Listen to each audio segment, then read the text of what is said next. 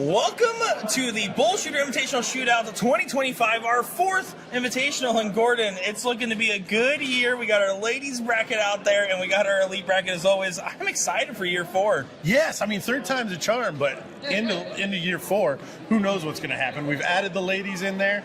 We've got a really strong men's bracket. I'm excited. This is one of my favorite events to cover every year. Yeah, we got more men than last year. We got up to 45 in that elite bracket now, and 32 in the women, so nice even number there. And, you're looking at Liz, you're looking at Paula. I mean, we talked about this a little bit in the bracket show, but, I mean, you got to count some of the other names in the room, the Caitlin Myers of the world, the Tori Gilstraps. There's so many that are right there on that cusp that just haven't had as long of a career. I'm wondering, what do they got in their tanks today? Well, and the other thing to take into consideration is those ladies are walking in here with high expectations, talking about Paula and Liz. So it'll be interesting to see how they handle that. Not that they don't normally, but with the amount of money that's on the line, that can sometimes change things. Well, and it's funny you bring up expectations, because I actually went around to some of the guys I saw hovering around the hotel the day before, and I just said, where do you think you're going to finish today? Especially like the guys that weren't going to say number 1 as the people I were asking. They were like, I just want top 8 or better. I just want to say I was in that top 8th of the room. And so there's a mitigated expectations, but that men's field, man, it is tough. Yeah, there's a lot more parity, I would say, with the men than there are the women, at least at the start of the day. The ladies might surprise us, but the men, everybody here can hit triples. A lot of these legs can get away from you very quickly, especially in 501. So everybody's in with a shout. Yeah. So now we are thinking, okay, Randy Fern and the 2 Alex Veltmans, is one of those guys going to get a title this year again, or are we going to see another champion in that elite bracket? Yeah. I mean, obviously, it wouldn't be surprising. I wouldn't take any individual player over the field at all if I were a betting man. Yeah. I mean, and a couple of the first round clashes are going to tell us where some of these guys are. George Daniels, Elliot Milk, right off the rip. Match. So that's going to set the tone for them for the rest of the day. So you didn't pick somebody. You got to pick somebody. I'm going to hold you to it. This is right now the moment. I'm sticking with Spellman. I said that in the pre-show. Okay, you're sticking with Spellman. That's still where I'm at. Yep. And ladies, who's your final pick? Right now, we're going to clip this moment. It's going to play back as the Gordon was always right moment. Yeah. Paula. Yeah. There you go. I'm going to go Liz. I am taking the Liz route here. I'm going to go Liz Tynan, and I think I'm going to go with a Maloney or a Watt. I'm going to go Watt. We're going Watt? I'm going Watt. I said it in the bracket show. I was thinking about Maloney being due, but you know what? Jason Watt's been so close in so many of these finals lately. I mean, we saw it against Gates and the Top Gun. We saw it against Ram over there in San Antonio. I think there's a good chance he gets the run today. He's certainly playing well. He's going to be one to watch. Well, let's go ahead and find out. Waste no more time. Time to get in the show and see who's going to win the Invitational Shootout for 2025. Well, welcome back, everybody. My name's Nick DeShiro, joined by Gordon Dixon on the comms here with Will Stewart in the background. It is time for BullShooter Invitational Shootout number 4. And our first match of today, Austin Braswell taking on Ed Levesque. Gordon, how you doing? I'm doing well. It's not chubby guy weather down here in Florida. No. So I'm glad to be indoors. I'm coming off a 2-day veteran stay at Legoland. So much more my pace here, sitting here watching some darts, getting ready to enjoy this one between Braswell and Levesque. Levesque coming off a 5-0 win in his first round to get to this point, taking out. Sorry, I just switched away from it. The suspense.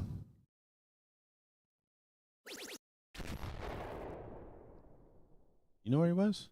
Where'd he go? Towards the bottom side, I'm pretty sure. That's what I thought. There it is. Daniel Milkstead.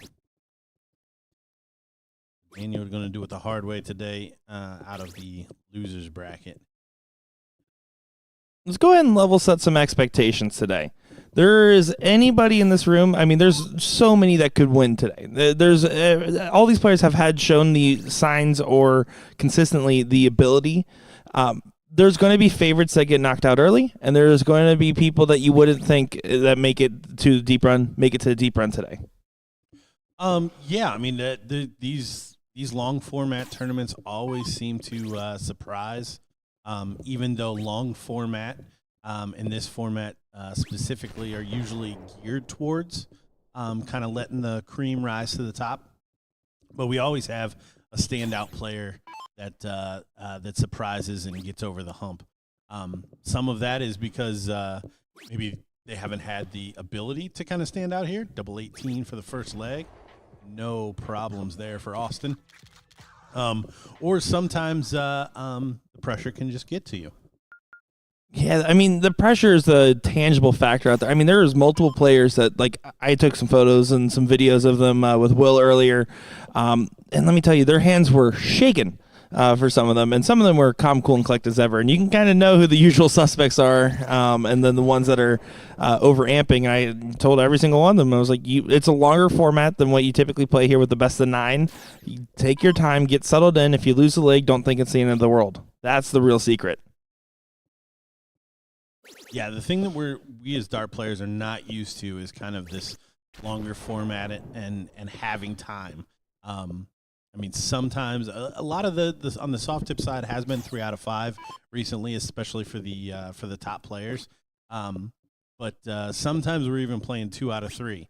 And if you hear higher level people talk, it's all about winning the first leg and then winning the winning leg.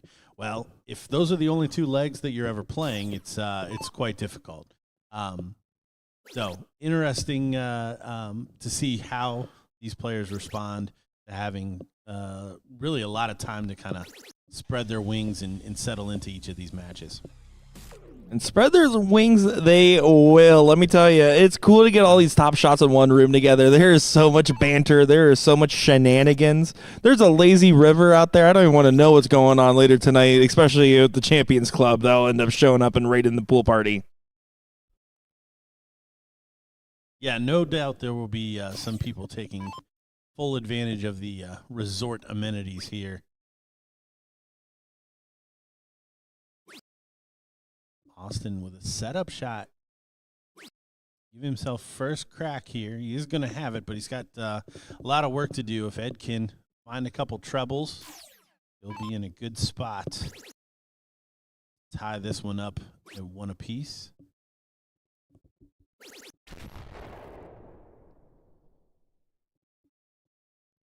Good setup shot. Outside chance, though, for a 2-0 lead.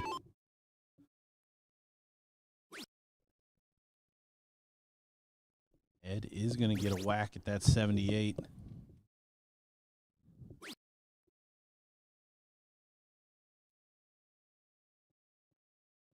And this is what these good players are going to need to do all day, is be very tidy on these finishes. Making a little adjustment to step over, and he falls just short. See what he thought of that. He knows this could be a deficit straight away here.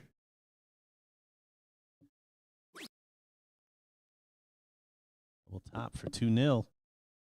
Oh, and he just can't quite do it.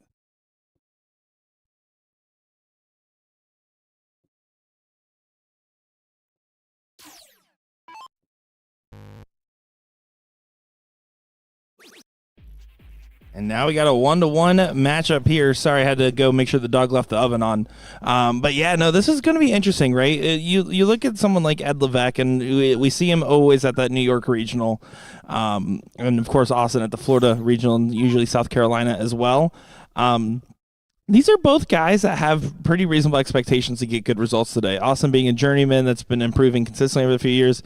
Ed Levesque's literally known as Mr. 107. So, I mean, there's a lot to go in the favor of this being a close-knit matchup, because there's going to be some today that are going to be very one-way traffic, and there's going to be other ones that are going down to the final leg tooth and nail.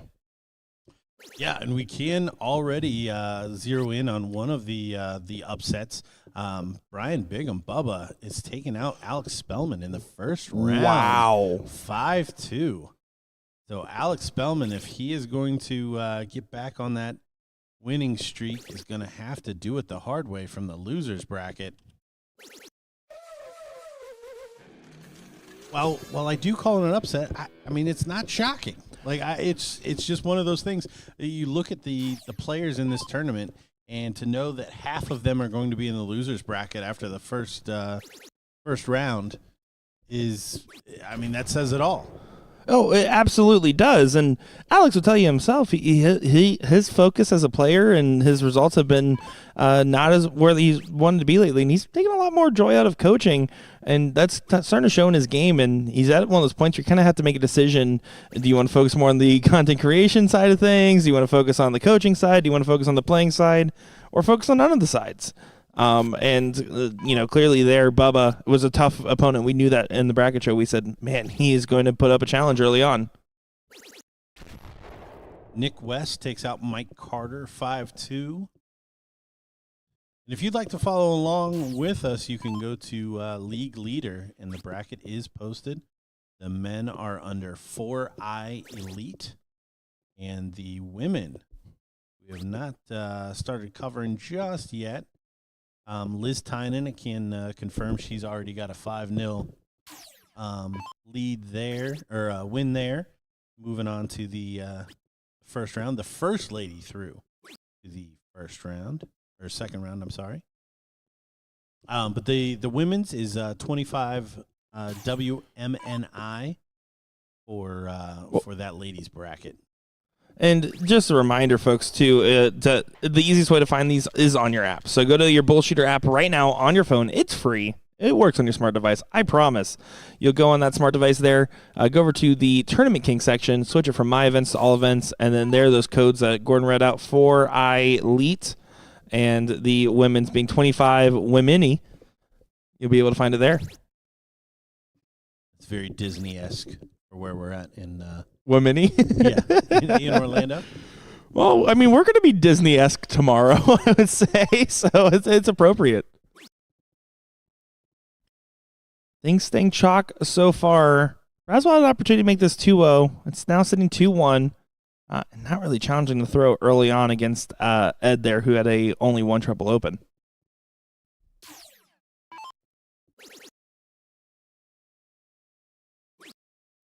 So also can confirm Jason Watt does beat John Liggett 5-4. That one going down to a final leg.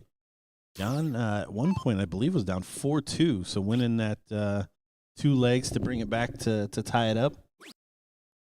George Daniels wins the battle of the first round between himself and Elliot Milk. So, again, Elliot's day already starting off tough. Going to have to do that from the loser side if he's looking to make another top 4. Of course, we do want to thank our sponsors for this year's Invitational Shootout. Winmau darts. Make sure to go find out all the information, whether it's flights, barrels, plenty of other darting products. You can even buy Mike Maloney's darts there. Get Winmau for your darting needs. And, of course, we want to shout out NATO. Thank you for your continued support. And, of course, if you want to get involved, so make sure to go to NATO and get into your dart league today.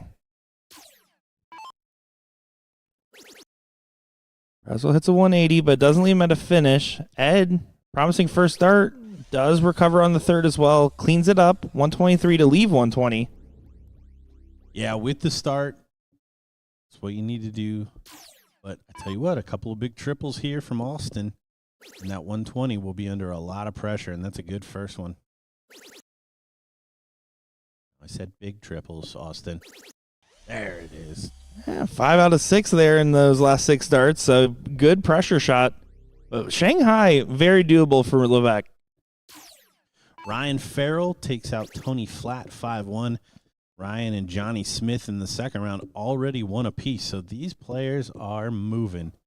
And a tough first dart there from Ed. Not going to get a chance at a finish here with the format that we're playing. Should be treble 18. Goes to the treble 20 to leave 26. Austin Braswell 86 to take a 3-1 lead. This would be a pivotal moment in this one. And look at this. Is it clean? It wanted to be. So there's a chance. Not clean. And he doesn't quite get it. This one showing a little nerves here. Austin, a couple of chances now to really put a lot of pressure on Ed, and it hasn't gone in. Ed still with a little work here. Tough first. Buries the third. Better late than never, as I was getting to a little bit of a sketchy position. You didn't want to give Austin another opportunity to break. Did take advantage on that last dart. Well, I wouldn't have wanted to be one of those darts if I didn't go in the way Ed was shouting there. That's very fair. He might have hurt them. Here we have Austin with the start. Straight back in that trouble. Can't remember a whole lot of trouble for Austin on throw. So that'll be the next trick for Ed. He'll need to pressure the throw of Austin Braswell.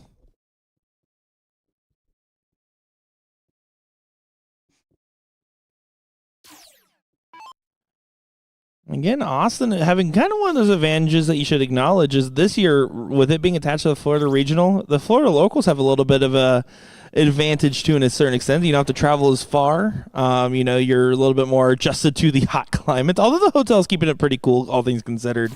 You don't have to worry about the long travel day. You know that you were at your house last night getting nice and loosened up, and then you came here this morning ready with some goals in mind.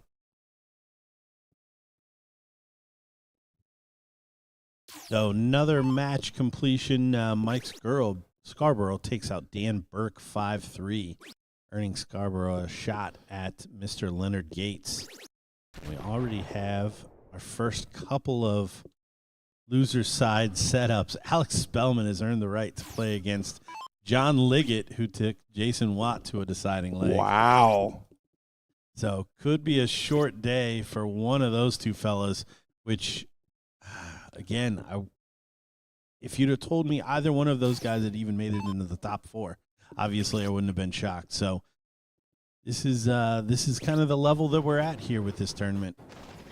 That was a very solid hole to throw from Austin Braswell. There's no real complaints there when you're going first. Well, yeah, and that's going to start to worry Ed, because Austin is getting shots on his throw, but Ed nowhere near on Austin's. It's kind of a dangerous way to play the game. Ed constantly talking to himself. He's definitely being very visual with his thought process. You know exactly where his head's at right now, for the good, the bad, or the ugly.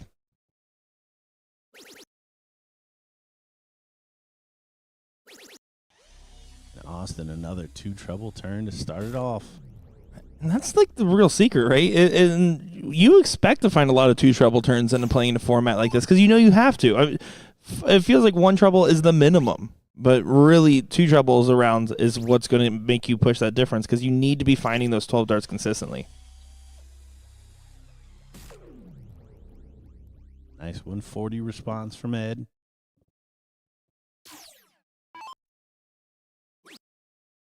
So I'm just going to be tailing behind here. You can see Killer Curtis Witherby and Nick West in the background. It's kind of like a Where's Waldo of random dart players in the background for the who's who. Kevin Luke and Tyler Weehee getting their match underway after Weehee takes out Dees Jr. 5-3. Ed stays true in that last single, leaves the 161. Austin Braswell looking for about a 140 here. Like more. Not a bad start to it. Got to make sure you stay vertical on this dart. Switch to 17s. I don't mind that switch at all if you find the 171. Beautiful shot there.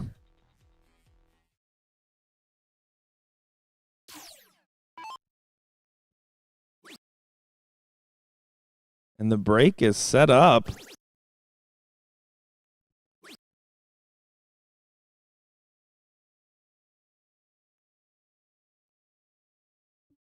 Now, Austin's had a couple of cleaner shots than this, but this one would hurt. 888. Oh, and he doesn't find it. So Ed with a chance to save it from 76. Take us to 3 apiece.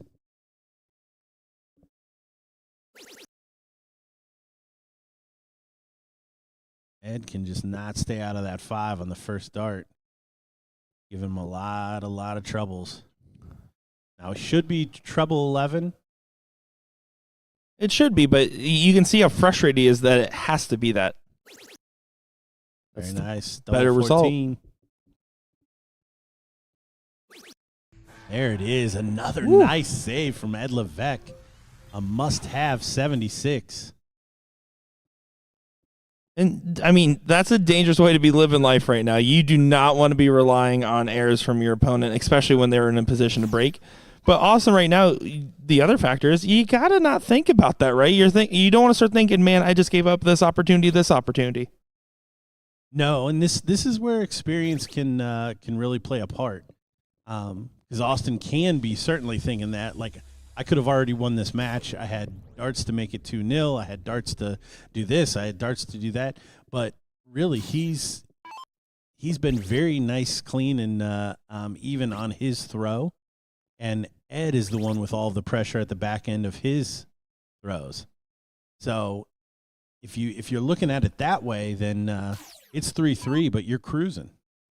And it's a tale of the body language a little bit too, though. You see Ed, and he's he's always an emotive gentleman, don't get me wrong. But he has a little bit more of some negative undertones to his throw right now, and you can see the frustrations. Austin, I mean, he looks like he's about to go to his Amish farm after this and be nice and fine on the ranch.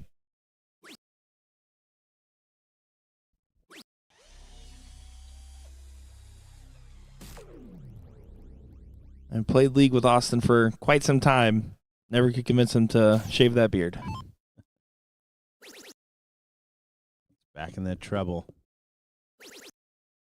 Trevor Bubolt's up 3-0 in the second round. Taking on Seth Smith, who defeated Joshua Gadley 5-3 in the first round. Jimmy Bagley awaiting the winner of that. Bagley beating Pratt 5-2. Over, check in with the ladies. Ladies. Jillian Phillips takes out Kaylee Beard in the first round 5-2. Nikki Henshaw 5-2 over Jamie Haver. Paula Murphy takes out Caitlin Myers 5-3. Austin hits the 180, leaves 161, decides to tee up, stays for trip 20, and misses the big 9 on that last start. So not exactly what he had in mind. But Ed, not going to be in position unless he finds a trip. Yeah, no, he's got 6 darts from 27. So again, looking steady here to go to the hill. Double 12 it is. I love that decision. Great shot. Why do you love that decision? There's just so many that just makes it so much easier. From 27, you can miss into the 19. You've got double 4. You can miss into the treble 3. There's just all kinds of options on that shot. You can really start messing around if you shoot the 11. Just a much more comfortable shot in that scenario. Ed with a must-win leg starts off with 2 big trebles. Austin's going to waste no time. Following in pursuit, finds a 180. That's what you have to do if you're going against the darts. How about that? Casey Rader 5-1 over Caitlin McKinley.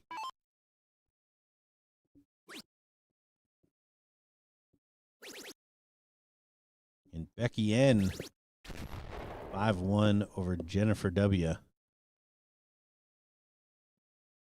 Ed does find the back-to-back on the 140s, putting pressure on Austin to try to keep up that same pacing. Oh, he started thinking about it. He was thinking, man, I found 4 in a row. And then all of a sudden it drifts right into that 5. Well, but even though he didn't find it, this is still a big pressure setup shot for Ed. Is it? He is making full advantage of the throw in this one. Technically only needs 1 big triple to get to a finish here. This would be a big misstep if this doesn't get found. He does get it on that last dart, that 17 transition, treating him kindly. Yeah, he's utilizing that 51 very, very well. Ed does not want to give him an outside shot here. Clean as a whistle, 84 finish. So this one going to a decider. And the difference, though, is that wasn't Ed saving a leg. That was Ed playing a dang good leg. He bossed it. Yep. That was it. He bossed it. The first time, really, the entire time that Austin wasn't right on his heels. See what Ed thinks of that cork. Austin should take his time, be able to finish this up. Maybe got him by a hole. He's out 2. Ed's probably like, I can't believe you didn't beat me by more. Yeah, I gotta say though, I do love if you ever sit down and talk with Ed. That guy can light up a conversation, light up a room. Oh, you can tell it's all kind of like inward directed. Mm-hmm. Like he's not he's not mad at Austin. He's mad at Ed, which is understandable. As a player, I can completely empathize with that. Austin with the start, and this is what Ed hasn't done pretty much all game, is pressurize the Austin Braswell throw. And what a time it would be to take the lead, to win the match. He does find 2 triples. Keeping it competitive between the two of them.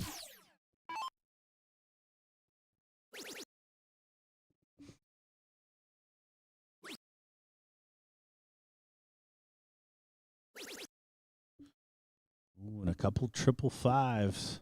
Sorry, 1 555 for Austin there. So door slightly ajar for Ed. Can't get to a finish on this throw, but he can certainly keep the pressure on. Just kind of falls off after that first great dart. Yeah, Austin just needs to try to coast to a finish. A ton won't do it, so you're looking for a little bit of extra credit on this assignment. Did he do his homework? He did not. So this leaves an opportunity for Ed. Again, still looking for a ton plus. But in a last leg decider, this is probably one of the more open legs you feel. Another treble. And he does. So first time Ed beat Austin to the finish. Now still advantage Austin. But Ed with an outside shot to take this match after pretty much trailing the entire time. And boy, is he going to be under some pressure here. Take this big 161. And 107 do it. Well, it's more than 107. But, they call him 107 for a reason. It's because he hits 107s, not 161s. Just can't stay straight on that first dart. Kind of plagued Ed this entire match. See him shaking his head. He thinks it's over. Austin will get 2 darts at the finish here. A little bit of an awkward spot. Yeah, slides over just a little bit. Get a cleaner shot at the bed. And first opportunity closes this match out 5-4. Just not enough scoring power for Ed against the throw there. Austin ultimately completing the win there. Nice and clean. Trevor Bubolt's taking on Timmy Bagley in the bottom half of the bracket. Bubolt's defeating Seth Smith 5-1. Mike Maloney now 1 up on Bradley Porter. George Daniels 2-1 up on Jesse Gore. Kevin Luke now in action, taking on Tyler Weehee, up 3-1 in that one. Austin will be awaiting the winner of Cody McGraw and John Pilgrim. Cody McGraw taking out Dustin Holt. Wow. In the first round, 5-3. Quick draw McGraw goes ahead and gets it. That's a big find right there, huh? Yeah, that's gutted for Dustin. But and then on the loser side, Dustin plays Mike Carter. Like again, if that was a first round going into this, we would have been tipping that as a as a great matchup of some of the favorites. Nick West waiting the winner of Bob McCoy and Fernando June, fellow Ohioan.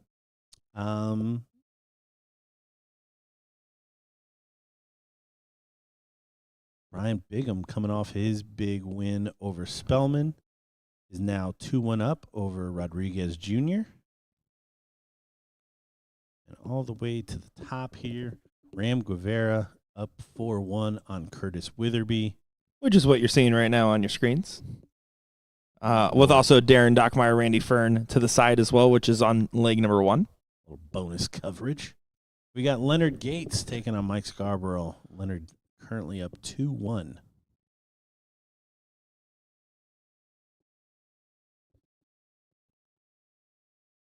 Step away here and see if we can't get 2 more matches up to our streaming boards. We'll leave you with a little bonus side coverage here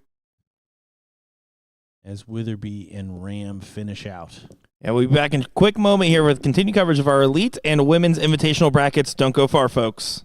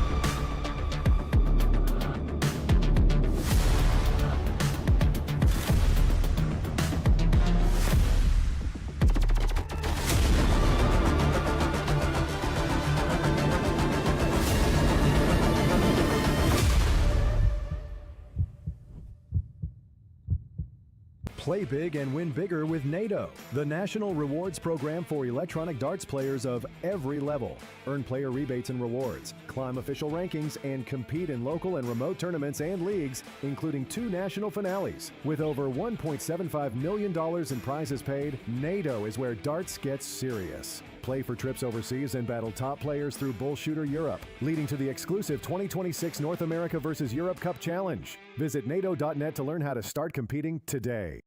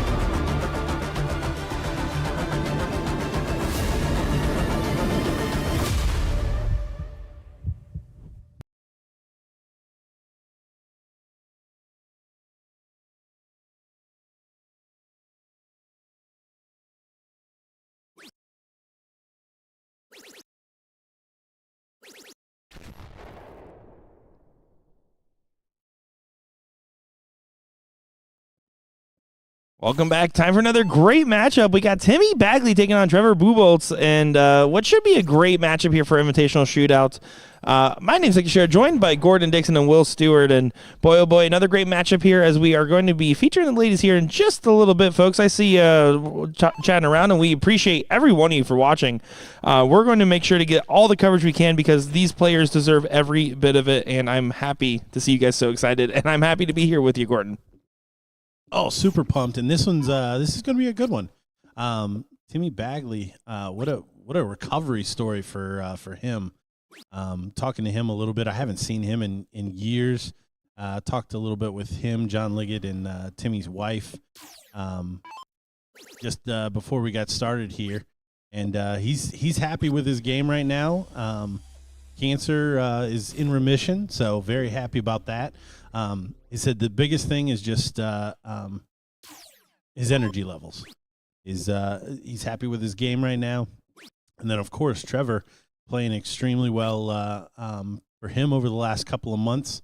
Some good finishes on the steel side, consistent play, and already 161 here after 12 darts, 24 after 15. So good setup play for him. And I really do love seeing Bagley in the mix, but also, I mean, Bubolt's going on a little bit of a run lately. I mean, he was posting his first time ever beating Mike Maloney, like it was his first time ever beating Mike Maloney online the other day, but it seems like he's found some pretty good form in the recent couple weeks here. First starts the 24, nice and clean. Exactly what you want for a first leg. Leonard Gates just getting in front of Mike Scarborough 4-3. Ooh. So must-win leg for Scarborough here in the 8th. But again, just kind of speaks to the level of play here.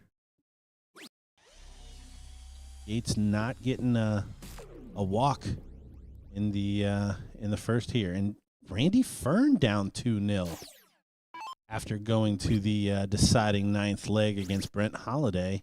So Darren Dockenmeyer 2-0 up on the returning champ. Yeah, Randy Fern Mr. Family Man Fern, we were calling him last year. He was in the opener, but we forgot to say the name. It was cool to see that moment from him last year. And I know he's going to be coming into high expectations because, yeah, he might not travel on the circuit much, but, man, does he stay at home. And he is playing, he is live streaming, he is doing all the different shenanigans. Well, look at the man's fit. The man's fit is just it's on point. You got the red shirt, the red hat, the red shoes, just top to bottom. It's like Tiger on Sunday. Probably has Red Sox. No affiliation to the baseball. Well, you can see Timmy not happy with that setup shot. It's a big opportunity here for T-Bomb. He's going to take advantage of this opportunity quite well, leaving 81, 57 for 24 on the return. Bagley, in risk of getting his throw broken, needs to focus on just leaving yourself a finish. When you're in a position like this, you can't get caught up in all the different factors of the matchup in the leg. You're thinking, okay, what do I have to do with what I have left? I'm not even thinking about my opponent in this scenario anymore. We got a couple ninth leg. Oh, and he's not going to get a shot here. Yeah, a questionable decision. I mean, he is kind of banking on the 120 not going now. Yeah, I don't know. Maybe he's seeing the way that Timmy's throwing. This could look really silly here in one more dart. Oh, doesn't happen. He looks a genius now. Is he coming back needing 32 rather than perhaps an odd number he needed to clean up with a missed dart at the double bull. I can tell you, when I look at Trevor, I never think genius, but I do think he hit a double 8. But ninth leg alert here for 2 matches. Cody McGraw and John Pilgrim 4 apiece in that one. Bob McCoy and Julian Fernando 4 apiece in that one. So deciding legs here in the second round, trying to continue on in that winner's bracket. And we've got our first kind of big name matchup here with Kevin Luke and Jason Watt facing off. George Daniels awaiting the winner of Brad Porter and Mike Maloney. Mike Maloney up 4-2 right now. We mentioned his name a little bit, but that's someone that keeps saying, is it my time yet? Is it my time in this specific event? It's something that is not on his accolades list.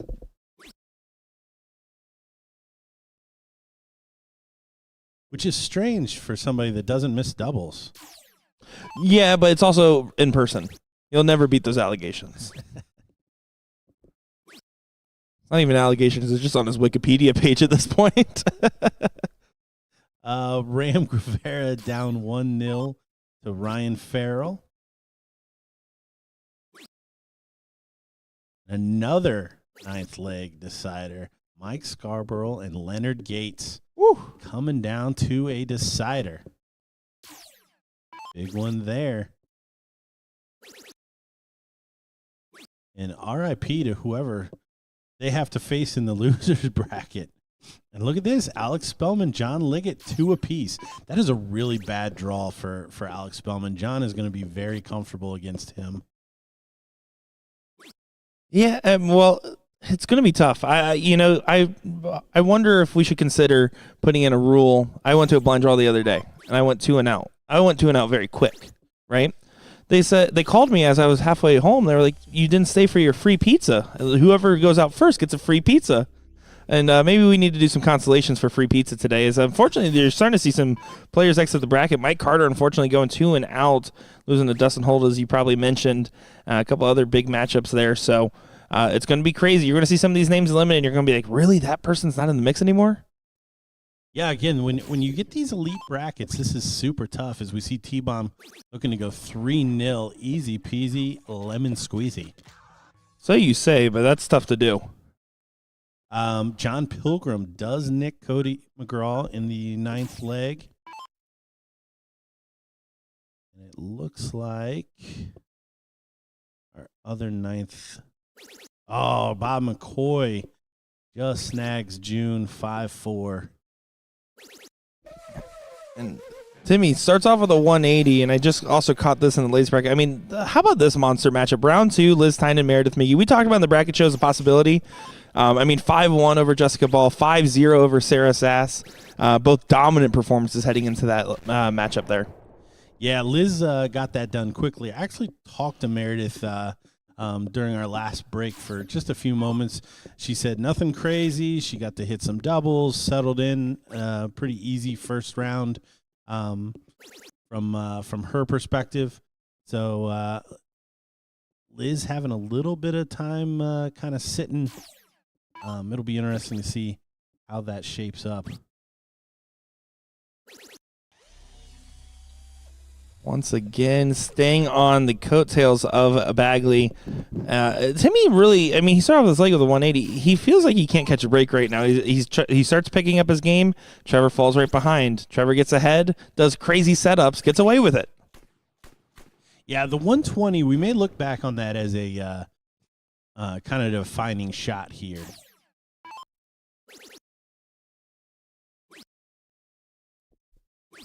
I think may have just had another on paper upset as Mike Scarborough does defeat Leonard Gates 5-4. Wow, what a big pickup there. Yeah, some big names. So Scarborough going Dan Burke, Leonard Gates, and potentially could take on last year's winner in Randy Fern.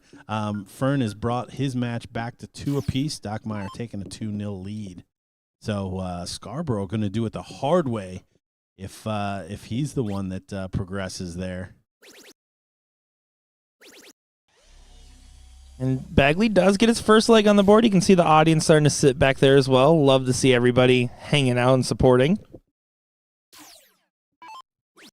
This is the hard part, though. You drop 2 legs. It's loser start format. You got to win 2 against the throw to get back to 3-3. You really don't even want Trevor to get to 4 before you can get tied up. It's a tough position, but Bagley's experience will make him not afraid of the opportunity. Yeah, in a race to 5, 3-1, obviously with loser starts. If this was alternating starts, that may change a little something. Because every time Timmy wins, obviously Trevor's going to be stepping up there to start the next leg. So it's not time to panic. As long as you can keep your opponent 1 away from the win, or 1 away from being 1 away from the win, you got to feel a little comfy. But Trevor, again, just continues to pile in those trebles. And Timmy way back on 3-4-6. Not even leave a finish with a perfect turn. So, got to imagine Trevor's going to go to the hill here. He's going to have 6 darts from 101.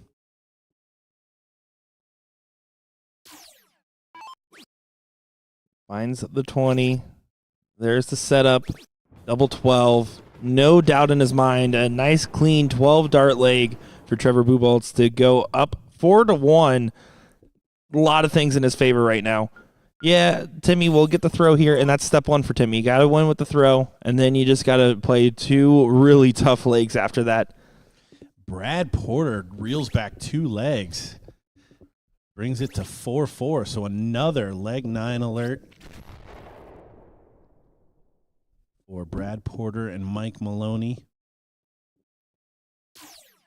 Winner there going to take on George Daniels, so it is not getting any easier, folks. No, there is no such thing as easy when it comes to a tournament like this. These guys will tell you it's hard work all day. And just jumping over here to the ladies to give you some updates there. Ladies. We've got plenty of the top 32 legs finished now, or matches finished. We've got Gina and Jillian Phillips up on 38. Jillian defeating Kaylee Beard and Gina defeating Jennifer Dykes. Nicole Hinshaw up 3-0 in the top 16 against Terry Johnson. We talked about that massive lineup between Liz Tynan and Meredith McGee. Lane Lysak taking on Becca Westcott. Tori Gilstrap down 4-0 to Paula Murphy. So seeing Paula do Paula things here. Casey Rader taking on Jennifer Pickett. No legs completed. And Becky N taking on Jessica Melton. Jessica winning her first round match 5-3 over Lindsay Renzinger. A convincing leg from Bagley there. Gets it done in 11. That's the same standard he's going to have to keep for these next 2 legs, though, against the darts. And that's still asking for a favor here. Yeah, he needs to go out in 12 and hope that Trevor doesn't in 2 legs.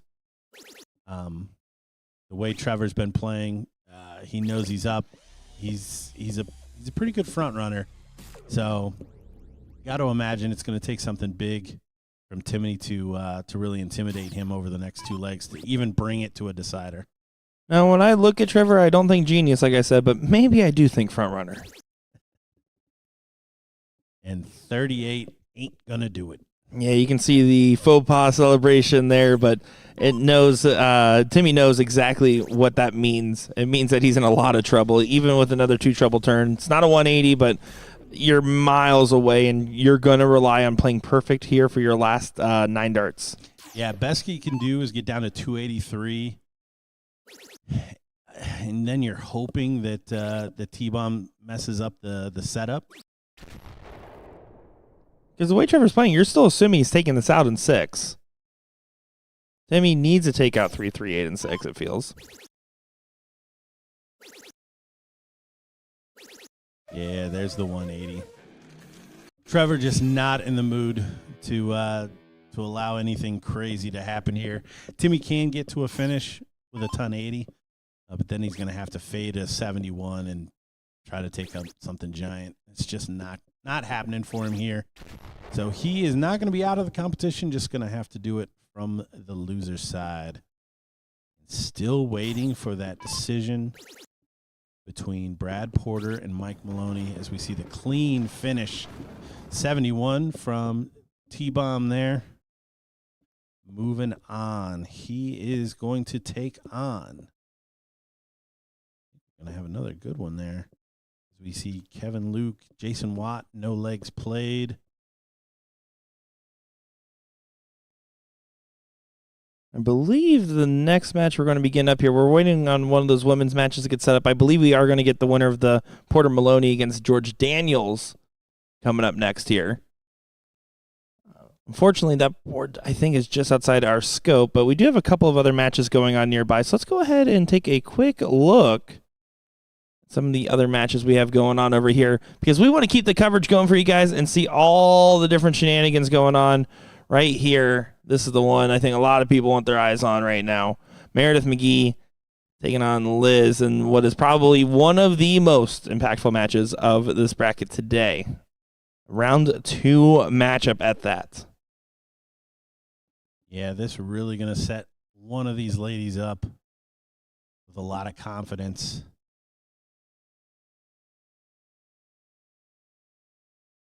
Liz is currently up 1-0 over Murph. They are playing the same format, so race to 5. Plenty of runway left. But an important dart here from Meredith. Should go for the bull. Drags it low. Looks like towards the 19s. Unfortunate there because you have to leave a finish. You know Liz is in position at 191.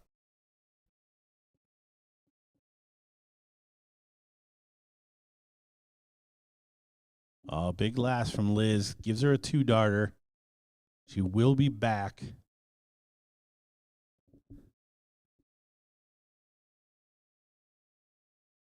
George Daniels, Mike Maloney will be our next match as Mike Maloney does skate through a last leg decider. And again, we will get plenty of coverage of those ladies as the first lady into round 3, Nikki Henshaw with a 5-0 win over Terry Johnson.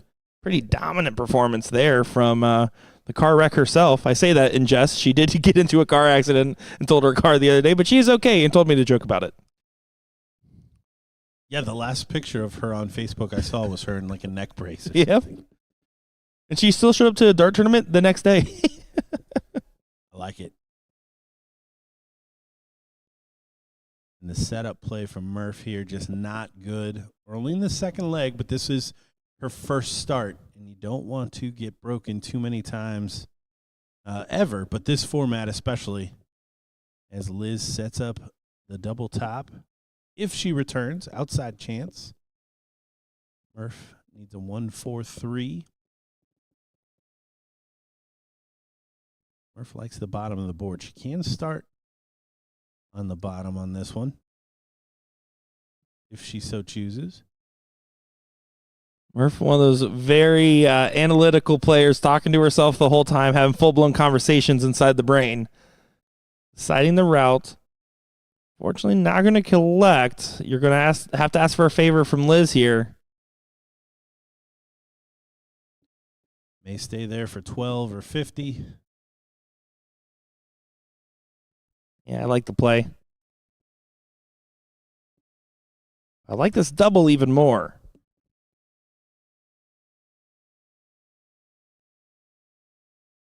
We're talking about Liz at National Darts Day, as she does go ahead and get that there. As her and Casey Rader representing the females for inaugural National Darts Day, June 29th, 180th day of the year, everybody.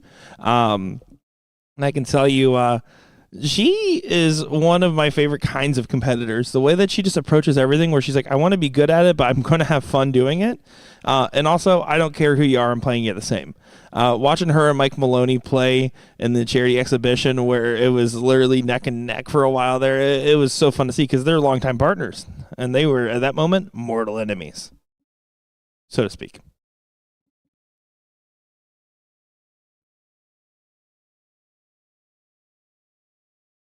Meredith back with the start. I gotta think in a match like this is a must-win leg for her. She can't get too far down behind Liz. 3 with 2 breaks a throw. 3 with 2 breaks is a long way to go. Well, in a race to 5. 6 or 7, like, you got a little bit more time, but the next leg you win, she's going to go to she's going to get the start to take it home. So must-win leg. John Pilgrim and Austin Braswell, 1 apiece. Kevin Luke, Jason Watt, 1 apiece on the men's side.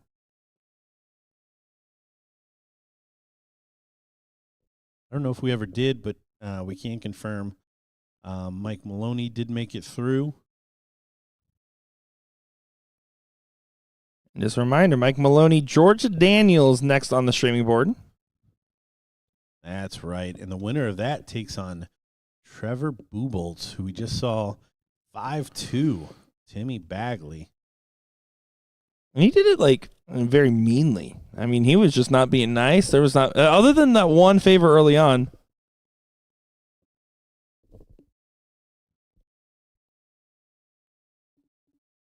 Mike Maloney currently on Facebook right now instead of at his board, so just give us a quick moment on that matchup. But again, this Liz Murph matchup, very intense, very impactful. Yeah, we don't mind sticking around for a match like this. Big shot for Murph here in what I've deemed a must-win leg. 248 setup shot. Needs at least 1 big treble. Ooh, and she gets it on the first dart. Could put her in good stead the rest of the way here. Oh, and 2 triples. Nice setup play. 108 when she returns. Alex Spellman does get John Liggett 3-2. So John already out of the competition, playing the maximum amount of legs that he could while he was here. He's going to get his money's worth, right? Ed Levesque and Cody McGraw. Tough. My goodness. Cody with a big win early over Dustin Holt. Dustin beating John By.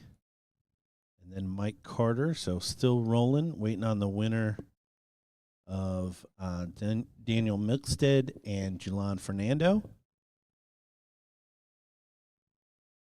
Next potential man to go out there between John Cortez and Alfredo Rodriguez Jr. Elliot Milk 1 leg away from winning his loser side match. 2-0 on Johnny Smith. Curtis Witherby, one away from putting Jeremy Lee out 2-0. And that's our little trip around the bracket for now. Well, what a good trip it was. You'd make an excellent riverboat tour guide there. I could see that. Maybe that is your calling while you're here in Florida. I do need a side gig, so I guess this is my side gig. Never mind. You need side gig for your side gig? I need a side gig for my side gig. If you want to see the Jungle Cruise tour guide experience, Gordon, I mean, he has so many facts about giraffes, it blows my mind every time. I was hoping you would have like a draft fact ready to like. Honestly, the only thing I had was a rude joke, so I wasn't about to say what I did think I knew about giraffes. You know what? The more you know. Have you ever seen a giraffe fight? I have. Though that's intense. It's absolutely incredible that's the way that developed. You're just gonna whip your neck into the side of somebody else's neck with your blunt horns. It's Google that. It's worth a Google. Reminds me of a couple players' dart throws. Yes, some uncoordinated ones for sure. Liz Tynan not able to take advantage of the opening there. So Meredith going to get 3 more at the finish. Just a reminder, Liz is up 2-0 in this one. This would to draw 1 back. A little hop there from Meredith just shows a little bit of nerves. The next one a lot more collected, and it goes right in there. Well, it does go ahead and keep the run going, as it does look like we're just about ready to get everything going here for this George Daniels Mike Maloney matchup here. But we will keep everyone updated, as I believe the winner of this match, Liz Tynan and Maris McGee, will go on to play Nikki Hinshaw, who 5-0'd Terry Johnson. Looking forward to seeing how this ladies bracket continues to develop here. And just a reminder for how today works. The ladies bracket will play in full, with first and second place being crowned. The winner tomorrow will get interviewed live on the ESPN2 broadcast for the BullShooter Invitational. And the elite bracket will also play in full, but the top 4 is just for seeding purposes. Always interesting to see how the players play after they make that top 4. Again, we will keep you updated there on the ladies, but it is just about time to go ahead and to get into this here. Looking forward to this. Mike Maloney, George Daniels, and Mike throwing it from downtown out of camera view.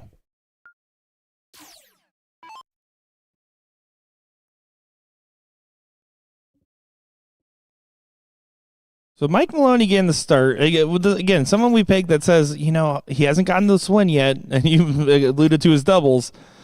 You have to think he's one of these guys coming into the room today saying, today is my day. Today is my top 4. Well, Maloney hasn't even made the top 4. Exactly. So we're talking about wins. We gotta get to Friday first. Certainly has the game. I'm being cheeky, but yeah, certainly had his fair share of opportunities participating each year, and has done well in other events. Just hasn't been able to bring it to the Invitational just yet. He's up against lights out Georgie Porgy Puddin' and Pie. He has all those things in a box of chocolates there as he finds a 180 to load things up. And George Daniels, we saw Team USA play really well with the team of Porterfield, Seagal, himself, and Guevara. George, he's good for it, right? And when you see him go up and throw, you just know he's good for it. And there's no other way to really describe how he approaches the Aki. Yeah, no, George playing extremely well. The other thing I'll say, I know George is a good dude because I saw George walking around last night with his father-in-law. So if you're a dude that's hanging out with the father-in-law, you're doing something right. So big setup shot here from Maloney. Put some pressure on that 1-2-2. Not the greatest, but George Outside chance here should be 18s, should be 4 18s and a double bull, or 6 18s and a double 7. And he's not going to get there. You see the shake of the head there. And it wasn't a must hit per se. It was more about a tone setting shot. You take a 122 out, break the throw on the first. That's all about getting in your opponent's head a little bit. Of course, you're going to be happy to take the win as well. Oh, Maloney gets the double bull finish. That'll do. And just like the 122 was kind of a tone setting shot, Mike Maloney comes right back with one. Finishing on the bull after you miss the first 2 trebles, especially in a soft tip event, is painful. George would have thought he was probably coming back to the board there. Maloney walks up there and buries the 17-17. It's a different shot. And George will acknowledge, is the type to show some negative emotions towards himself when he throws. He does that when he hits good shots, too, though. That's what's crazy about George Daniels. There, treble his visit. Of course he's going to be frustrated. He then goes, and then he'll hit a 180. He'll still look like he's pissed.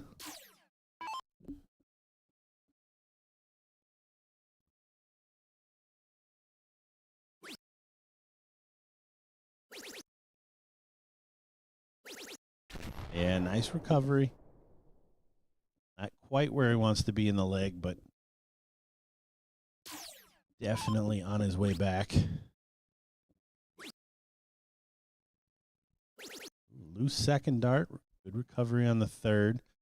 But George back in the driver's seat here. See if he knows a little math trick or two. He does not. Just staying straight. Leaves a bogey. See June over there chatting up Maloney while he's playing.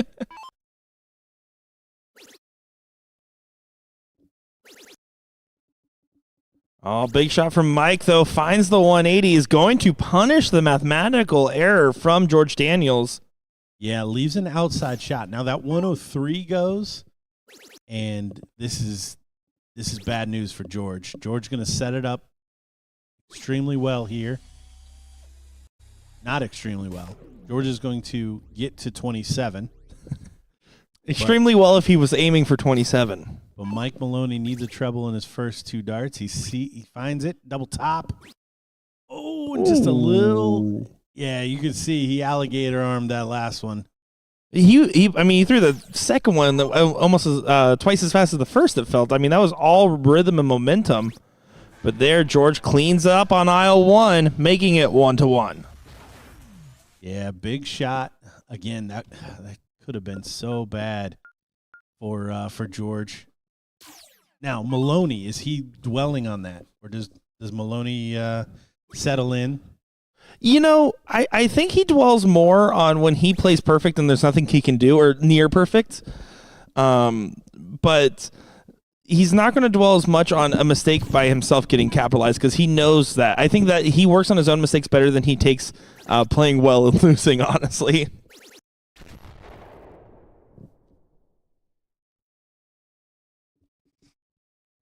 Mike going to go ahead and try to challenge the 140.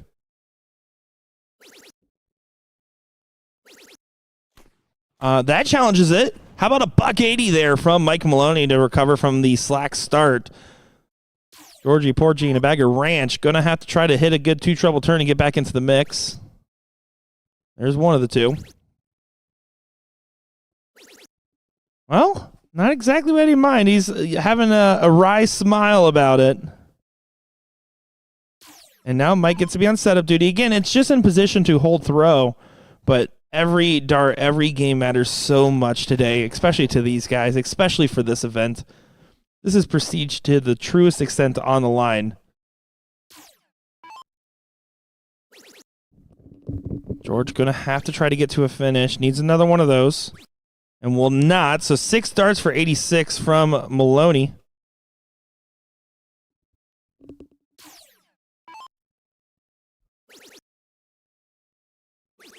And we saw a little bit of this in our first streaming match. Ed Levesque not pressurizing Austin Braswell's throw. And we're getting a little bit of that here. George with a outside opportunity in the first leg, but a few scares on his throw, and then a clean leg from Maloney. So that is something that can start to wear on you.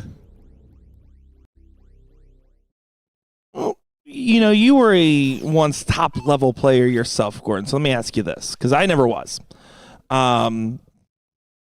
The main thing I want to ask is, what's your mindset versus going into a regional wide open? There's a lot of kinds of players in the room versus an invitational room where you know every player here got qualified in a certain kind of way. I don't know if I'm unique in this, but like I certainly wouldn't treat it any differently. I was thankfully a player that, like, I didn't really bracket watch whoever I got called against. Like, I wasn't going to throw the darts any different. So my mindset was always, I'm going to try to play myself, which is why I was always so frustrated, because I knew what I could do, and if I ever fell below that, then that really dictated how I felt the tournament went for me. If somebody just came and blew me off the board, like that's one thing.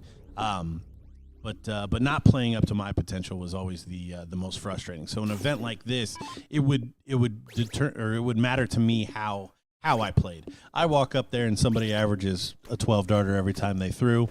So be it. Cheers to you. Yeah. I probably wasn't going to be in that match anyways. But if I'm nowhere close after 15 darts, that's where I would start to get frustrated. Well, and for some of those players, as George continues on, by the way, with a beautiful setup. One of the other things that, compared to years past, it felt especially brutal though to take that quick loss despite who you were going against. Because of the fact that it was a standalone event. Having the blind draw this evening and having a couple events attached as well throughout the weekend will hopefully help the any pains that might happen for anybody that has an early exit today. Is George trying to make this 2-2? Does do so. Lights out, turns the lights on. Yeah, 2 apiece, getting into a little bit better rhythm. Ram Guevara confirmed defeating Ryan Farrell 5-4. So deciding leg there. Mike Scarborough up 1-0 on Randy Fern. Randy Fern at one point down 2-0 against Darren Dockmeyer. Comes back to win that one 5-2. Brian Bigham, Bubba, 4-1 up on Dylan Stinky. Bob McCoy 2 apiece against Nick West. Nick West on a lot of Facebook predictions top fours. He's a pretty popular name right now. Kevin Luke and Jason Watt 4 apiece. So big deciding leg there on board 14. Austin Braswell up 4-3 on John Pilgrim. And of course, George Daniels and Mike Maloney that we're watching here, 2 apiece. Winner taking on T-Bomb, Trevor Buboltz.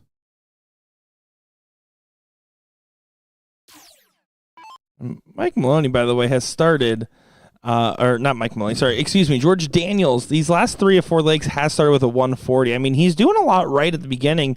It's the setup turns that have been a little hit or miss for him, where he's at the 200s, needs to find a last start trip to find a finish. These are the moments where we've seen some up and down. This looks like an up, though. And it is. Yeah, this is a big turning point in the game. 2 apiece. Mike Maloney going first. George Daniels with 121.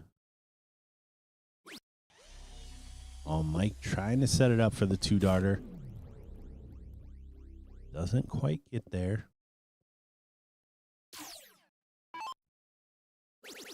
George will get a dart. He will not. He went for the aggressive one, and then he throws it into the double 17. Very aggressive play from these guys today.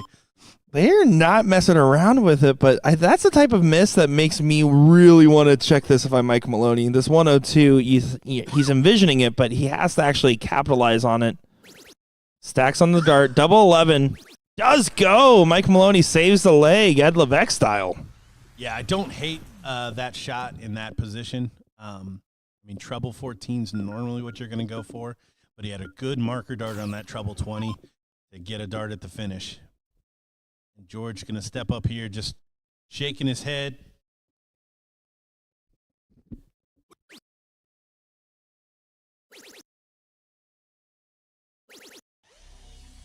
He's back in that treble 20, but yeah, those setup shots really costing him.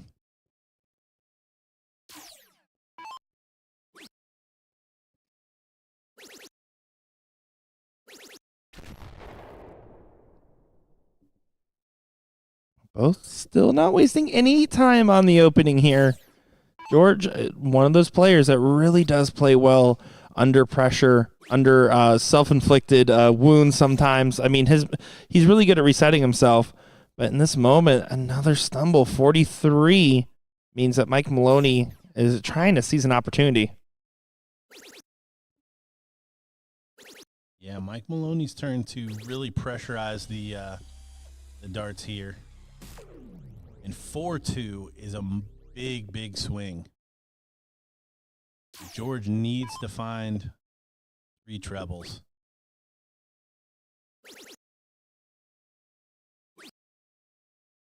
Only going to find 1. You see the wry smile there. It goes to collect 85. So Mike Maloney 6 darts from 226.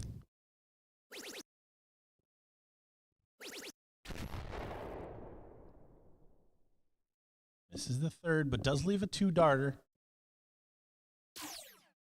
How much pressure George can put on him here.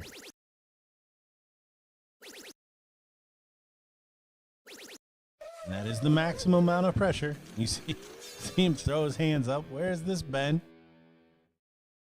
Yeah, very much a frustrating moment, you would have to think. Treble 17 for tops. What's he going to do with this dart? Stays on the 20. Old honey pot, and then finds the 7. Must go shot. Mike's doing a lot of stuff right now. And again, this is one of these big hurdles. And we talked about his section. Like, oh, Mike got a first round bye. Of course, then complains on Facebook about getting a first round bye. But then we knew he had a couple tough matches, one after the other. If he can get through George, I mean, then he gets his match against Trevor, but also is going to be thinking, man, this is a good start to this campaign. Yeah, 1 away now. George with the darts here.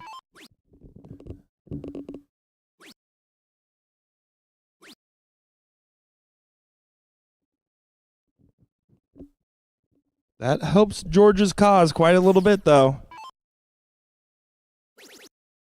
Well, the next one is the money shot. That's the one where Maloney's going first, and George is going to have to. You got to imagine it's got to be 12 or less.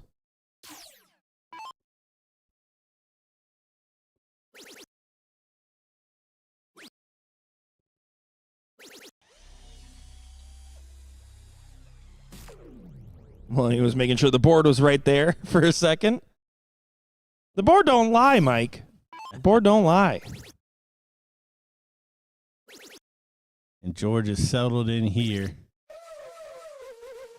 We'll see what he's going to do with 61 with 3 darts. He went 25-36 the last time. There's always the danger of hitting the double bull.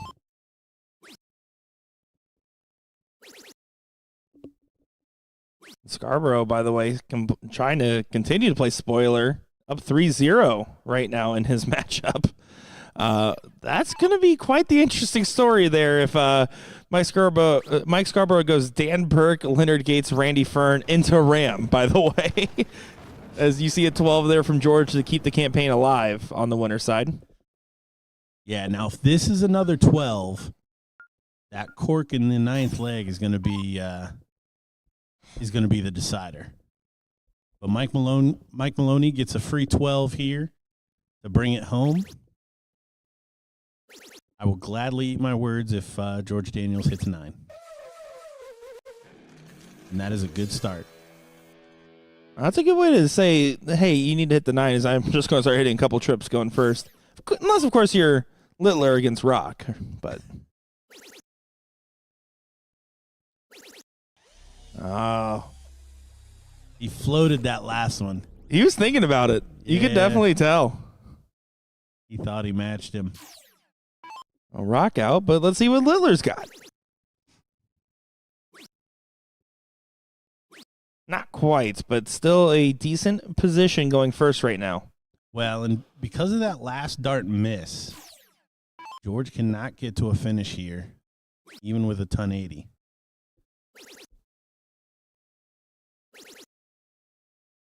Oh, and another important left to right missed.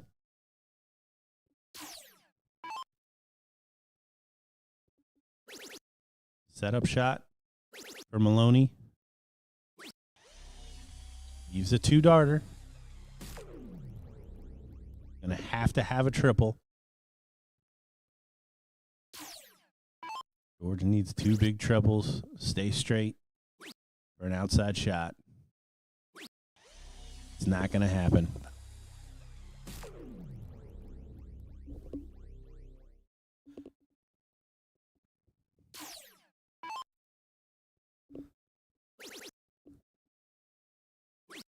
Oh, could have been clean. He does find it. 5-3 W for Mike Maloney over George Daniels. Shake of the head from George, just not able to convert enough.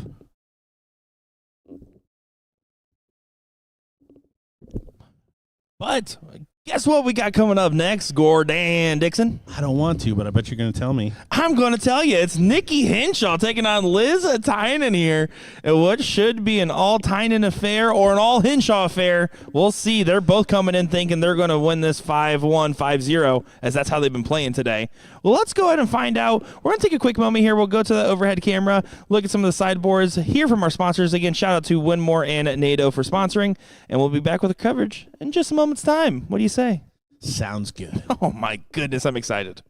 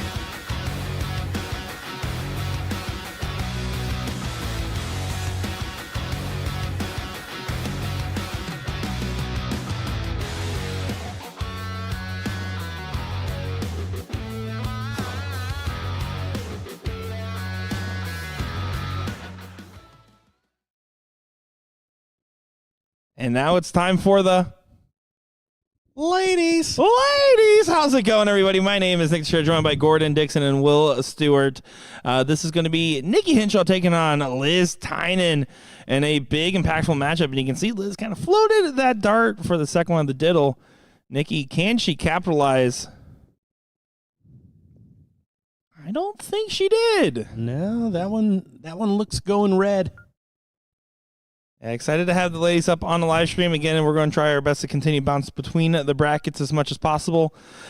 Nikki Hinshaw, Liz Tynan. Let's look at the tail of the tape. Nikki besting out Jamie in a 5-2 matchup. Jamie Haver. Then 5-0 over Terry Johnson to get to this point. Liz Tynan 5-0 over Sarah Sass, and then 5-1 over Meredith McGee. This is going to be a tough matchup because both of them are having the types of performances so far that makes you think things are going really well and they're going to keep going really well. Yeah, I would say the biggest pressure probably falling on Nikki here, just to keep up with Liz early in terms of scoring. If she can do that, it's kind of let the chips fall where they may. But keeping up with Liz scoring-wise is going to be the first task here. Another big ladies matchup going on, too, on the lower half of the bracket. Lane Lysak taking on Paula Murphy. Yeah, that's honestly a pretty big one there for multiple different reasons. You expect Paula to be one of the favorites, of course, but the fact that Lane's been starting off quite well with a tough last leg decider against Laura Wallenberg and then a 5-1 win over Becca Westcott, it's still an any girl's game kind of scenario, but it's all about Lane setting her own precedents. Yeah, she came through a tough one in the first round, which I have to imagine kind of sets her up for the rest of the day, knowing that she can win in a decider. But Paula, the numbers 5-3, 5-1, she's really playing well.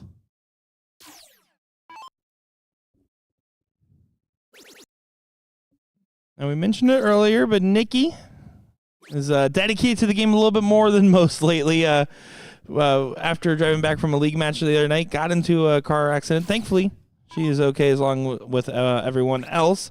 But what is crazy is that she goes up to a dart tournament the next day and still goes out here as well, wasting no time. And this isn't like a fender bender. I mean, the car was totaled. So if you don't call that dedication to game, I don't know what you do call it. Yeah, that's I mean that's next level. Like I've kind of skipped maybe a birthday or something to go to a dart tournament, but getting out of a hospital and then coming down, that's next level. I will also let you know I am very honored that you are going to be here for my birthday on Sunday. So thank you. Oh, you're welcome in advance. See, you can't be skipping that one. That's the real secret to having people attend your birthday party. It's just tricking them into showing up. So Mike Maloney, Trevor Buboltz on the men's side, one apiece into that top 8. So big round here for the men. Kevin Luke up 1-0 on Austin Braswell.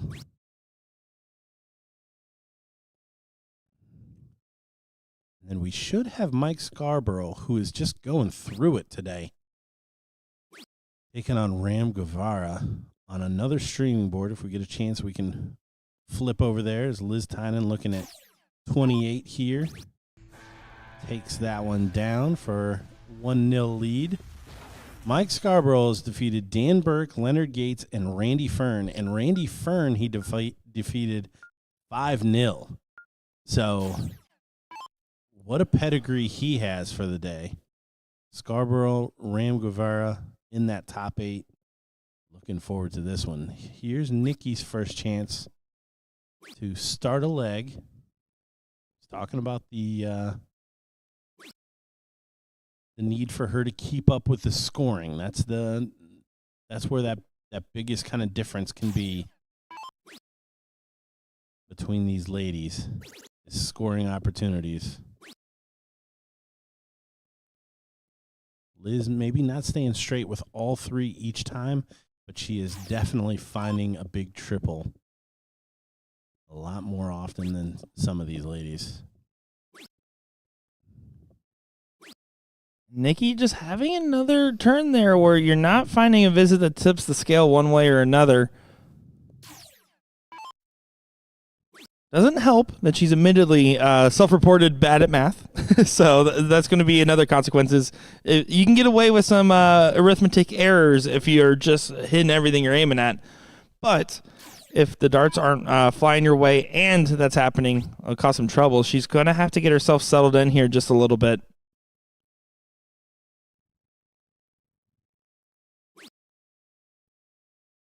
On the ladies' side, Jennifer Pickett 4-1 up over Casey Rader. One away there. Jillian Phillips and Julie Lint have not started yet.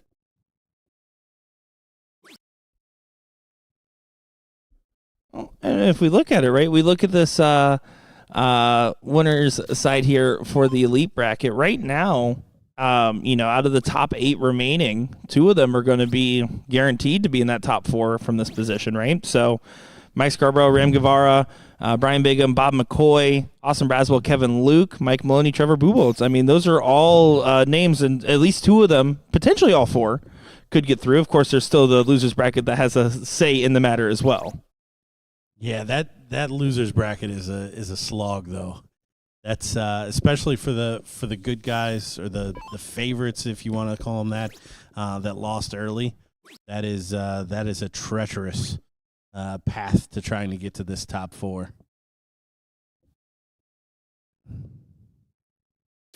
Now Liz playing on setup duty to try to set up for a break a throw here against Nikki.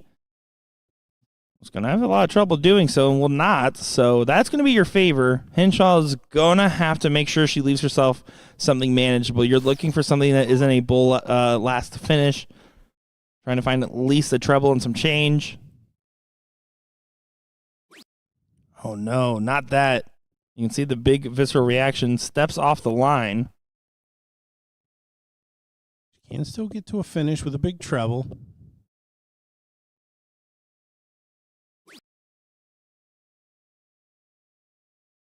See Ram and Mike starting to warm up over there. Have not gotten underway yet.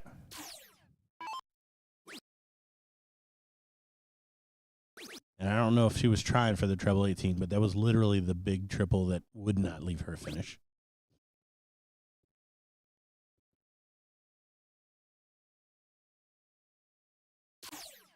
$159, a bogey in this format. Maybe with that attitude, Gordon. Watch this. 65. He's a nice clean 130. 136. It's not going to go, so she will get a chance to tie this up. And Liz not putting a lot of pressure.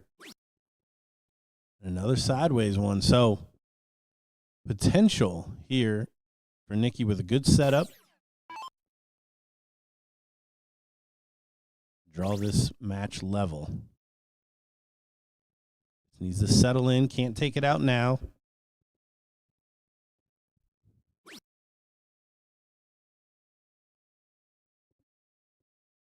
For those of you that do want to follow along, you can do it in your app.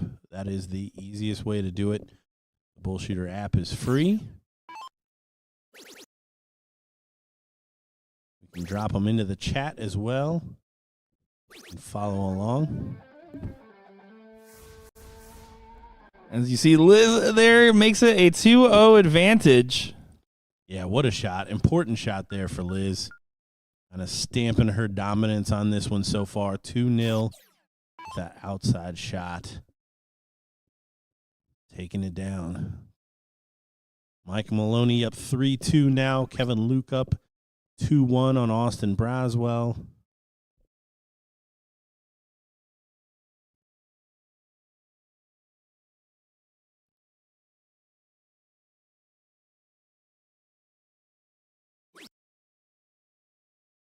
No legs completed between Scarborough and Ram thus far. I have a feeling they're waiting for the spotlight, and I don't think anybody's at home is going to be too mad about that. It's so hard with so many must-see matches, right? I think that's probably one of the hardest things that about this whole process is just knowing there's nothing worth missing out on. You know, it's all bangers after bangers after bangers. After what? And MASH.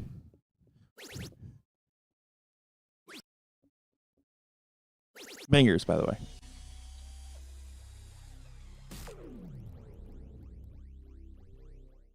George Daniels. Ooh, Alex Spellman just tied it up. 2 apiece. Alex Spellman, George Daniels on the loser side. So deciding leg there for those two. John Pilgrim up 2-1 on Brett Holiday. Keep screwing that up. Cody McGraw, Timmy Bagley. Timmy Bagley up 2-1 after a good start to the day for Cody. Randy Fern up 2-0. Ryan Farrell puts John Cortez out of the tournament. 3-1. He does find a 2-treble turn, finally getting some control of her throw. And I say the keyword finally there because you don't want Liz to start figuring out, too, as she responds with the 2-treble turn.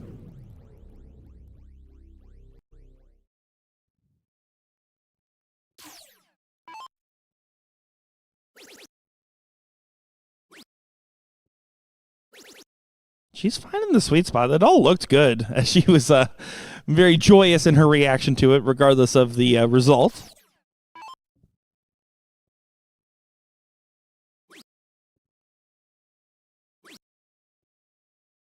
And we talked about it with the elite bracket, but looking at the women's bracket here, again, only 2 winners on the day. Right now, currently sitting your top 8 just one more time. Julie Lent, Jillian Phillips on the top side there. Of course, we're watching Nikki Hinshaw, Liz Tynan, Lane Lysak, Paula Murphy, and Jennifer Pickett and Becky Njedlow. And again, one of these women will hold the seat and guarantee their spot in that final. And one will get at least guaranteed to that 3rd place position to fight right back, as that's a great setup play from Nikki to leave 40.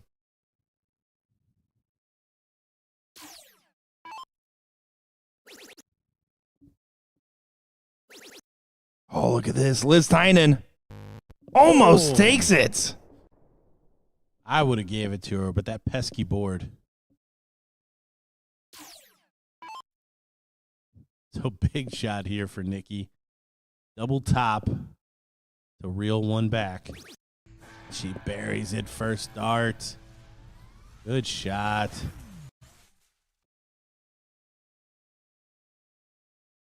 Again, getting that first leg on the board can feel like a big saving grace in a long, long, long day of battling.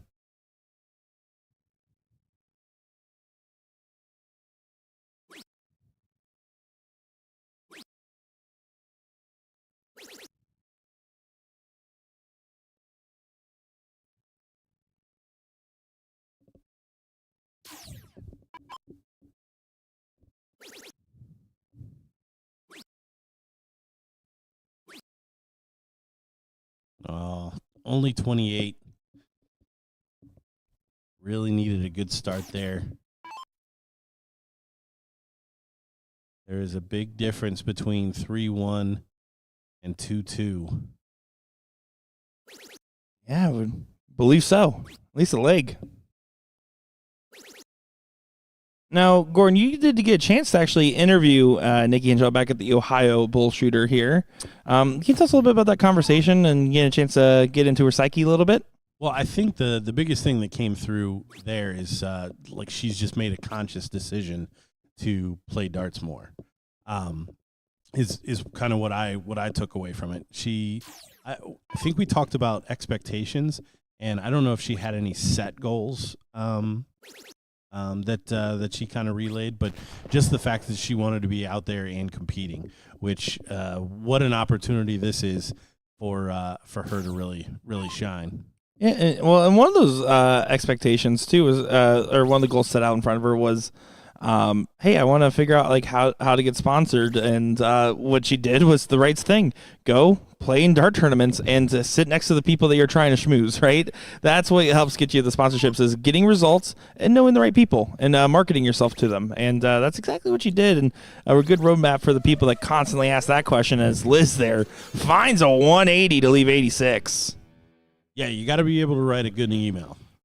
That's another portion of getting sponsored. And that's why I've never been sponsored.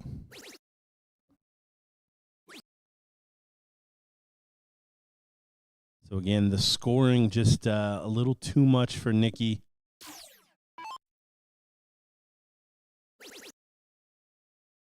Liz much more consistent on that side of things. Double 16.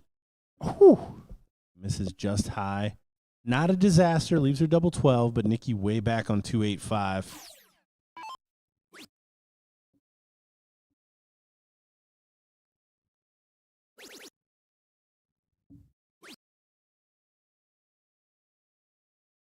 And again, you can see the frustration. She knows that she really needed to leave something in this position here. Liz expected to take this and drops that dart. Liz was trying to set up 16. She was trying to go 8-8-8. I don't agree with it. I don't agree with anything about that. Yeah, no. I mean, in that spot, she's got plenty of time. But yeah, that was super. That was kind of goofy. She's gonna have some pressure, and just to bring it back to the men's side, Mike Maloney, Trevor Bubolt's 4 apiece in a decider. Kevin Luke 4-2 up on Austin Braswell, and no legs played between McCoy and Bubba, and Scarborough and Guevara have yet to start. They just got their first leg underway. Oh, did it just pop up there? Yeah, they. No, I could see him. I have my spy cameras. Oh, I thought the internet worked in this place. You would think. So 3-1, Nikki Henshaw with the start, already into that treble. Can this be the leg that she turns it around, settles in here?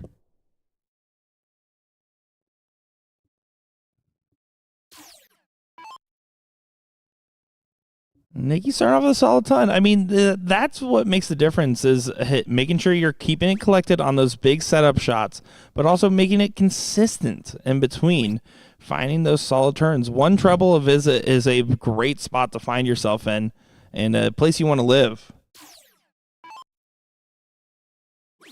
Alex Spellman's quest to return to the top 4 continues as he does nick George Daniels in the 5th leg. 3-2. Playing Cody McGraw next.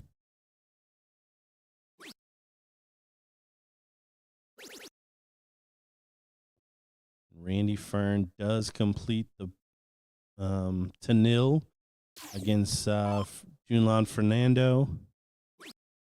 He now takes on Ryan Farrell.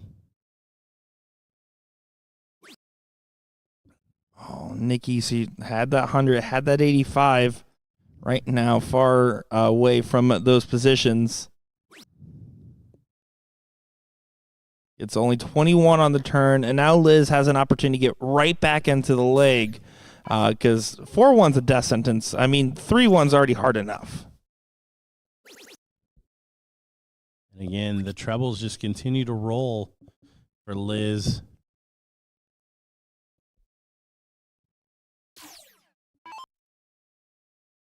Maloney, it was able to overtake T-Bomb 5-4 there in the top 8. He moves into the first semifinal spot, awaiting the winner of Kevin Luke and Austin Braswell.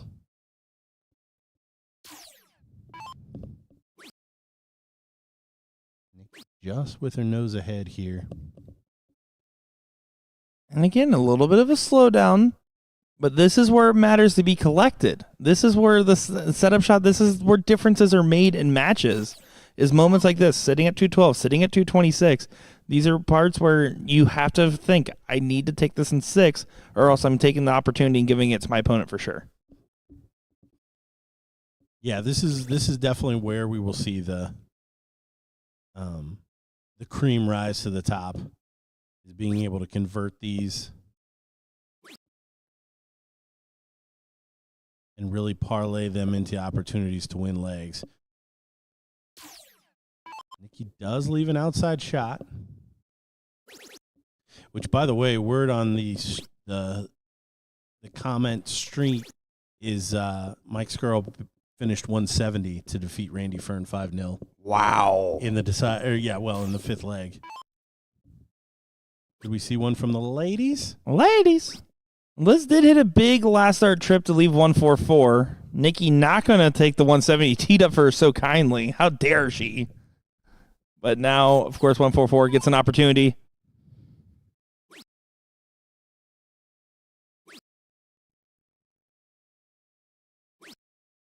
$144 does not get taken.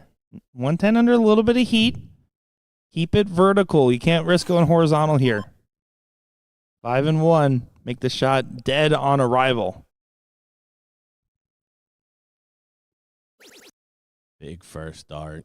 Just rip the bull for the fans. Sorry, fans. Nice setup. Oh, and she doesn't quite come inside far enough or outside far enough for that double 16. And this is where Liz Tynan has been extremely dangerous. Look at her bury the treble 18. Double 8. What a finish. 4-1. Taking the opportunity away from Nikki.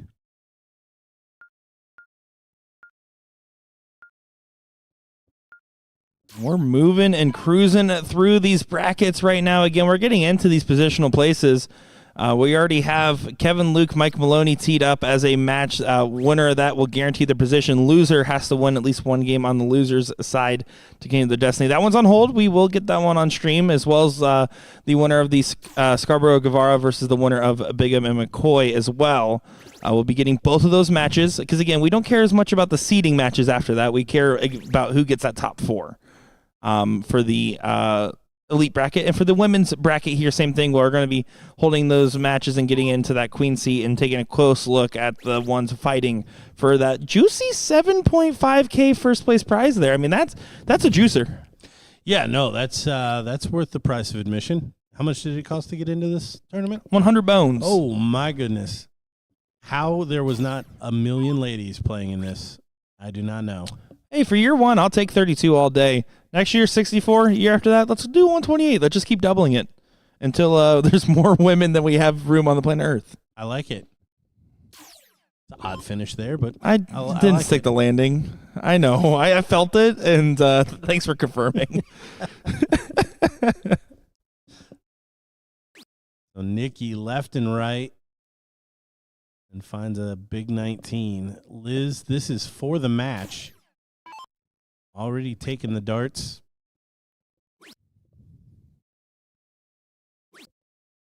Oh, and she's going to find a breakfast. 26.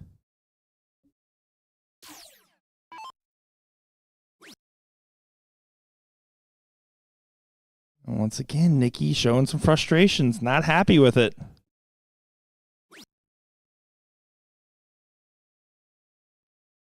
Liz is to lose now, it starts to feel.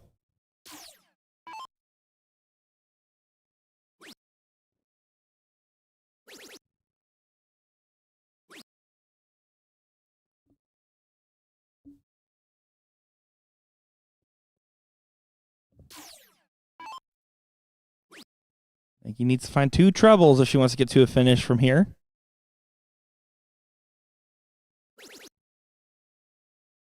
That is not one of the particular trebles Nick was referring to. So 6 darts from 200 for Liz Tynan to take this one. Midly on me for not specifying. And being the first lady into the semifinals. And the big last start merchant Liz Tynan is in this matchup. She keeps finding it, especially on these setup shots. Gets the 118. Nikki. And I don't like that she walked off the line there. It hit the other side of the wire. It wasn't a bad dart at the 20.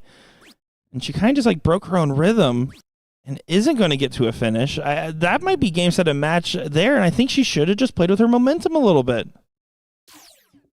Yeah, when it rains, it pours. It's really tough to get that kind of stuff out of your head. Liz doesn't find the big 18, but no harm, no foul. Even another big single missed. He's going to still have at least another 3 for that 45.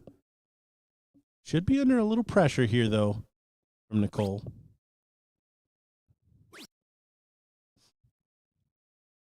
Nikki sets up a 1 triple finish.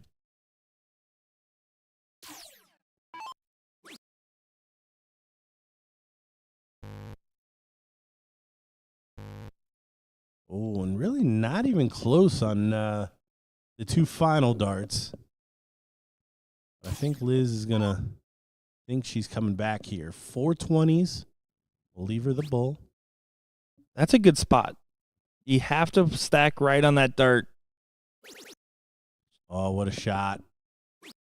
Oh, and she drops it into the 3. So Liz Tynan 3 clear at 32. Be the first lady into the semifinals here. Oh, and she bursts the score. He hits it with the 3rd dart. So Nikki needs a little cleanup here. I don't think Nikki was expecting a return. She has to take that extra breath, and I think she is. But you got to clean this up. Drill that 15 or drill that 719 wire, whichever one you're feeling. Shows the 7. Fortunate bounce, it looked like. But, yeah, just going well high. Both those darts looked okay. Yeah, they didn't look like they were, like, that high up by any means. So 3 more. And there it is, Liz Tynan. You see her ring the bell a little bit there. With the, just a little bit. Fist bump. Yeah, you give a little bit of a bell ring, right? We're going to get set up here. As you can see, Mike Scarborough and Ram Guevara duking it out, as we're going to go ahead and take a peek over there and see what's going on exactly in that matchup. In just a quick second.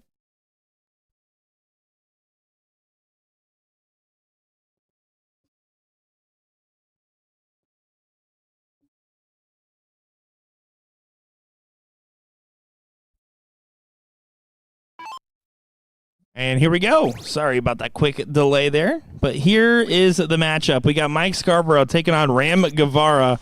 It is 2-2 in this matchup. And Mike Scarborough, if he gets this win, man, you have to think it's your day, right? If you already got Leonard, you already got you got Randy, and then you potentially take Ram. I mean, that's one of the hardest routes you could have had, in my opinion. Yeah, no, I mean, you got to take that as all positive. Because yeah, that's a heck of a run. And look at this play. Puts in the 180. Ram averaging 50 a turn in this leg. Could set up 16 after 9 and not even get a shot. And that is beautiful darts. And Ram literally, you saw him, he threw his hands up. He was like, okay, this is exactly where I am right now. Yep. This is what's happening. What does Scarborough do? He doesn't take. A little confused on the second dart, but I can't. What am I? You can't fault him. What am I right? going to say? What the heck am I talking about? Double trouble. Does get it on the last start there. Ram takes the lead after being down 2-1 in this matchup. Yeah, takes the lead, and Scarborough doesn't come up with the W there, but gets to walk right back up there, and that's the brutality of this this format. He doesn't get the leg there, but he wins this one, and it's right where we could have been anyways. Both these guys finding that treble 20 with ease right now. Yeah, I mean, the scoring has just been so good for these guys. Once you start getting into that mode and you get locked in on the location, it feels free, especially at least for two. That's what we're seeing with these guys. Real composed, good collective behavior, and great execution. Over on that lady side, Paula Murphy up 4-0 on Lane Lysak. So one away from her spot in the semifinal. Becky Njedlow up 1-0 on Jennifer Pickett. And Jillian Phillips up 3-1 on Julie Lint. The winner there taking on Liz Tynan. Mike in a good position to set up.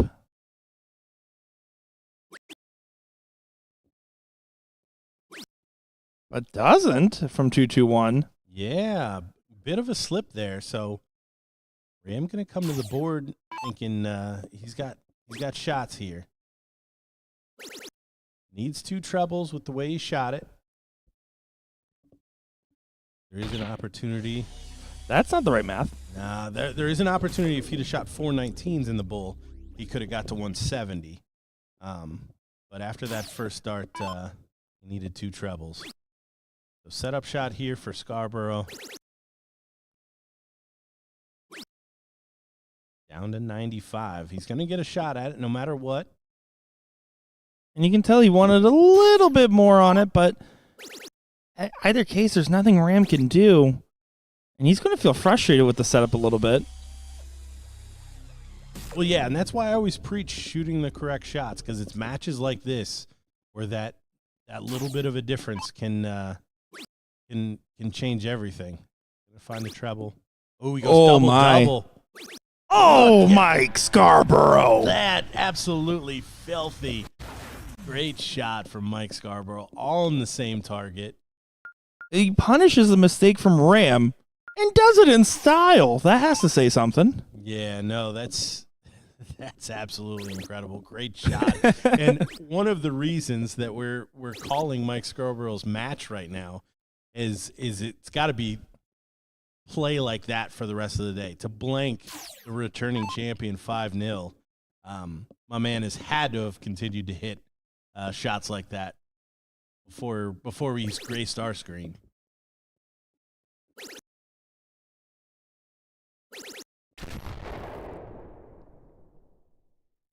And Randy Fern, defending champ in a last leg decider against Edie right now.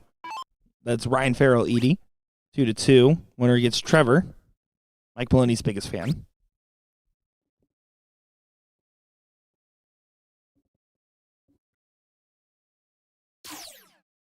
Scarborough, this is the position you absolutely would love to be in right now. Again, inconsequential loser, but still. Yeah, to go one away in a break, he's essentially stolen the darts. A 180 leaves 183, so Ram will not be able to finish.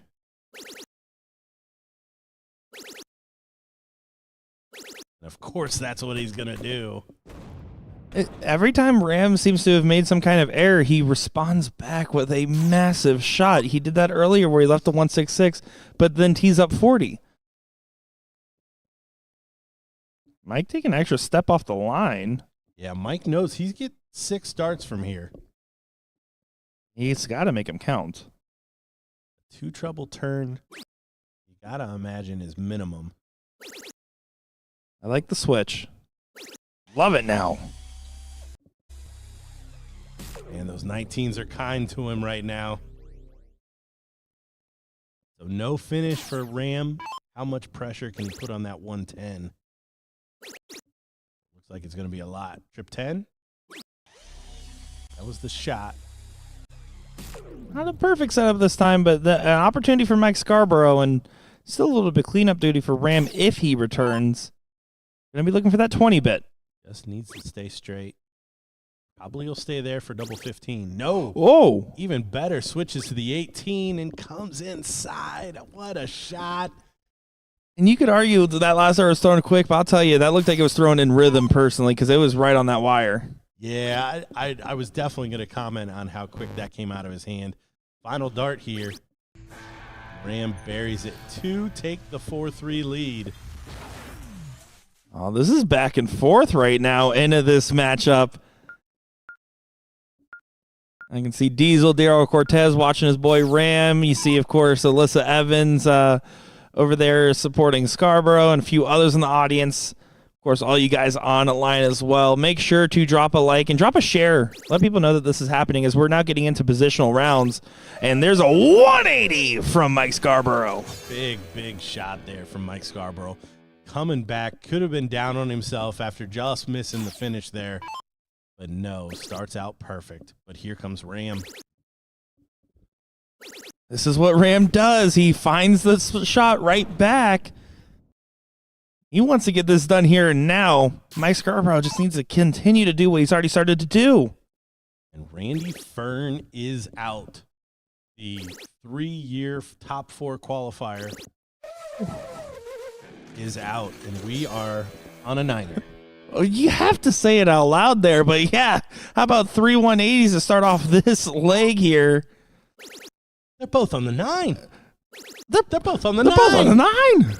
They're both on the 9. Look at that, 4 180s, and all of a sudden, Mike Scarborough gets the first look here. You going to be a Van Gerwen? You going to be a Littler? Chose wrong. Decent set. Decent setup here. We've seen this before. Can he Michael Smith it? Oh, it's on. Oh, just under the wire. You can see the reaction. Trip 10 to leave 32.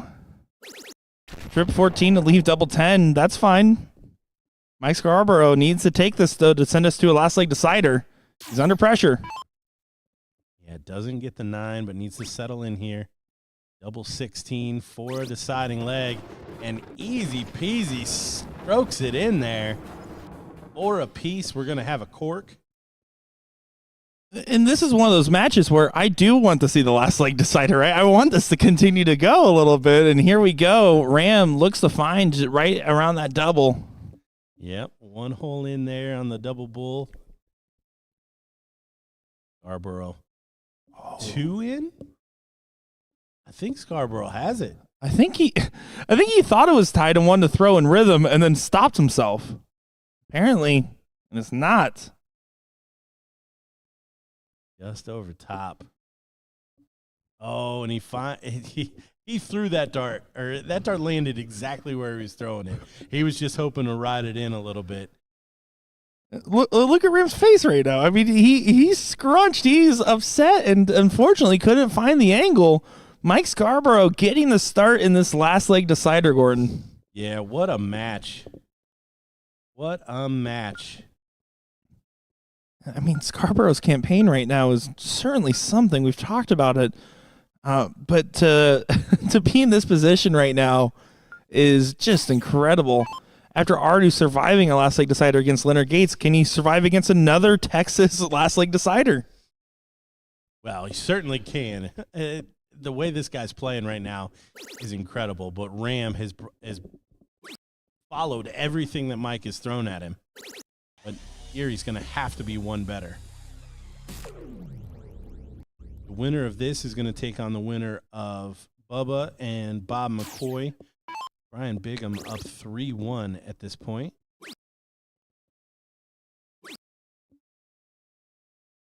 I mean, at this point, we're counting triples. It's hard to imagine these guys going sideways. So it's 2-1. So Mike Scarborough's leading. And that's the type of math I can keep up with my Florida public education.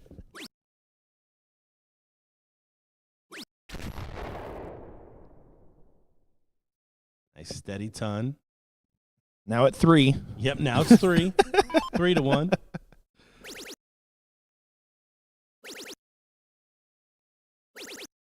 Three to 3. Still staying alive, but no advantage taken. Again, right now, if you're Ram, you're thinking Mike's going to have to throw an error because you assume the 100 for 161's the minimum. Parity is not good enough for Ram right now. He has to outplay Mike Scarborough in this spot. So there's the single treble needed to get to a finish. There's the next one to make the next shot even easier. So he's at a 1 treble finish. Ram needs to fill it up here. Now he's just pushing for a finish. That is a finish, but that is just that. That would be filthy if this 1-2-1 doesn't go. Win it on a 170. Double 17 for Bull. There it is, Bull for the win.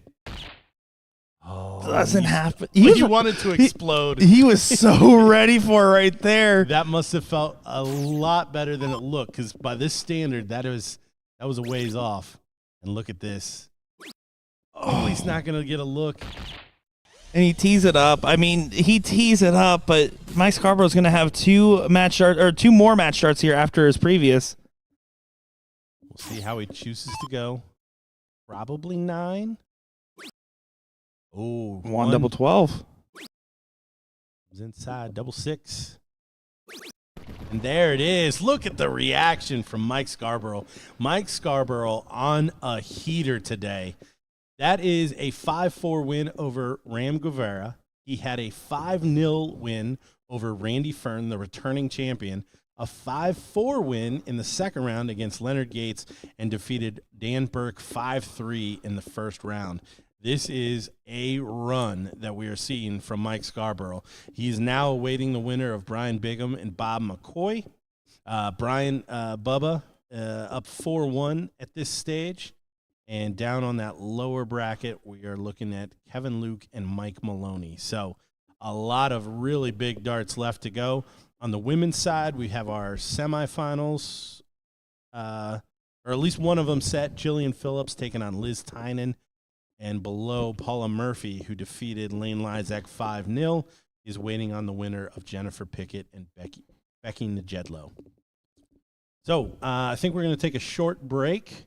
Yeah, we're going to take a quick moment here. So just to give you guys a heads up of where we are at, Mike Scarborough, again, in that position after that big win there over Ram Guevara. He only needs to win one more match. If he wins this one, he's on the king seat side. If he loses, he just got to win one more in that 5th, 6th position to get to top 4.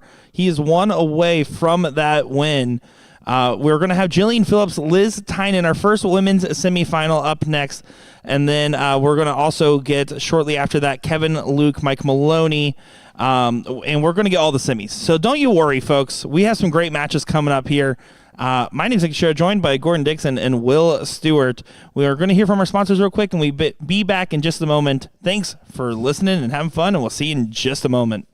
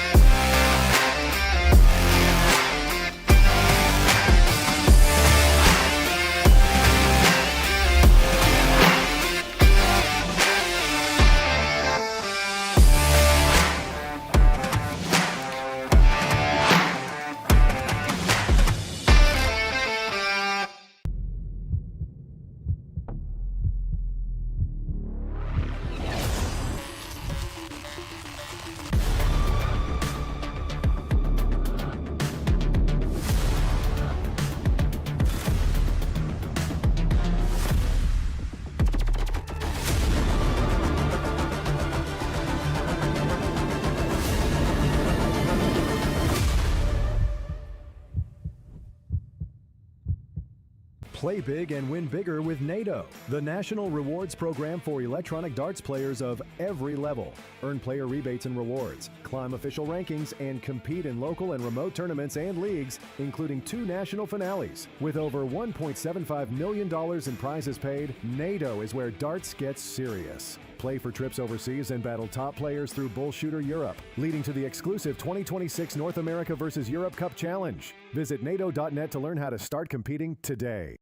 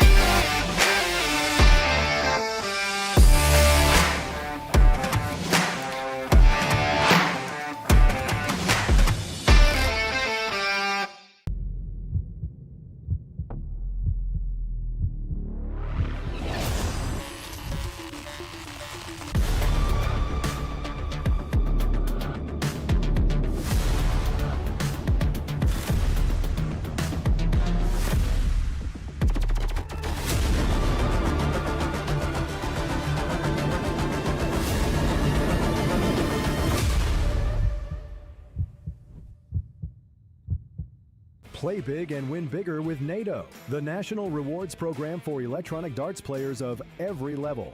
Earn player rebates and rewards, climb official rankings, and compete in local and remote tournaments and leagues, including 2 national finales. With over $1.75 million in prizes paid, NATO is where darts gets serious. Play for trips overseas and battle top players through BullShooter Europe, leading to the exclusive 2026 North America vs. Europe Cup Challenge. Visit NATO.net to learn how to start competing today.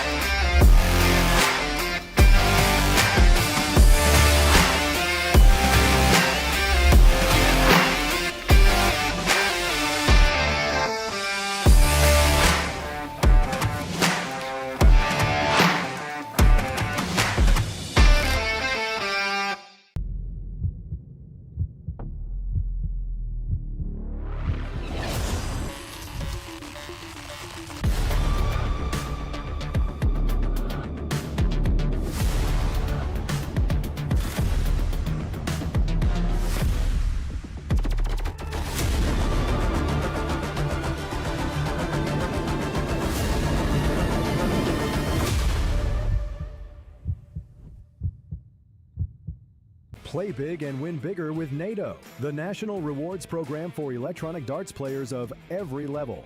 Earn player rebates and rewards, climb official rankings, and compete in local and remote tournaments and leagues, including 2 national finales. With over $1.75 million in prizes paid, NATO is where darts gets serious. Play for trips overseas and battle top players through BullShooter Europe, leading to the exclusive 2026 North America vs. Europe Cup Challenge. Visit NATO.net to learn how to start competing today.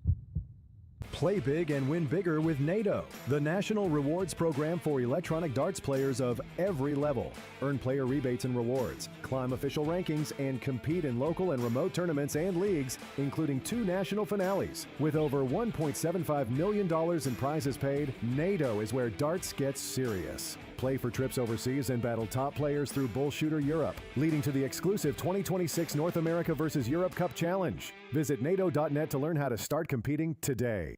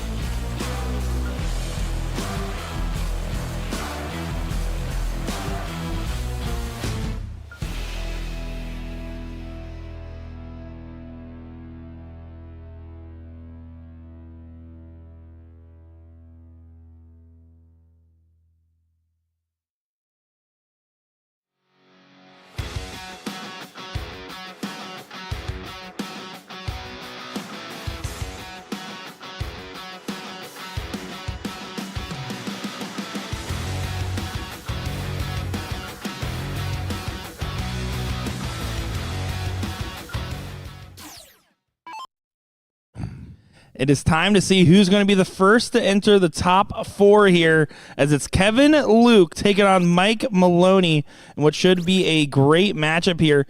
And I'm looking forward to seeing it. My name is Nick Teixeira, joined by Gordon Dixon. Gordon, what are you thinking about this? I am thinking we are about to have a new winner of the BullShooter Invitational Elite. Randy Fern and Alex Spellman. We just saw Spellman go out to Ram Guevara. So we're guaranteed to have a new winner for this tournament, which we were talking a little off camera, is bonkers for year 4. Yeah, to see the level of dominance and to see that this is also the first time where we will have an potentially all 4 in the sense that Randy Fern made it the first 3 years, right? So he will not be perfect on his top 4 appearances. The only streak left is Kevin Luke has made it to the top 4 every time he's played. So 2023 he didn't. Gotcha. But 22, 24, and then if it was to be here, he would have made it every time that he actually played. Last year at the Invitational, one of the most memorable moments was Kevin Luke throwing a 9-darter against Alex Spellman. He's going to have to channel some of that energy here because, again, the winner of this guarantees their top 4 appearance. Mike Maloney and Kevin Luke both 1 win away, whether they do it on this side or the bottom side. But you don't want to leave anything to chance with this loser's bracket. No, and honestly, this is where I wonder how Mike Maloney's mind works. Sure, he wonders the same thing. He would most definitely have that in the back of his head. Whether or not it's at the front of his head where he can kind of grapple with it, I don't know. But he gets an opportunity here. A clean 86 would be awesome to start this one against the throw. Again, against the throw doesn't really mean a whole lot, as he will start the board and Kevin Luke will start the next leg. But we'll see if that kind of thought process sneaks in here. We do also have our first ladies semi just getting underway as well with Jillian Phillips, Liz Tynan 1-1. Because the ladies are a top 2 finishing bracket, we are prioritizing this one as after that we will go mainly ladies once we get through these positional matches here, because after the top 4, the rest is for seeding purposes here. And let me tell you, there's going to be a lot of nervy darts, I think, coming towards the end of this matchup no matter what happens here. Yeah, it's all about top 4 for this elite bracket, and it's about the first. Well, we'll want to cover at least the top 3 on the ladies' side, including that queen seat match, because again, ladies pay top 2. Top 2, but $10,000. Yeah. Oh, yeah. Believe me.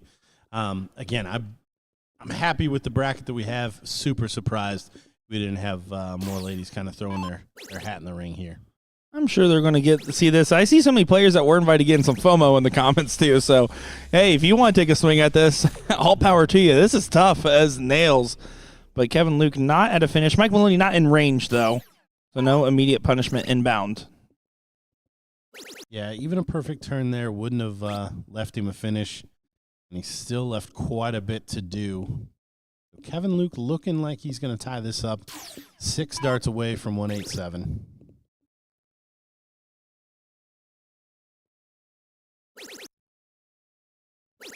And perfect tee up there from FKL. The F is for friendly.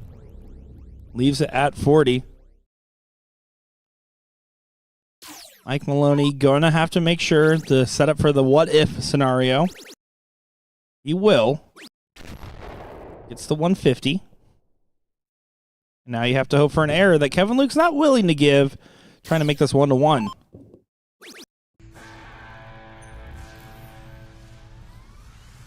One apiece as we see Leonard Gates and Austin Braswell facing off in that loser's bracket. Leonard up 2-1, so 1 away. Winner there will take on Ryan Farrell. Ram awaiting his next opponent, which is the winner of Jason Watt and Bob McCoy. Woo! So another big name matchup there. Kevin resetting himself real quick. Sees an early opportunity with just a 1 trouble visit from Mike. Stays as an opportunity as his 406 plays 401. Yeah, we were talking earlier. for this elite bracket, 1 triple is pretty much par. 2 triples, maybe a birdie, and 3 an eagle if we're going to run the comparison all the way out. If Nick Lachey is doing it, triple bogey. So here's an opportunity for FKL. F is for friendly. Sometimes. Well, to be fair, the scooter had it coming. And there, Mike fills it up, 177 to retake dominance in this leg. Yeah, Kevin in position at 270 to just try to make sure he gets to a finish. Should be able to do so as long as he stays straight. I like they moved over to find the better angle. And that was a risky spot that collected well. Yeah, that's a much better finish from 130 than 129. See what Mike can do with it. Good start up to the 16 maybe. And double 12 for a big finish. You see that from Mike Maloney. Ringing the bell there with the left hand. And, I mean, the 12-darter going first. You know, you can't get mad about a 12-darter going first. That's the type of stuff that will win you championships. That's the type of stuff that'll get you to the top 4. Again, remaining players still in the hunt for the top 4 are these guys right here. Mike Scaro, Brian Bigham, Jason Watt, Bob McCoy, Ram Guevara, Ryan Farrell, and Leonard Gates are the remaining people in the bracket. Only 4 of them will become ESPN athletes tomorrow. Maloney, 3 perfect turns in a row. The 177, the 129, and then there, the 180. Not to be outdone. All these players are flying right now. This is the time of the day. Everybody's got enough aiming fluid. Everybody's had enough legs. Start to really settle in. That's why I love seeing this race to 5 and race to 3 on the loser side of the bracket. Is it gives you enough legs to say, nope, it was on me if you don't get it. And it gives you plenty of runway as Kevin Luke continues on. Not quite the last start he wanted, but is still in a great position here. We'll more than likely have 2 darts at a double. Mike Maloney going to try to get to 16. Yeah, the last time I said it, I believe George Daniels did. Was it George? I think it was George. Not quite as good, but I'm sure he'll take that 56 if he gets a whack.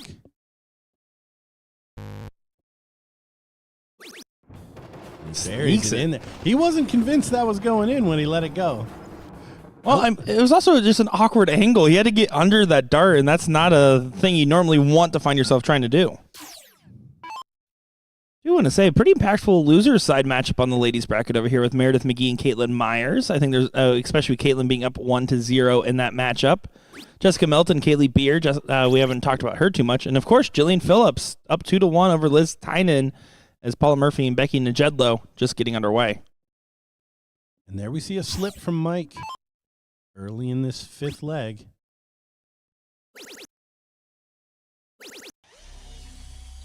And it could have gone sideways for Kevin Luke, but recovers nicely.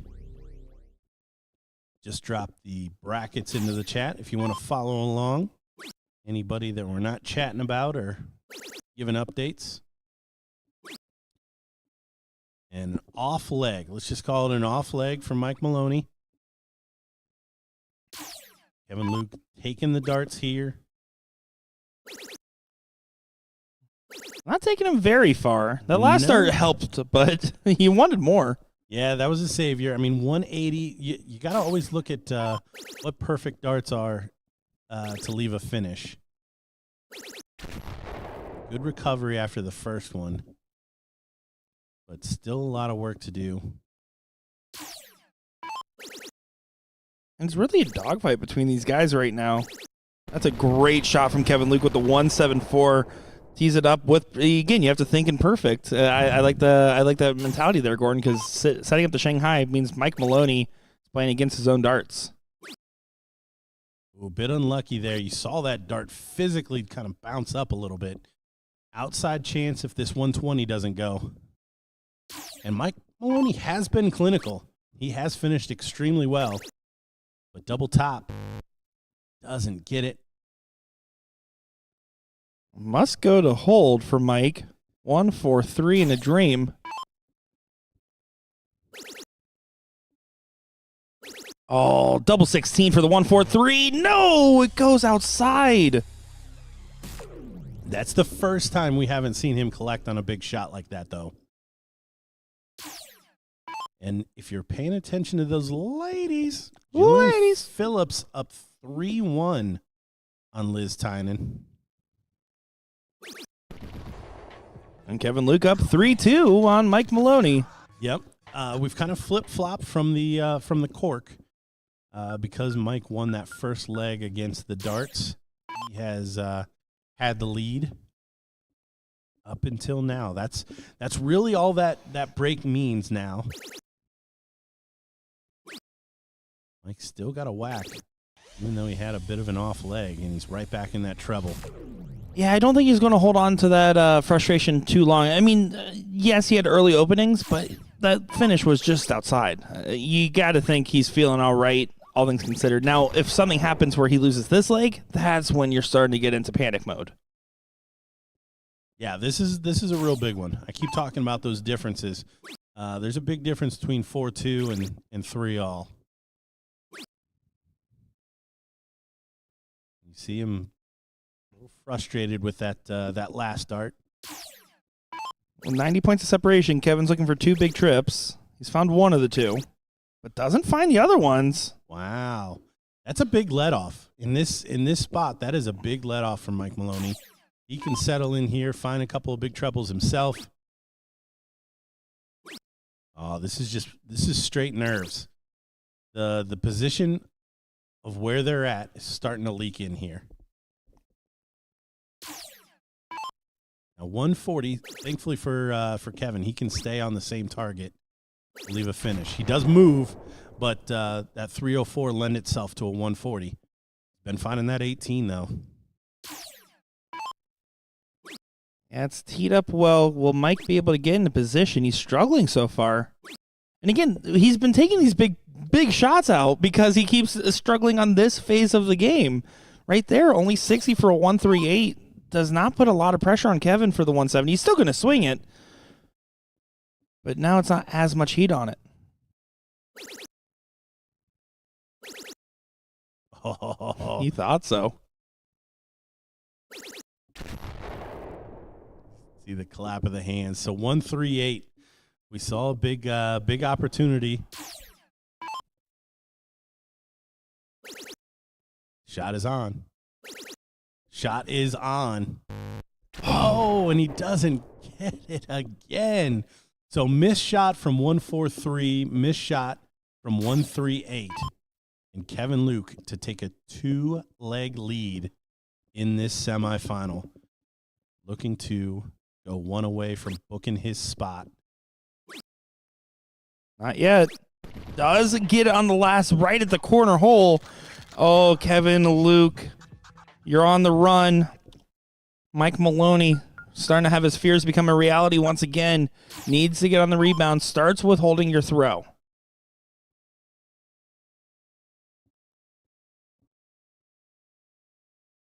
Mike using his triples at the end of the match, at the end of the legs. Did you get to see Mike Maloney back at National Darts Day on June 29th? Set a couple records there for speed cricket, double distance bullseyes. Lost a charity exhibition to Bob McCoy there, where Bob McCoy in the last leg decided checking out a 168, by the way. That's not an out. It is in Master. It is in Master. Not an out here today. Already with some work to do here. And then back-to-back. Actually, he's got to win the last 3 legs of this match to take it home. Good recovery after that second dart. But Kevin going to feel comfy here in the driver's seat. Yeah, moving around the board, finding the big trebles. Kevin's living large right now, and he is feeling good about the positions he's in. You have an update there. Bob McCoy is knocked out 3-0 by Jason Watt. So it's Jason Watt, Ram Guevara, bottom side Ryan Farrell, Leonard Gates. Those guys there 2 wins away from getting to the top 4 out of those 4 people mentioned.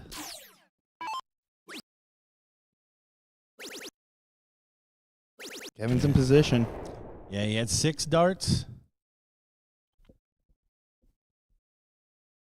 Mike Maloney going to try to put as much pressure as he can on that 90. Interesting to see how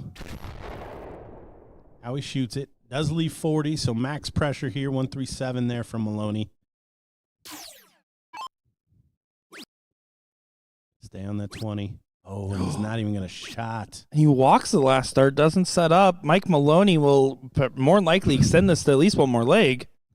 Well, the next one's kind of the money leg for Kevin Luke. He's going to get to start it. He certainly would have felt a lot better about a better shot there, but Mike Maloney has to hit this double. He misses 3 clear at 40. And now is in a position, and Kevin Luke again, will he regret not setting up just a little bit better and throwing that last start in frustration? 14 for tops, 18 for double 18. Lots of options here. Double bowl, double 2. Also, things that add up to 54. And he smooth strokes the 54, 14 double top. And you see Kevin Luke, a first guaranteed spot in tomorrow's ESPN coverage. 3 for 3 times playing it. Maloney gonna need a couple extra. One more. Sorry. He's gonna take on the winner of Jason Watt and Ram Guevara in order to make the show tomorrow. Here we go. Just going back to the ladies here. We're 3-3 in this matchup. Jillian Phillips, Liz Tynan to get to the Queen Seat match and be 1 away from guaranteed at least 2,500 or maybe even 75. That's a lot of bones right there, Gordon. That is a lot of cash. Ooh la la. Going for the moolah.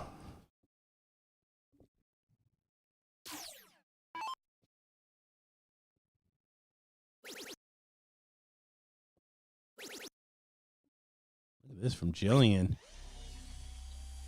Jillian had a 3-1 lead, so Liz with a little momentum here winning the last 2.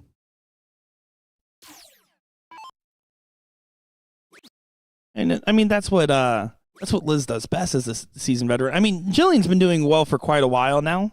Don't get me wrong. But right now, just what Liz is doing as far as just keeping her composure, keeping her mentality, Jillian, if she can settle and continue to play how we know she plays, I mean, she doesn't wear those fancy pants for nothing. Well, and Jillian right now, you can just tell she's honing in on that treble 20 about as anybody that we've seen on the screen thus far. We talked about that scoring difference between Liz and Nikki, and that is clearly not there between these two players. And, you know, we talked about it last year, right? Jillian Phillips, Jessica Melton, Taylor Thaxton, the 3 ladies that played in the elite bracket before there was a women's bracket. It's experiences like that also really help bring out some high points in their games. I saw them there. I was impressed. Jillian, Jessica, and I all sat next to each other at the Invitational last year, and we were talking. And I was like, okay, there's something here. And that they continue to impress. As I believe Jessica Melton is still fighting on that loser side of the bracket. Yeah, currently playing against Lane Lizak as she took out Kaylee Beard 3-0 in that loser side matchup. Yeah, 6 darts here for Jillian to go 1 away from taking out Liz Tynan and put herself in a good position. Cash in on some of that moolah that's on offer here for the ladies. Ladies.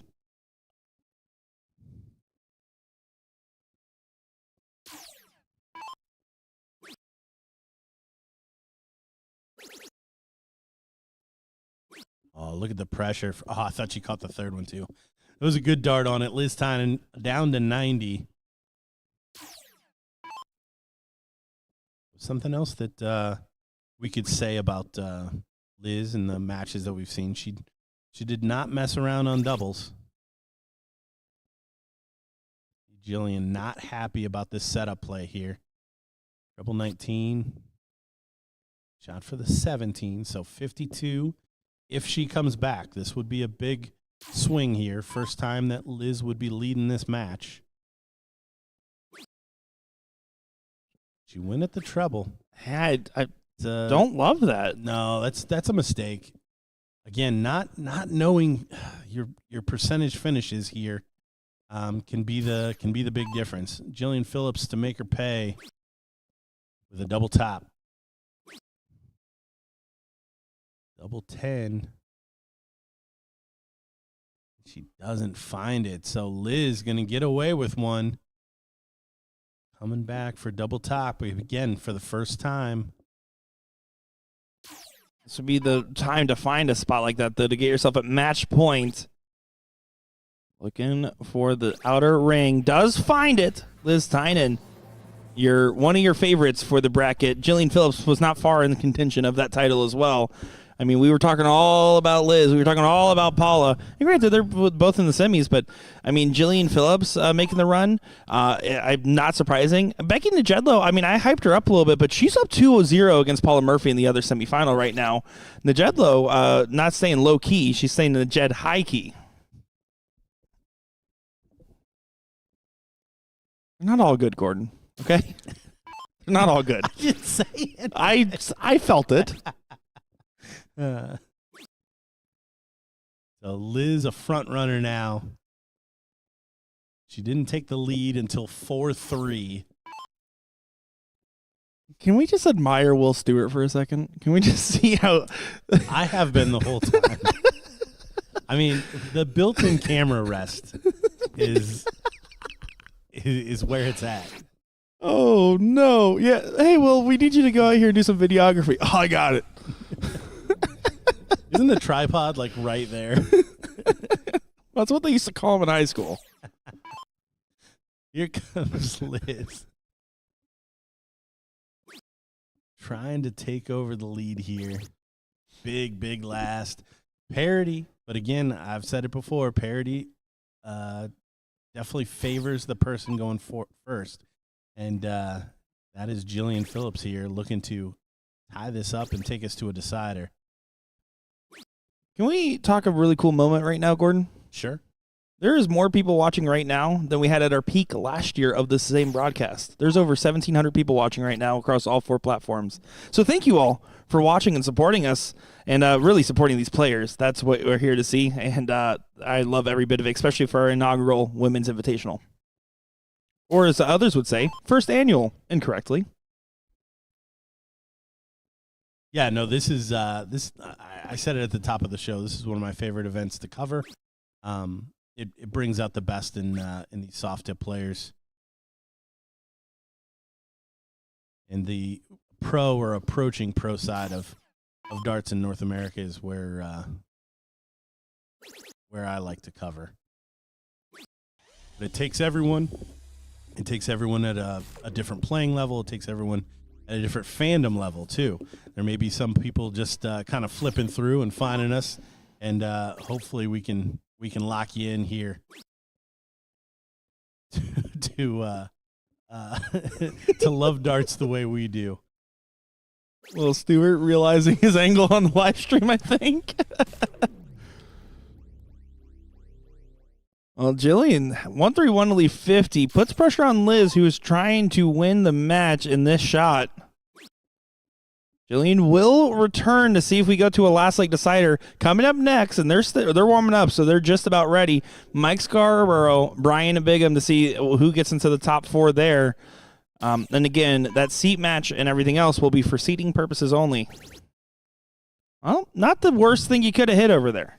Yeah, no, there is definitely worse things to hit. Double 19, been a favorite of the on-camera pros all day as she feeds one in there.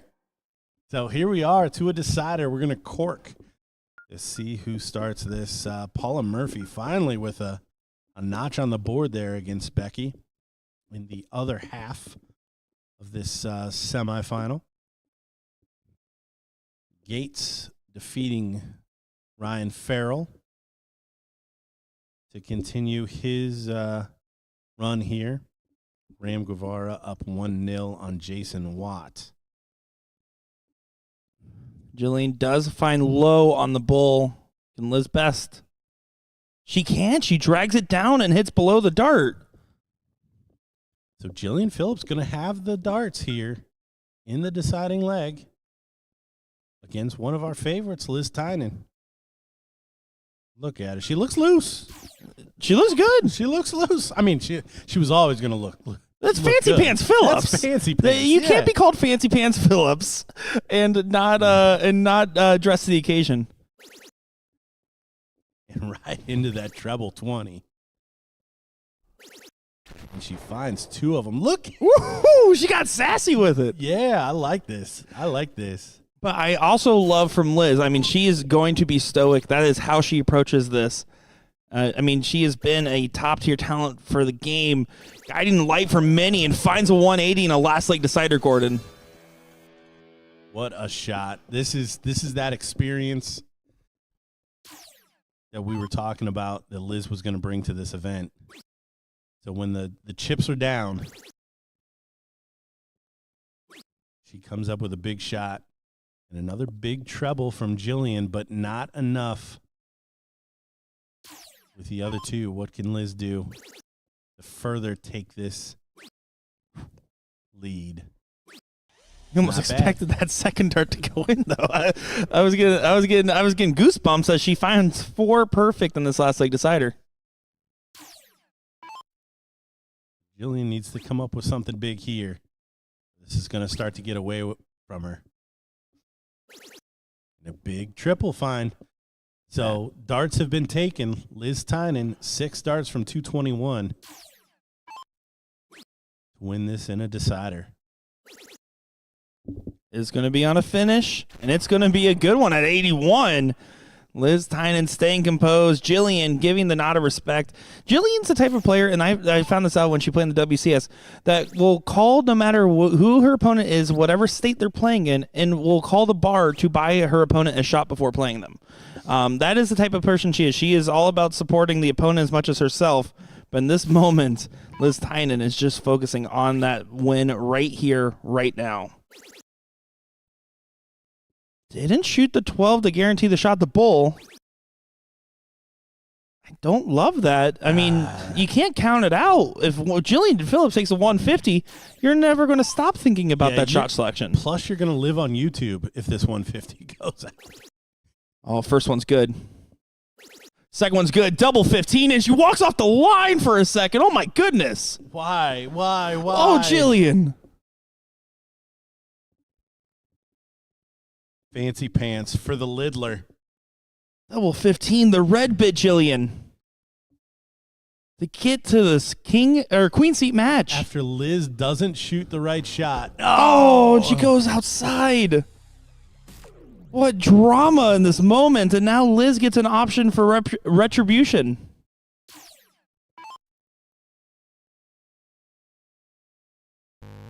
Outside.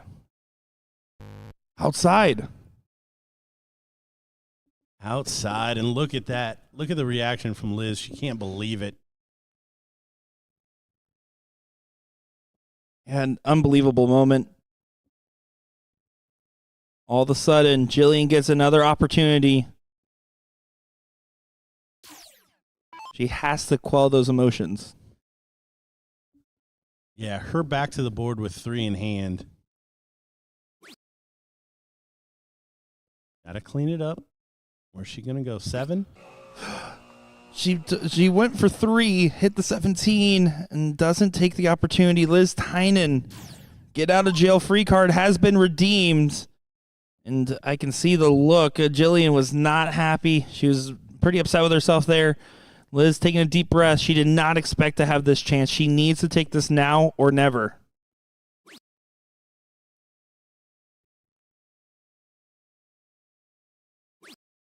And inside, leaves it at 5. I can't believe this, Gordon. Yeah, this is tough. This is nervy. They know the position they're in. Yeah, well, yeah. This is for a much better option to get a taste of that 10 grand that these ladies are playing for. And there it is. Buries it. Her first dart has been her best dart the entire time. So her getting to come back to the board twice with a free first dart. I was surprised she missed it last time. Commiserations to Liz Tynan. That was an intense match. You see her rubbing her forehead there. She's got to be gutted. She still has an opportunity to come back through that losers bracket, but you see her. She's going to have to walk this one off. I mean, you just don't blame her. You just don't blame her at all. I mean, that's as tough as nails as it gets, and we should be ready. Bubba and Scarborough are right there waiting for that match to finish. I'm sure they just went to stretch the legs real quick. Let's actually take a quick moment. I believe we can see this leg right here. We're going to take a quick peek at Julie Lent, Caitlin Myers. In the meantime, waiting for these gentlemen to get back to the board to see who will make our next person into the top 4 to join Kevin Luke. What wonderful company that is, by the way. I still can't believe that Jillian walked off after the first 2 trips. Though I thought for sure you just stay there. I understand taking a quick second, but that was a full walk off the line. Well, yeah. I mean, I was never that kind of player. I know plenty of people that would step back and then step forward, but she literally turned around like she was going to walk away. I'm done with darts for today. Yeah. And then to have that happen right after Liz chose to go trip 10 on 62 instead of shooting for the shot at the bull, it was, man. It turned out probably to be even more painful than if she had just lost right there on the 150. But yeah, all kinds of things happening there. This is again, hopefully we just caught 150 people scrolling by for that drama. Well, I do wanted to highlight one thing about this matchup with Caitlin Myers and Julie Lent, the Leinster. Julie, when I talked with her, she said she's at 180. Don't take it out by accident. You got to set this last start up. Big single 20. When I was talking with her, she declined her invitation when she received it. She said, "I'm not ready to be in a room like that." And I said, "Well, how are you ever going to be ready to be in a room like that?" And she gave her a little bit of a pep talk over Facebook Messenger. Well, all of a sudden she said, "You know what? You're right." And look, she's still fighting in this bracket, right? I mean, she's not far out from making the run there. A win here gets her into top 8 of a 32 very tough bracket. I mean, that has to be confidence boost in your own game. Yeah, what a great story. I mean, here she's looking to go one up. Oh, she just missed inside. But yeah, I mean, anything can happen on these days. If today was your day and you start clicking in there, these legs can reel off just as quickly for you as they can for anybody else. As we see a bust there from Caitlin. And to be fair, Julie's only loss today was to Jillian Phillips. I think that's allowed. Yeah. Will Stewart very much not happy with his job position at the moment. I really appreciate the dad bod though. Like, I mean, he's out there. You did do that. I called it your built-in camera. Well, I do see as these ladies will continue to play their matchup here, we're going to go ahead and get ready because it looks like Scarborough and Bigham back to the board here, back in the action and ready to give us a show. This will be for, again, a top 4 position. This is an exciting spot to be, but a tough spot to be because, just get it done here. Don't lose and then have to try to win another in the loser side bracket with the guy that's been running. Yeah, this is a very important match. Not that either of these guys were completely out of the conversation, but certainly not the big names in the brackets they were in. And to be here and played the way that they have, to then face off against one another. I talked about in the pre-show a lot about guys coming into matches feeling like they can win it. This is a wonderful spot for both of these guys. I think you tip Scarborough just because of the giant names that he's gone through. But we haven't seen Bubba yet. Who knows? We may be outshined very quickly with the darts he's throwing. Well, this was a couple years back, about maybe 2 years and some change, when Jules was really hitting that North American soft tip peak at the time. And Scarborough triple dipped him in an online event, right? And we started calling him Giant Killer Scarborough. And guess what? He's choosing to use that moniker over Magic Mike, it seems, today. And we talked about his run. It's important to note, Bubba, I had a tough first round. I mean, we had him going against Alex Spellman in a 5-2 win. Then Alfredo Rodriguez from the Team Cheetos with a 5-1 win. Dylan Sankey for a 5-2. And then a 5-1 win over Bob McCoy.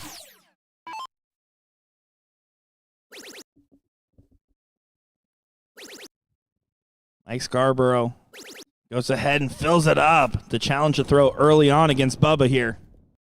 Yeah, nothing we haven't seen from him just yet. We need to be convinced that that Brian Bigham can do that.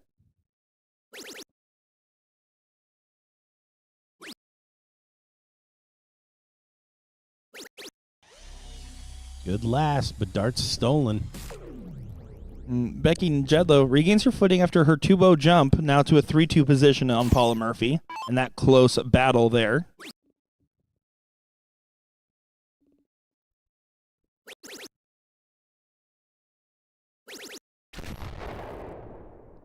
Nice setup shot there from Mike Scarborough. 2-darter left. We know what he can do on those 19s.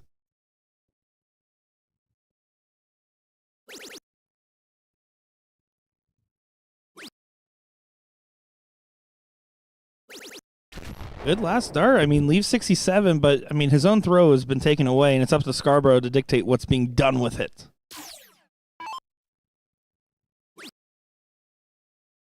Treble 18, double-double.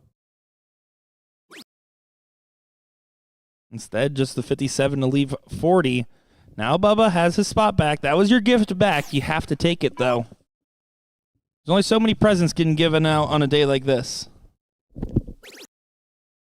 Well, we haven't seen the big scoring, but if the clean finishing is there, and it is, that'll be a nice tally mark to get this one started for Brian.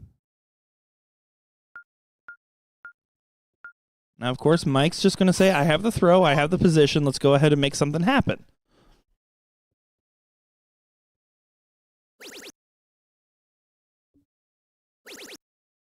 And this is the something happening, by the way. There's a 180 that starts things off for Magic Mike Scarborough. His second one of this match already.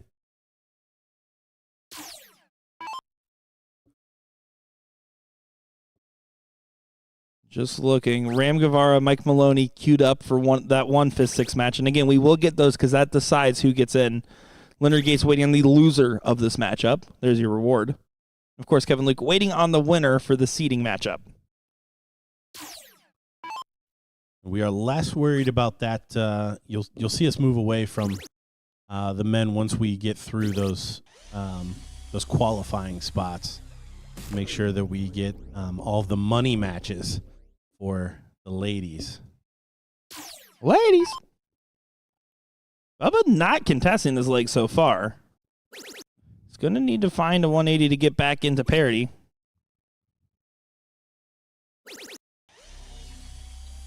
Doesn't really help the cause because you're still looking for, I mean, you still have 6, but no matter what, you have to hit 10 plus on your next.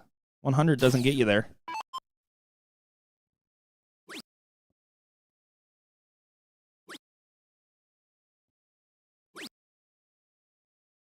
But not a lot done there for Mike Scarborough. So a big shot here from Brian puts a heck of a lot of pressure on that 1-3-2. He could be looking at a 2-0 lead. That's why these games of 5-1, so many twists and turns.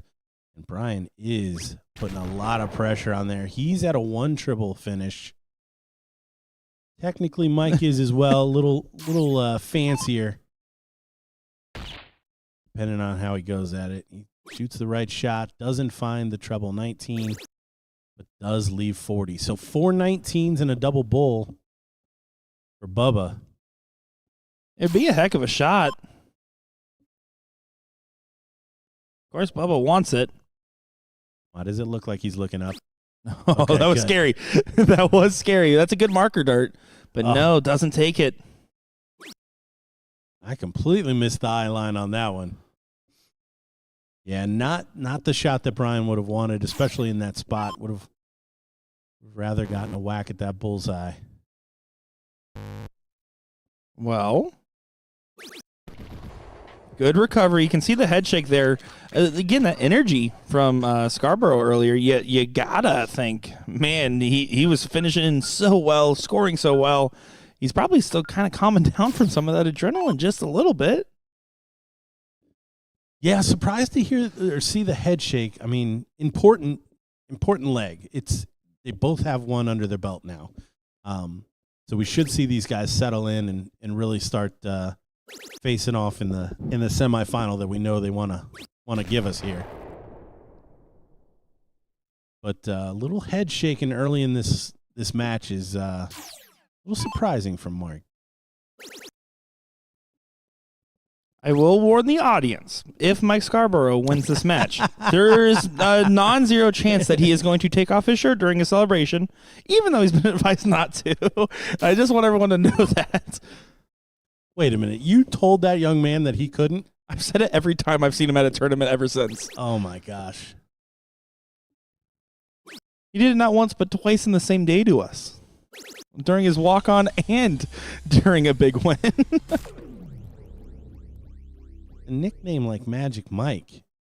It has to happen. It's going to happen. I still think he's back to the giant killer mood that he was in.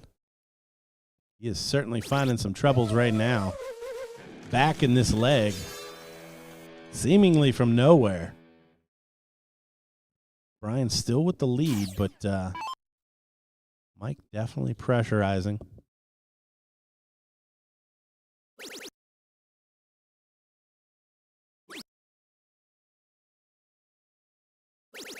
It is set up to 102. Good find on that last start as well. 140 just didn't feel like quite enough. 102 is a little bit more comfortable. Gives you a little bit more room for error as well. Set up shot here for Mike. He is taking full advantage. Still leaves it over a ton.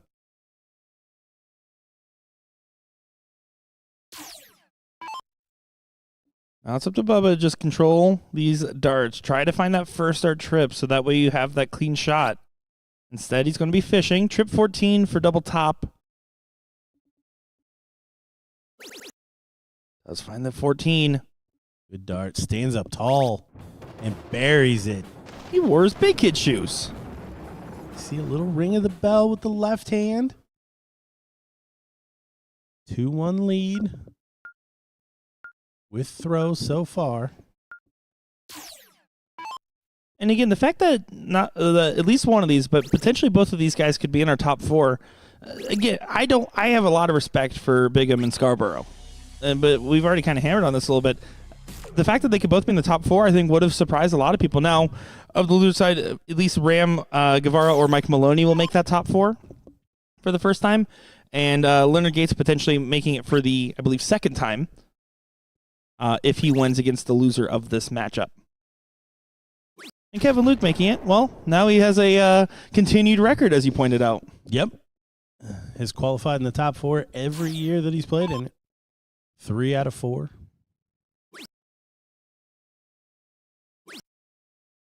And you have to think, I mean, Kevin Luke's probably one of the more, people know him, but in the grand scheme of when you're talking about some of the best in the U.S., I feel like he gets left out of a lot of those lists. And he absolutely has consistently gotten deep results in brackets like these.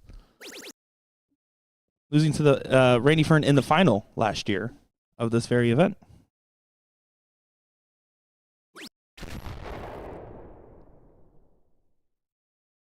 So just a par there for Bubba, staying within touching distance.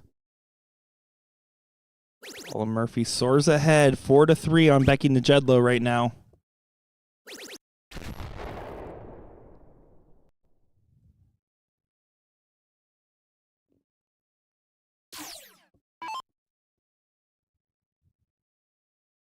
Yeah, women's bracket a little behind. So next up, we will have one of our 5th, 6th matches. Ram Guevara and Mike Maloney.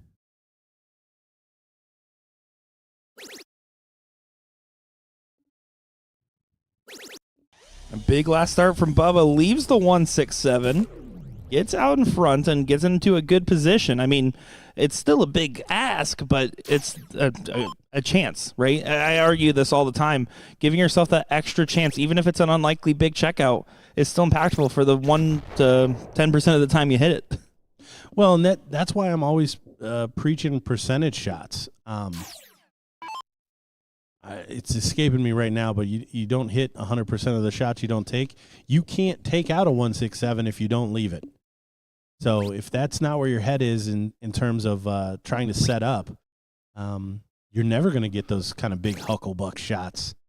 So down to 71, looks like potential easy hole to throw here, despite some of the shenanigans here. Love this shot, double 2. All's in. Tied up 2 apiece. Yeah, and to your point about the 1-6-7 is, and you can't rely on this factor, but it also makes your opponent aware that you're on a finish as well when they're in the setup from 1-7-8, and Scarborough's thinking, man, I have the throw, and now I have to set up, right? It might not play a factor majority of the time, but just sometimes that little bit of pressure causes the egg to crack. Well, I tell the story all the time. When I was playing a lot, I beat a guy because I set up from 304. Or maybe it was 306. It was an odd one where I hit the 419s and a triple 20, and like he just turned around to his friends. He's like, that guy just set up 170 from like on purpose, and like that's all he was thinking about the rest of the match. Now that's not going to happen to any of these guys, but there is an element to that that can wear on you.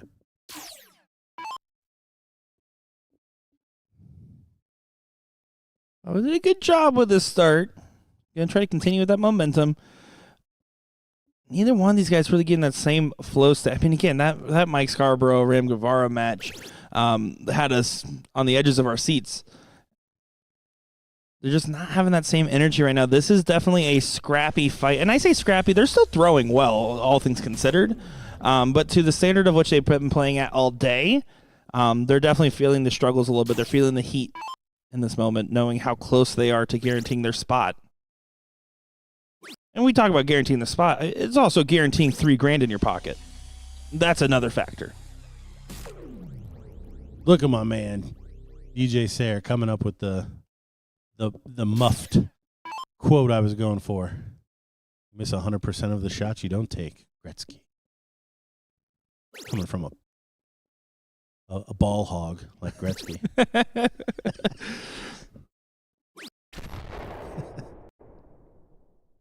You can see Brian there sitting at 84. Does do a good job on the setup for Bubba.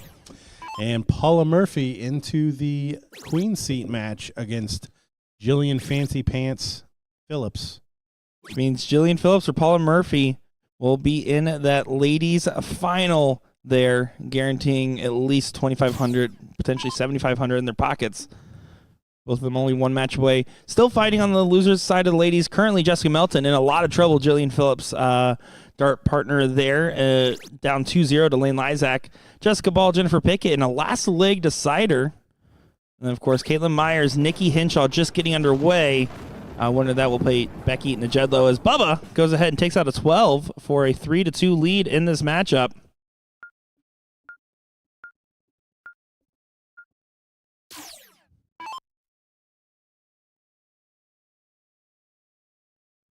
A reminder, folks, Ram Guevara, Mike Maloney, our next matchup to see who makes the top 4 will be coming up next. Oh, now all the Violet skating fans are coming out. There's like at least like 5 of them, probably, maybe more. Seems like everyone's only a hockey fan whenever the Stanley Cup's on. Very weird how that works. Back to the darts. Bubba finds a 140. He's something about Brian right now is feeling more and more likely. I don't know if Scarborough's starting to think about the day, but his body language, especially when he gets a little bit towards the off camera, I can see it on my other side, just doesn't look quite the same as it was earlier.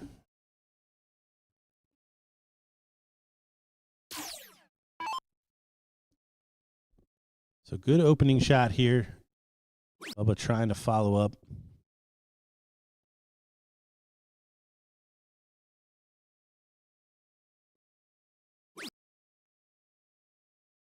A big swing here. He could overtake. So no treble. So a bit of a let off here for Scarborough. Yeah, that was shots that I feel like neither of these guys were missing much of up until this point. It's a little tense in this section right now. Again, knowing where you're at in the bracket, right? Well, I think both of these players know exactly where they're at in the bracket, which is kind of the reason we're getting this scrappy match that we're getting. Again, this is the first time we've seen Bubba on camera, and as well as he's playing, I have a feeling it was a click or two more before now. And again, lets Mike off a little bit by not finding that second treble.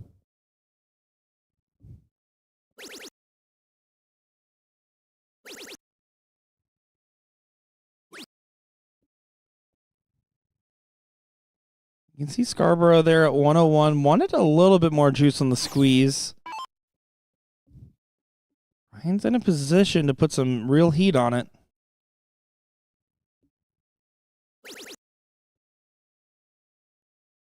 Goes by the nickname Bubba. Let me tell you, he is as easy keel as it goes when you talk to him outside of the dirt match for sure. Probably even during. We saw him cheering during Mike Porterfield's throw. When Mike Porterfield threw a perfect cricket game against him at the Pennsylvania BullShooter this year. Oh, still in it. Not now. Good last, but Brian to go one away from the final in a spot on our ESPN2 broadcast tomorrow. Needs 61.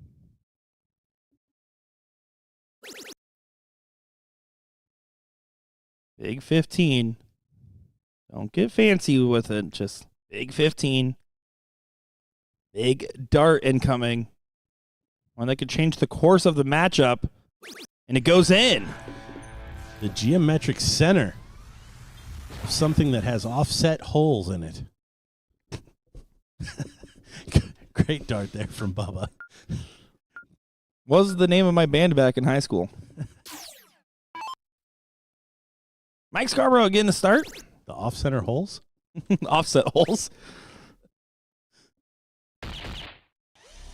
Throws a bull in there, but finds the double for a 130 on the open. I think looking for inspiration. He's looking for something. You think so? Yeah, something to get him going. One of my favorite things about following Mike on Facebook was some of his trick shots when he was doing that at work. Anybody that's taking time away from work to pull off trick shots on a dartboard, I'm in.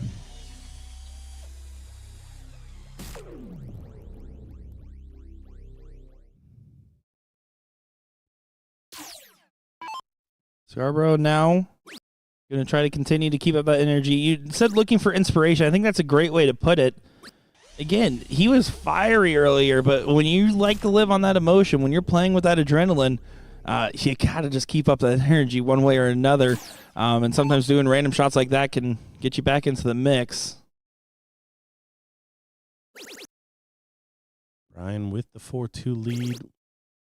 Oh, easy peasy into that treble 20. Staying right with Mike Scarborough here. Little bit of advantage, but see if Mike goes at the 19s. 4 19s in a bull, leaving 170. He does know this shot. Back down to the 19s. Great shot. Grabs a couple treble 19s. Does even better than the 170. Yeah, great work there from Scarborough. Great board management, so to speak. His shot selection, other than the fact that he did a bull for inspiration, I mean, has been pretty much sound as it could be. But Bubba, this looks pretty sound. We'll take it. Yep, a lot of pressure on this 1-3-2. One treble finish from Brian.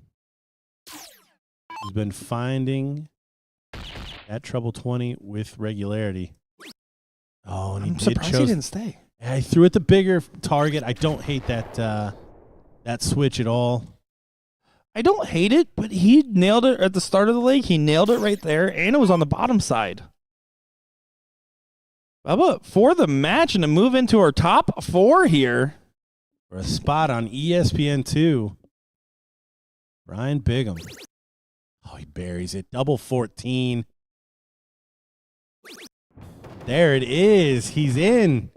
Shaking hands with Mike Scarborough. 5-2 over the Giant Killer, who's played well all day. He's going to have to do it one more time against Leonard Gates on that 5th, 6th match. So they meet again.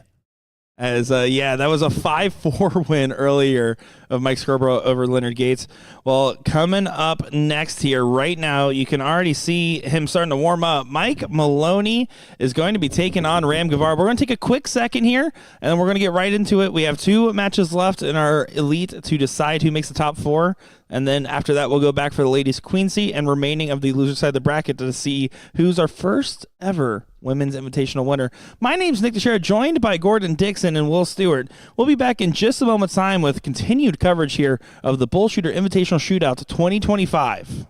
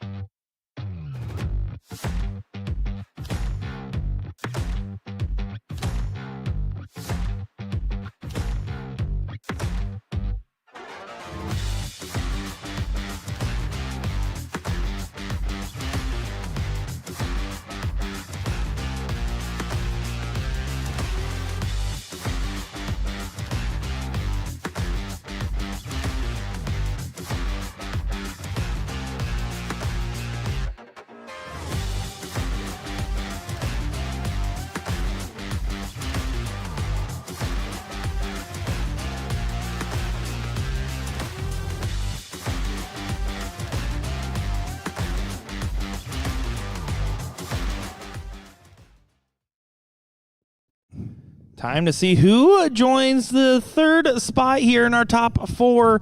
It's Ram Guevara or Mike Maloney. Either one would be making their first appearance in our top 4 lineup for the Invitational Shootout. My name's Nick Teixeira, joined by Gordon Stewart. Gordon, what are you thinking? Or Gordon Stewart?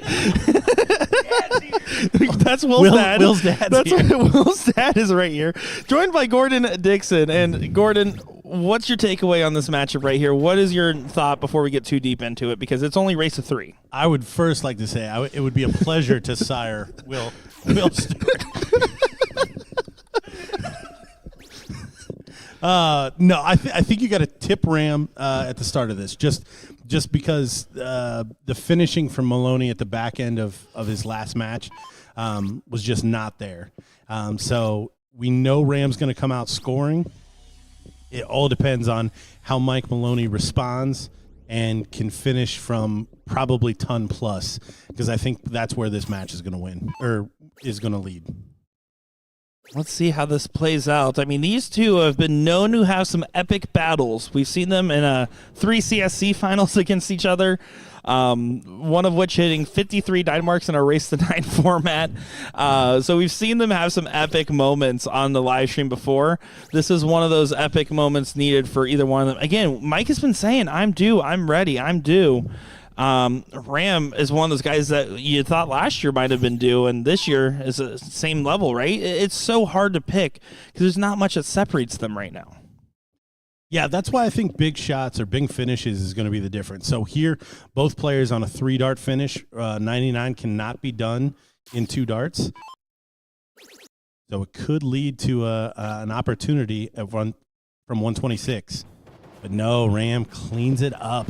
Great shot. Great way to start this match, especially in the shortened format, because we're now playing best of 5. Exactly. So that's a huge win early on for him, but no real signs of concern for Mike Maloney yet. I would say he's just going to have to settle in and defend his throw and take the next step from there. Yeah, this one right here, I mean, not that I'm not saying anything too crazy, but holding your throw first chance to tie this up at 1 apiece instead of going 2-0 down is a big difference. Sometimes when I point that kind of stuff out, I feel like John Madden. Well, if it makes a difference, you don't look like him. Greatly appreciate that. Ram and Mike, not much separation. 2 points better, says Ram Guevara. Mike needs to follow that second dart and doesn't, because it goes the wrong direction. Only 80 on the score. It's a slight opening for Ram. It's not the game changer yet, unless he hits a max here to put him in prime setup position. Well, and he's already kind of blown it. The big difference there would have been if he could have stayed straight. 264 is a much easier path to a finish than 286. But both going to have to do something a little special here. It looks like Mike Maloney's going to do it. He does get to a finish. 2 or 3 triples here from Ram will put a lot of pressure on that 146. A great call out there from DJ Sayers. Brian Bigham, by the way, has not lost more than 2 legs in a match the whole day. Again, really happy to see him in that top 4 field with Kevin Luke. Including a match with Spellman. That is true. Alex Spellman starting off the day. Heck of a way to start off your day, but we talked about it in that bracket show. It's the type of way that, if you win that match to start your day, you're in for a good day almost, from name value alone. So here we go. Ram Guevara, 142. Not going to get a shot. 96 is a 2-darter. I think we've seen Maloney finish this exact thing in 2 darts already today. But he wouldn't give to do it here. Oh, and he doesn't like the position. It's hugging right where he wants his dart to land. Play off the barrel. Floats it. Thought way too long about that one. Yeah, it's not like dart 2 is bad by any means. Double 10 is now the shot, though. Ram needs to take it. And he does, and that's a 2-0 lead against Mike Maloney. And more shakes of the head from Maloney. I was curious how he was going to respond after missing finishes, big finishes in his last match, and we've got our answer. plugs that triple in there, and then not able to convert the double 18. Oh, and Mike finds a troublous visit to start things off, and he almost seems resigned to defeat based off his facial reaction. It's up to Ram to hit a big shot to make that feel like a reality. Yeah, he needs to make his dream come true here. Only a single. That's if you're Mike Maloney, you got to feel like that's a win. Absolutely. And it's one of those things where it's now or never. You just got re-gifted the opportunity, and you can see he's about to burst, it feels like. Butterfingers the darts, gets frustrated, needs to execute, doesn't find back-to-back trebleless visits on meaningful trebles. Ram Guevara might win this 3 straight to go into the top 4.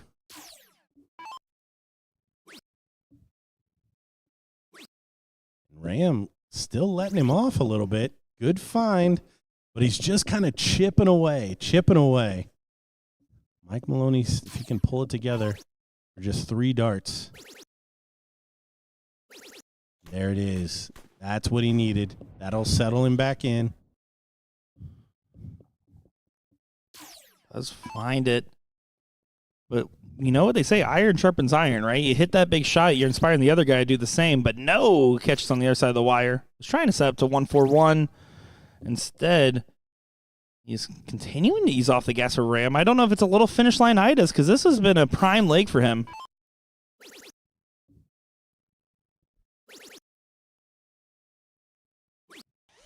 Mike struggles and comes back with 5 out of 6 to leave 76. But honestly, that 76 is where the stumbles have been. Ram's going to make sure that 76 has a chance to stumble. Finds a 3 in the bed at the 171. What a shot. And what a time to do that shot. Now 76 for Maloney has to go in, or else Ram gets 72 for the match. And does go in 2. And he says, where was that the whole time?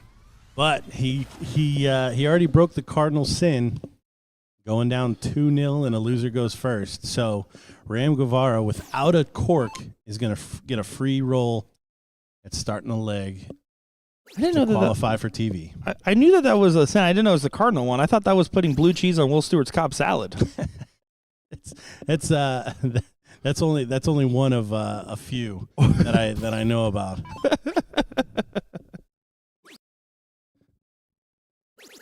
Go ahead, tell us in the chat. Do you put blue cheese on a Cobb salad, or do you put ranch?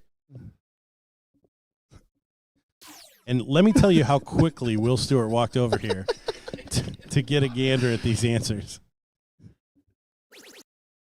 Good last from Ram, but opening for Mike Maloney. If he can go on another run, 5 out of 6, maybe 6 out of 6, he'll be in a good spot to take us to a decider. He's only able to find one. He knows. Now 306, depending on what Ram does, these are those difference makers. After that last round, Mike only won a 20-point advantage. That's, on the edge of the razor. You're right. 140 here leaves a bogey. It's all about good shot selection.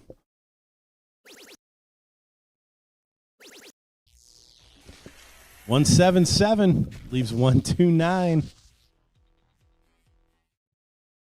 only comment that matters about the salad conversation is saying, who eats salad? Oh, welcome to a darts live stream. You laughed. Did you order a salad for lunch? Mike Malloy saying a 129 here to bring it to 2-2. He won't get a dart. Yeah, the 150 for the match. Big last leaves 36, but Mike Maloney in there fighting. This is the guy that I would expect to hit the 150 in this position. Honestly, this is more of a fall off from Ram than it is anything. Just that's 15 darts for Ram without a dart at a finish, which is surprising. We've seen 12 to 15 all day from him. And Maloney does find it, so we're going to see a cork for a deciding leg. Last leg decider to see who makes the top 4 to join Kevin Luke and Brian Bigham there. Low on the bull. Maloney does find the double, and this could be the start of a. I mean, you don't ever expect. Doesn't matter if you're Mike Maloney or not, to be down 2-0 to Ram Guevara in a race of 3 and think, oh, okay, I'll have the start in the last leg decider. What is happening right now? Yeah, I'll win the next 3. That's this is pretty incredible. This is a good fight from Mike Maloney. We'll see if he can keep it together on the finishes, where we've seen a little sideways. Good switch after the wayward first. He's not going to be happy about it. What can Ram do? And what's crazy to me is that Mike actually pulled his phone out walking back from the board. I don't think I could ever, as much as he's an engaged individual, I am not touching anything. I am just trying to focus on every single dart I'm throwing right now.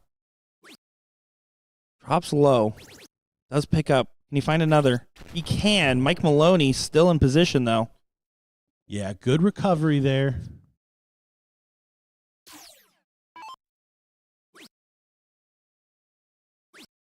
Ram looking to find the 19s as a savior, and it's not happening. You see, now the shake of the head from Ram Guevara.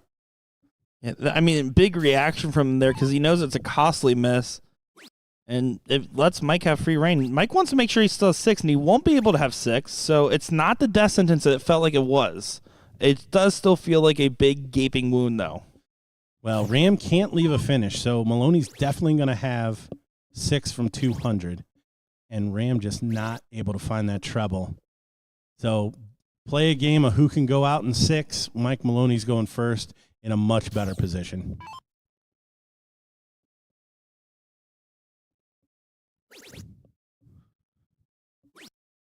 Another one of those will be a fine tee up. Does set up 60. And Ram Guevara needs to take 268 out in 6 plus a favor from Mike Maloney. When you're asking for favors at this point, you're taking a bad deal. And he doesn't switch to the 18. You're not even giving yourself a chance. Now Mike Maloney has 6 for 60. Game, set, and potentially match here. Oh, it's over. That what a blunder from Ram Guevara. Probably not going to get a shot anyways, but Mike Maloney fighting back from 2-0 down to take this one. Making it to the show tomorrow. First time in 4 tries for Mike Maloney. I'm sure that he's happy as heck to get through there. We still Will Stewart out there. Well, my son doing his work. Your son is doing great work out there, and again, so much respect between Ram and Mike there with their constant bouts. I mean, they know what to expect out of each other. Well, unfortunately, they didn't really get what they expected. Instead, it was a scrappy affair that led to Mike Maloney still doing the improbable comeback and to do a reverse sweep. And now all of a sudden we have one match left in this elite bracket to see who makes our top 4. Will it be Leonard Gates, who was in your top 4 last year, or Mike Scarborough going on the giant killer run to try to beat Leonard Gates for a second time today? I mean, that's all you need to say, right? I mean, that's insane. Yeah, got him in a decider the last time. Here we're a little bit shorter format. So it'll be interesting to see how this plays out. Well, we're going to take a quick moment here. Mike Scarborough's already starting to warm up, and Leonard Gates will be there in just a moment. We're going to get that match, then go on to Jillian Phillips versus Paula Murphy for the queen seat and to see who guarantees at least 2,500 bones in their pocket. That's a lot of bones, folks.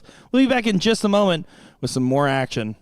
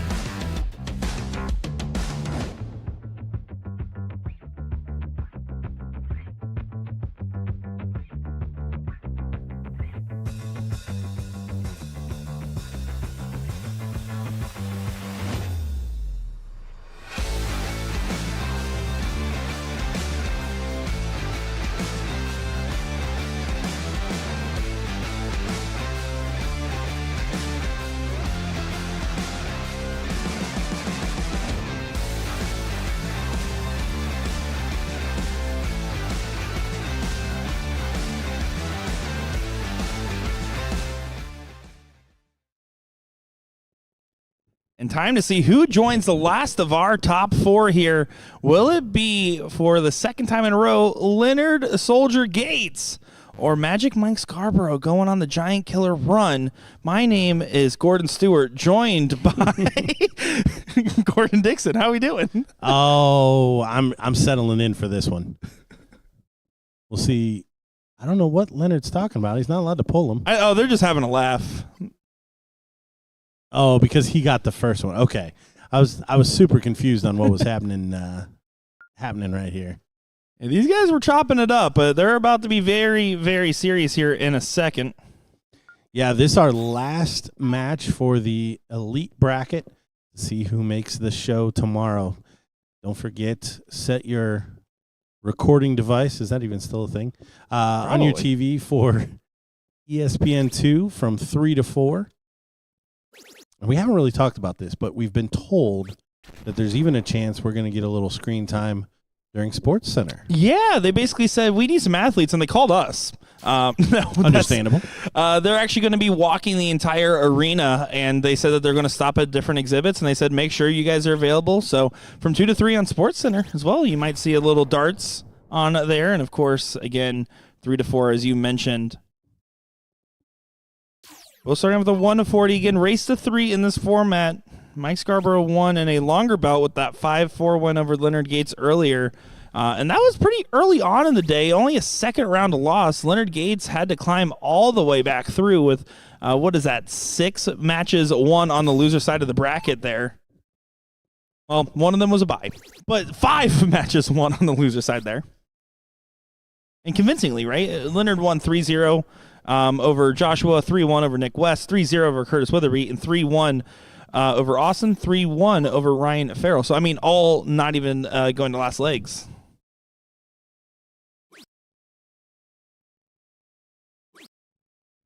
Another slow start here for Mike Scarborough with the darts.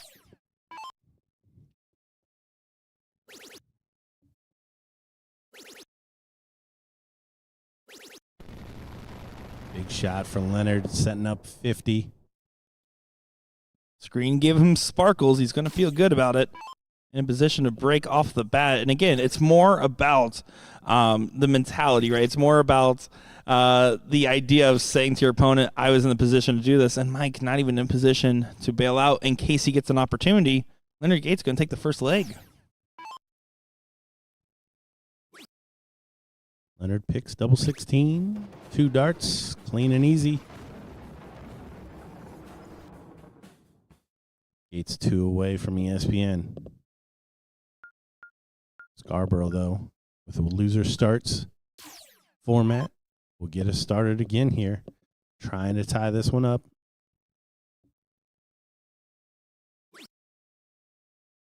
That king seat match on the elite side, Kevin Luke up 2-0 on Bubba. Both already qualified, just playing for seeding at this point. And I do think that all 4 of whoever the top 4 will end up being, but even all 5 if we count currently this matchup, they're all going to have the same mentality of, I don't care who I have to play first. They're all going to be just as tough pretty much in the following day. If anything, the only person I wouldn't want to play is if I'm Scarborough or excuse me, if I'm Maloney or if I'm Bubba, I wouldn't want to play like a Leonard Gates or Kevin Luke who has been under those exact lights before. Exact being relative, we're at a new location this year. Yeah, the position, though, I think stands. Both have played for that kind of money. I think this guy, obviously, out of everybody, has the most big-time experience. And that was so shocking last year, right? We kind of said if Leonard Gates makes the top 4, he's the favorite on the day, and then he got that 3-0 loss to start things off, and we were flabbergasted. And here comes Mike Scarborough. This is what we've seen from him all day. A changed man with a new mentality.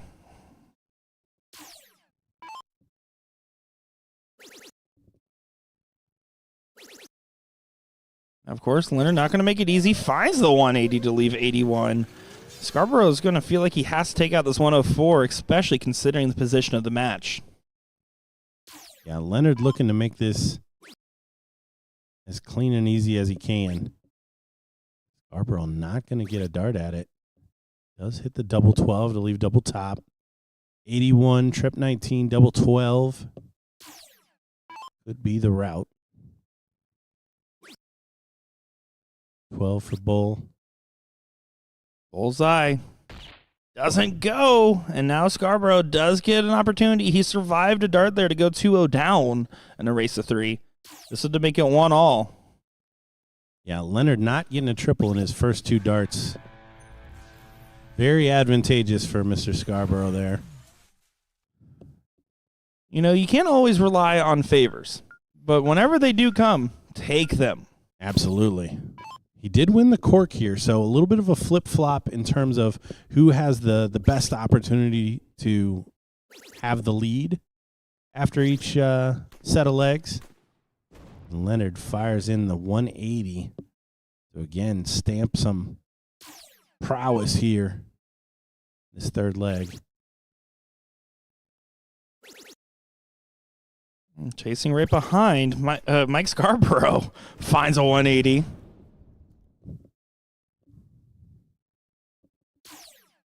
Leonard's going to just try to keep up that same momentum, keep that same tone in his voice. But there drops the 5. Solid recovery, though. Yeah, a little shoulder in the third, but nothing we haven't seen from him before.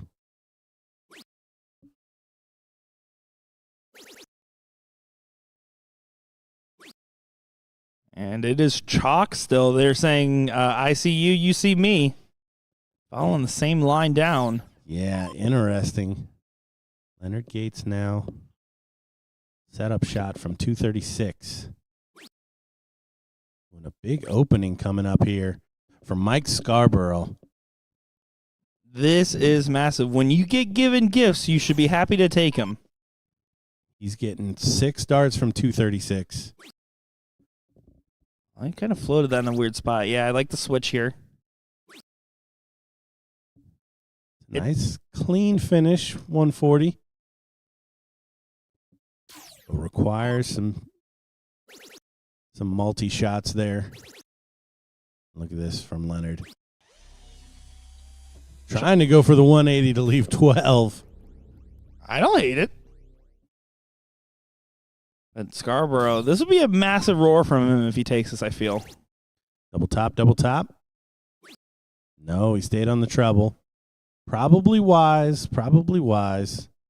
There's plenty of room in there. You can see definitely wanted that additional shot.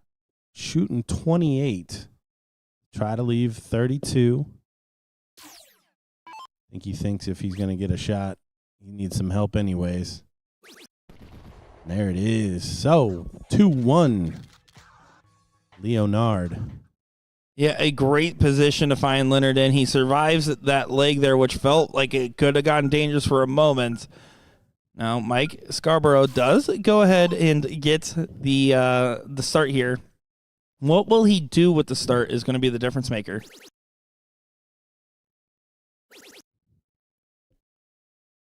Yeah, being that it's a must-win leg, he does not want this to come down to a finish or anything goofy. And what a way to start. Yeah, again, you can't teach clutch, right? And that's a clutch moment. That's a big collect. But, of course, going to get fired right back just shy at a 1-2-5 for Leonard. But Scarborough can feel a little bit of comfort knowing every round's a battle, right? He gained a little bit of ground on top of the fact that he already had the advantage with the rope.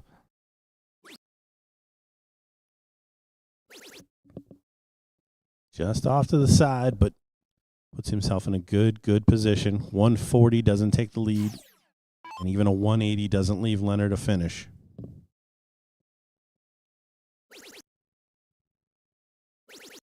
Oh, and look at this.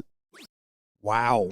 Look at this big time opening, looking like we're going to a decider. Mike Scarborough could get an opportunity to go first again in the deciding leg here.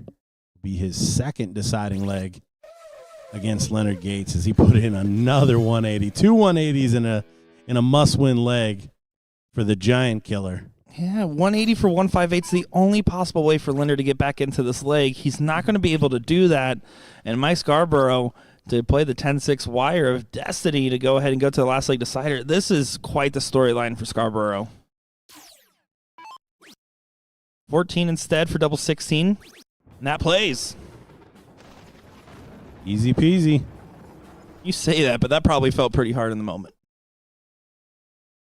The way that 14 went in the center of the big 14, there was no doubt on that double. This is the moment, though. Can he best that diddle? It's a favorable spot for Scarborough. Ties him.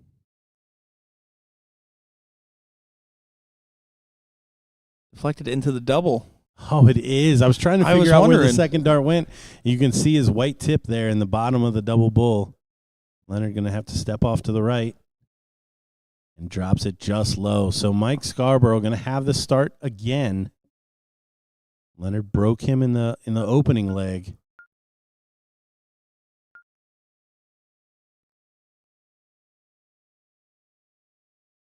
Here we go. Mike Scarborough to complete the true dark horse run to get to the top 4. Yeah, all this guy's done is beat giants all day. Here he is in another position to be the only man that beats Leonard Gates on the day. Beat him twice in 2 deciders. What a story. Scarborough's trying to do to Gates what Gates did to Porterfield last year. First match and last match of the day. Very similar stories, but with a slight stumble from Scarborough. That's the first round, first half point to Leonard there. Not over by any means. You just got to resettle. Yeah, and it looks like a little bit of an adrenaline dump for Bubba as he loses the King Seat match 5-0. Again, only for seeding. Kevin Luke well on his way to a number 1 seed in tomorrow's ESPN broadcast. And look at this from Leonard Gates. Big-time player, big-time position. 180. Doesn't leave a finish, so outside chance for Scarborough with a 180 of his own, maybe something a little special. Can't leave a finish now, so it's going to be 6 darts for Leonard Gates from 181 to make the show. And these 3 darts will tell the story right here. Is this a great setup? Is it an okay setup? Or is it a blunder? Well, Good recovery. it's an okay setup. I would have liked to have seen the 18 on the last dart. I mean, not that he can't hit a double 19, but just makes it just that much more kind of straightforward. Mike Scarborough is going to be in a better position. Going to be a big, big position. So Leonard chose to go 20 on the last dart. This is a 2-darter. Be 60-38. Treble 19. Treble 15 for Bull? Treble 15 bull is what he decided. I don't love the shot selection No. anyways, but now Mike Scarborough 3 clear to make the Cinderella story run to the top 4 and get on ESPN tomorrow. Double top. Goes in. Mike Scarborough does the run, gets it done, and he is moving in. He is truly, if you looked at the start of the day, and again, not to discredit his ability, but no one expected, especially where he was in the bracket, to do what he did today, and he did it and got it done. Yeah, what a shot. And he's off camera, but I think maybe Will is capturing the disrobing of Magic Mike. There's a non-zero chance that that's the case there, as that is quite the moment. Leonard Gates having heartbreak there at the end, and Mike Scarborough getting it done. 2 mics in the top 4. That is crazy to see, and you'll see Mike Maloney going back over there. But next up, to see who will make our first ever Ladies Invitational Final, Jillian Phillips, Paula Murphy, winner guaranteed $2,500. Loser gets a chance to get back into the final from that third place position. My name's Nick Teixeira, joined by Gordon Dixon, and we'll be back in just a moment here with more coverage.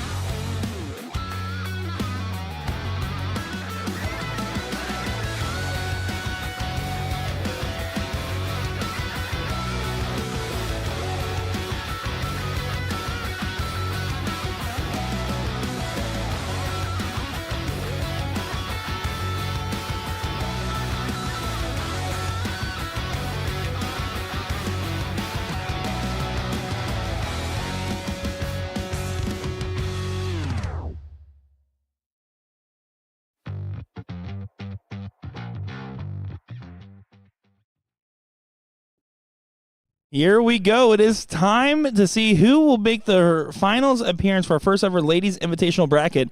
It is Jillian Fancy Pants Phillips taking on Paula Smooth Murphy. My name is Nick Teixeira, joined by Gordon Dixon here for the Ladies Invitational Bracket. Gordon, what are your thoughts here? Ladies. I'm really looking forward to this. We saw what Jillian did against Liz Tynan in a decider.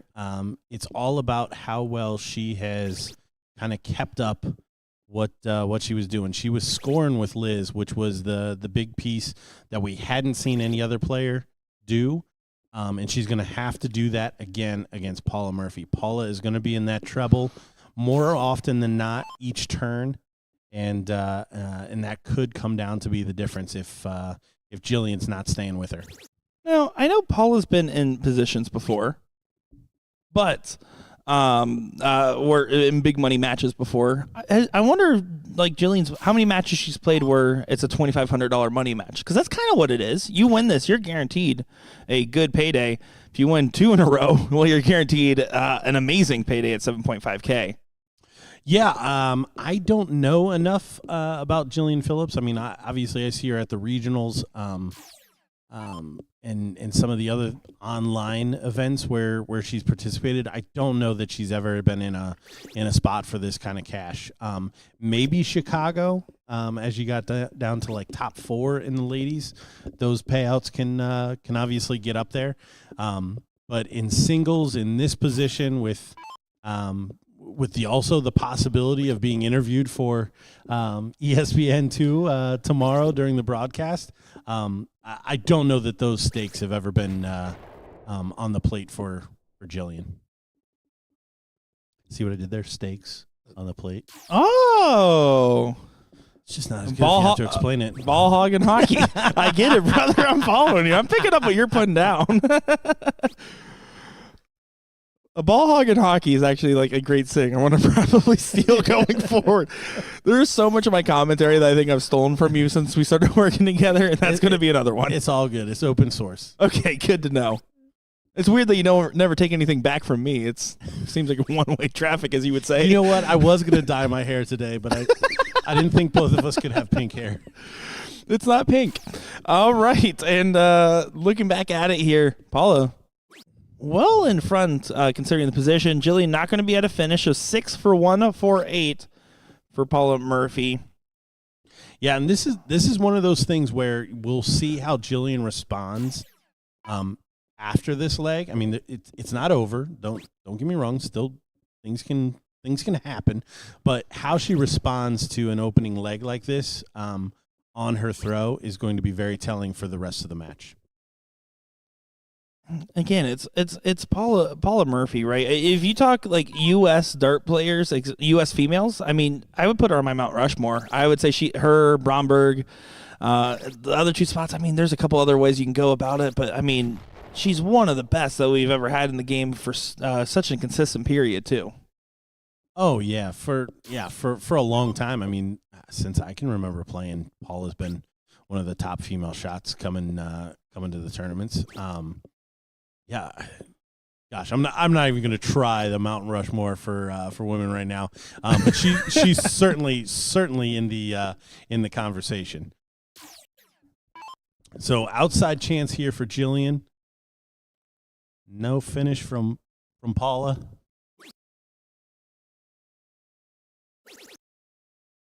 She doesn't find the treble. So 3 clear at double 10.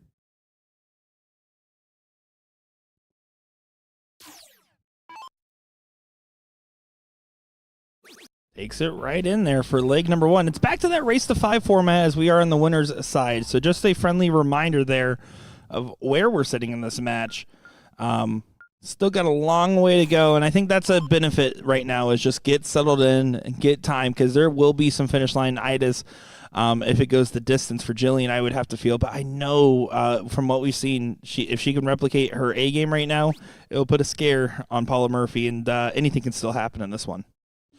Yeah, like I said, the scoring is the big thing. Anybody can kind of come up with big shots or trade kind of gitchy shots at the end of some of these legs.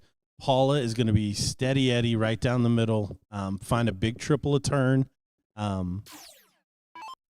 That's where she's going to wear Jillian down.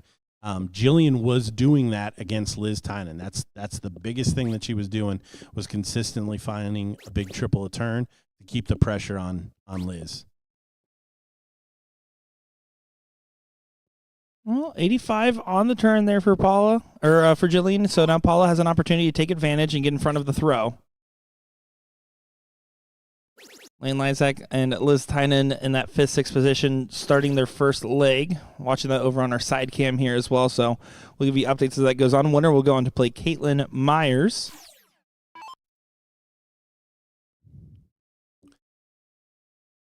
Who got Caitlin in the winner's side? Was that Liz? Lost to Paula in the first round. I knew. Okay, it was one of those two. 5-3 loss to Paula. And battled all the way back. Has not had a bye in that loser's side. So she is on 1, 2, 3, 4, 5, 7. Yeah, I mean, she beat out Kim Pantai in this first round of the losers, then went on to play Terry Johnson, Meredith McGee, Julie Lind, Nikki Henshaw, Becky Najedlow. Again, there's no easy routes, but to go play Paula, then go into her longtime partner, Kim Pantai, then go into Meredith McGee, I mean, that's a tough little section right there. Yeah, that's a heck of a run. Caitlin will be feeling good about how she's been battling in that losers bracket. And Paula already back in the driver's seat here in leg number 2.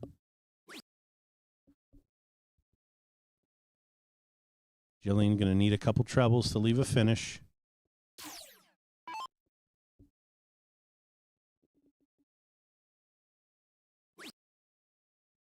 Well, high. It's almost like when you have a dart that high into the 20, it's one of those things where I'm like, let me just shoot somewhere else because it's not feeling right if I'm going that much above the segment. And I say that just because it's really hard to get a good flight path after that. Paula Murphy, on the other hand, not going to waste any time here.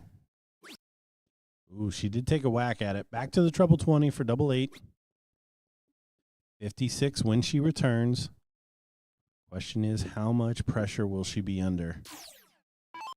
Jillian find a couple of trebles to leave this below a ton. Of course, you do see Jessica Cream Puff Melton there, her friend that we keep talking about with Jillian, who did a pretty solid performance herself today, just falling a little bit shy in that top 12. Paul Murphy, double 4. First dart, 100% on the finishes so far. Now that's a good stat. I actually think that's a lie. She That's hit a it bad first. stat.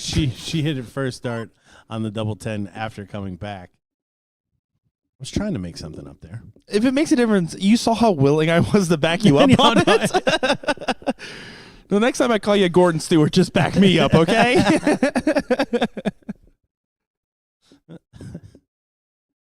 So not the opening Jillian would have hoped for here.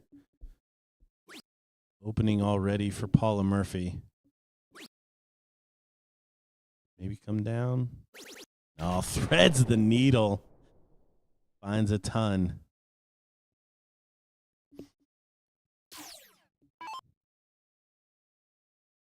Jillian needs to find one of these legs to really settle her in here. And that's one of the things I think if you don't play darts very much, or maybe even not at all, and you're just watching as a fan, it's one of those things to consider is when we say a settler, like getting that first one just gives you some type of unlocked confidence that you didn't have when it's 0-0. It feels different because once you get that first one, it feels like anything's possible no matter who you're playing.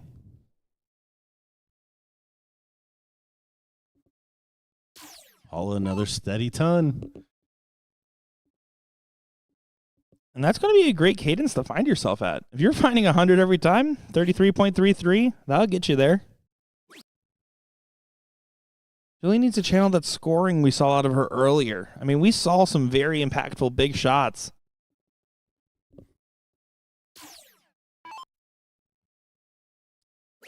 Yeah, I talked about it at the end of the match. Her first dart was her best start pretty much the entire match. That was the one that was finding the treble 20. And we're just not seeing her as accurate with that one in the match so far.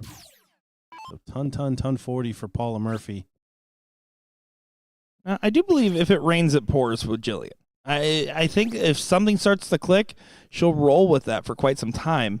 But you're running 2-0 down's tough. 3-0 down is starting to get into that real ugly position where you really don't want to find yourself.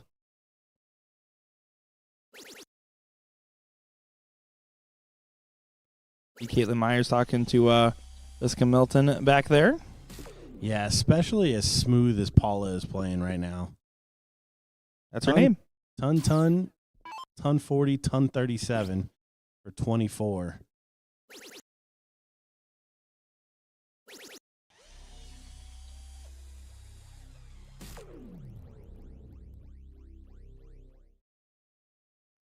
And Paula 3 clear for 24 for a 3-0 lead. Not quite yet. Her 100% streak's ruined. If it ever existed. There it is. Nice 14 darter for Paula. You can see Jillian's gotten a little bit more. I don't want to say the word serious, like she wasn't taking it serious this whole time, because that's not true.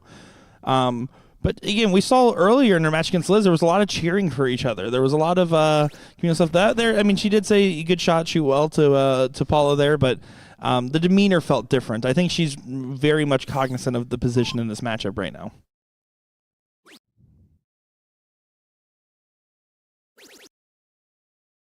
Yeah, and sometimes when you can over try for sure, which is why darts is so frustrating at times. What's also frustrating is knowing Paula's going to go up and hit 100 every time, it feels like right now. It's a voucher that's good to keep cashing.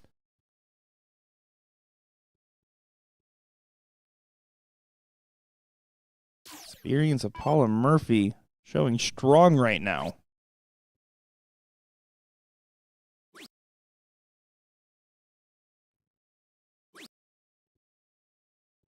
Talked her right out of a triple that time. And Liz Tynan talked herself into a double, up 2-0 over the Blue Bonnet Lane Lysak right now. Liz definitely wanting to come all the way back. Try to get another whack at Jillian Phillips, whether it's in the final or in the third place match.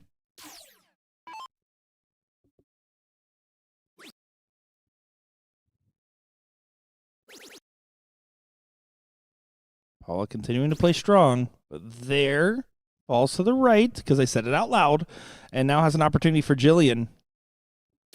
Yeah, best position halfway through the leg here. Jillian's been in. I'll fire in a couple of trebles to maintain that. It's not going to happen. Doesn't even find one. So Paula Murphy, single treble and staying straight, and she'll be the first to a finish here.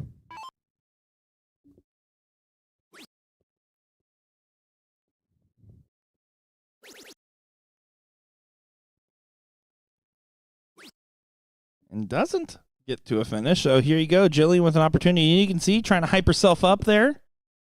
Yeah, she knows she's got 6 darts from here. Oh, great first dart. This is where we saw Jillian really, really do big things against Liz when she fires that first one into the treble. So 177 setup shot.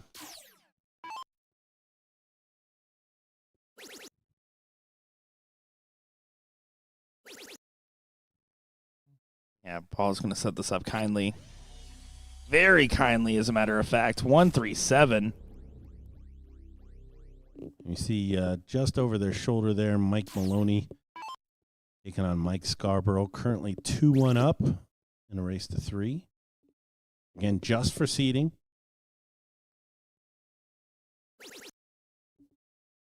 Big first dart again. Double 5 for her first leg here in this queen seat match. She busts her score. Oh, that's a heartbreaker right there, especially if Paula takes this. Well, if she doesn't, that's the big whoopsie daisy. Then she starts all the way back on 115. Looking more likely. Can Paula find that double five? Of course she can. Paula, ruthless with a 4-0 lead here. We've talked about good bets and bad bets, and it's never a good bet to bet against Paula Murphy. Where she finds herself right now is one leg away from at least $2,500, potentially $7,500, because she'll have that advantage as well, which is massive. Again, the women are playing it all out today, and not only for $10,000 split between first and second, but also you're looking to go ahead and get that interview on live TV. Actually, multiple of the women have told me that they would actually take second over that. I'm like, really? You paid $5,000 to not be on TV is what you're telling me right now? That's hilarious. What an opening to what could be a deciding leg. We talked about Bubba not losing more than 2 legs all day until that final match. But here we have Paula Murphy. He's not lost more than 3. Yeah, 5-3 in the first match against Caitlin Meyer, and then 5-3 against Becky. And Becky Njedlo just got beaten by Caitlin Myers 3-1 in the 5th-6th position match.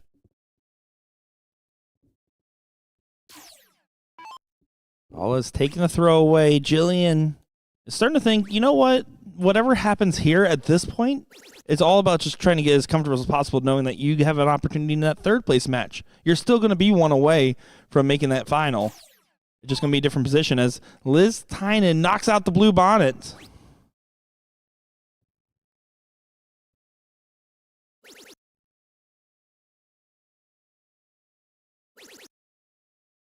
So Liz Tynan and Caitlin Myers up next.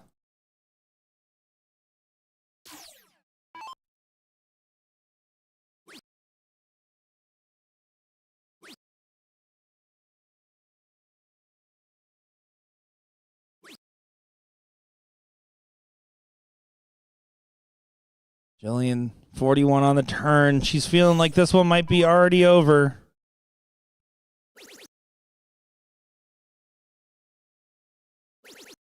Paula Murphy's doing a near perfect. Make it near perfect setup there. Sitting at 56. Jillian back at 273.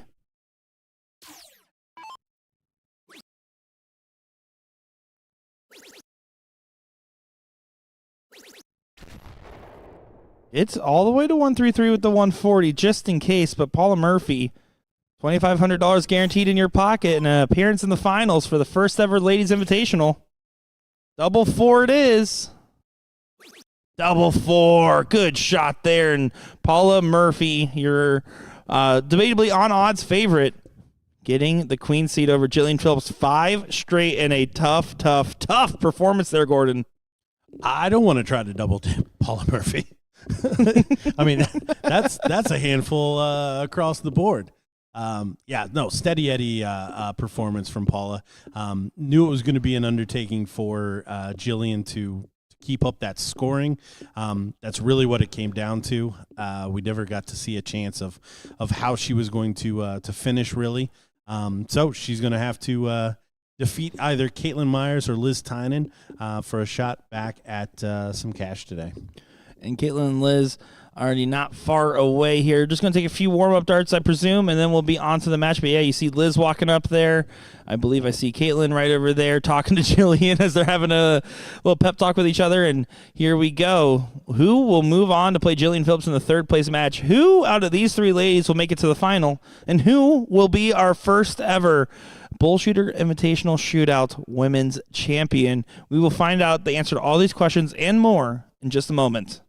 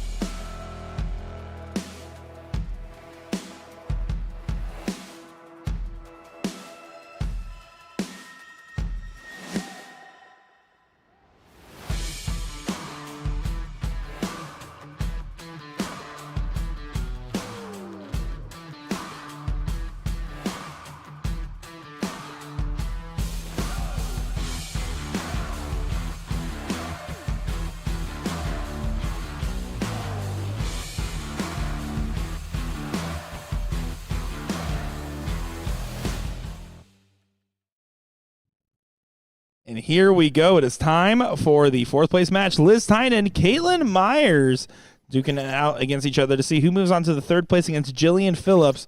And man, oh man, seeing Liz on this side of the bracket, it's a possibility, but Jillian getting that job done earlier. And Caitlin, she's been playing like she's on a mission today.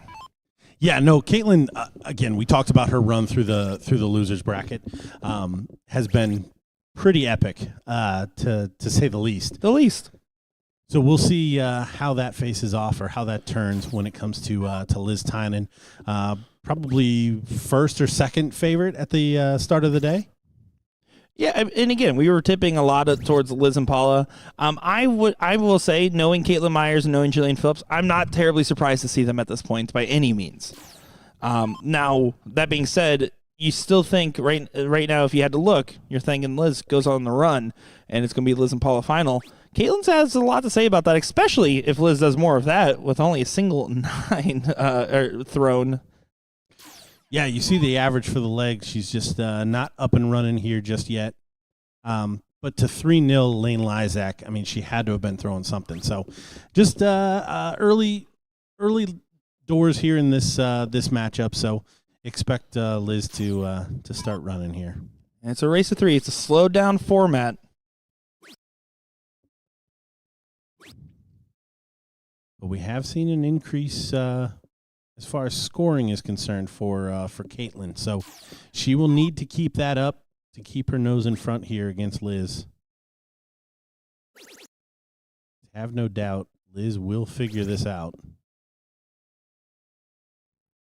Caitlin Myers with her throw. I mean, it is pretty much once her arm gets in that position, it's almost all follow through with how she sets up and throws.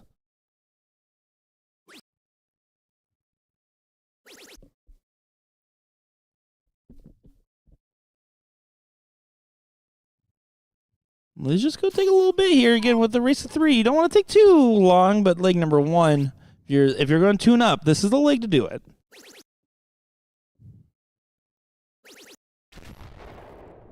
Yeah, Caitlin has one of those shots that I've just never been able to figure out. I don't know how anybody gets the weight of the dart with no pullback.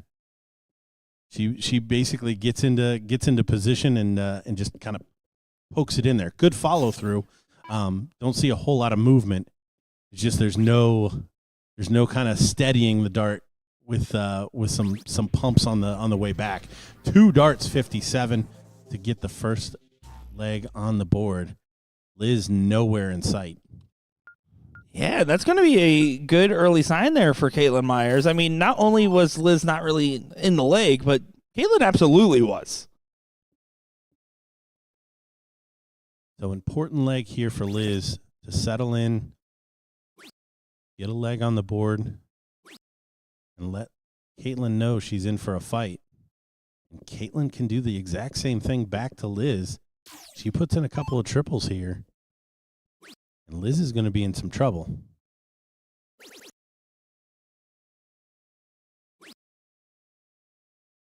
Caitlin looks like she's on it. There's a lot to like right now for Caitlin Myers.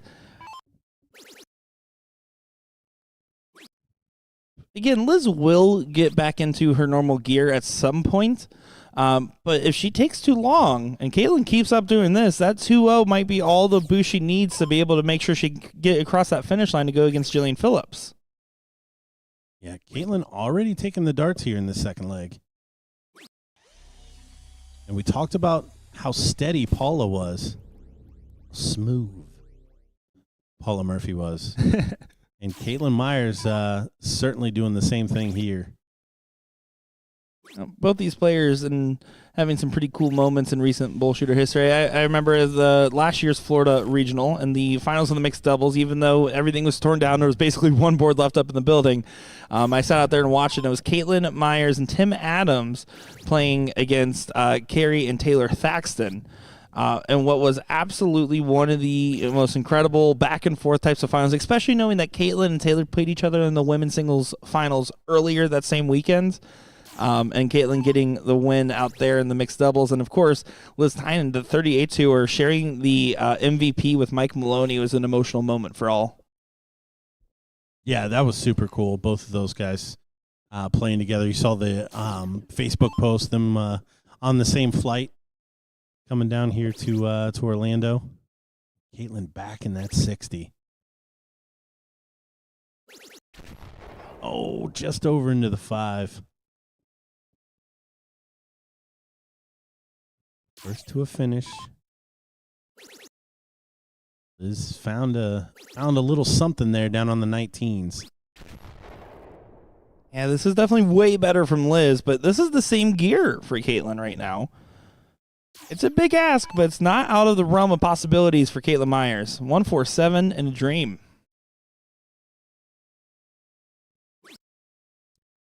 Not going to find it here. 72, no gimme. Should be treble 17. Leave 16.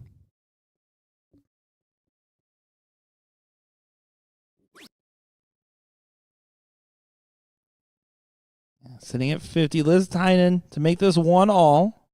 Pretty important moment. Yeah, does not want Caitlin to even get a sniff here. Oh, and she's going to let it. Look. Hands up. Can't believe she missed the finish. Honestly, she can't be too upset. Only one dart at the out.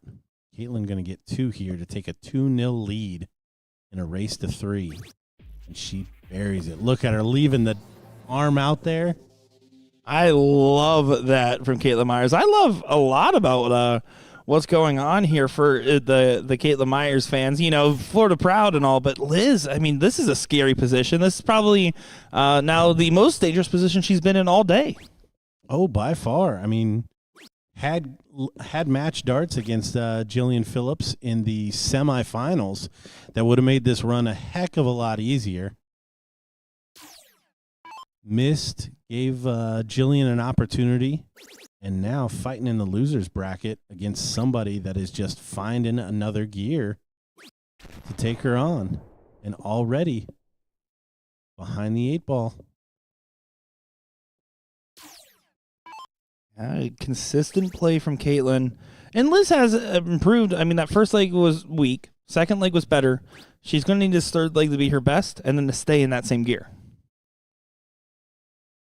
Yeah, this is the easiest leg she's going to get unless they cork again.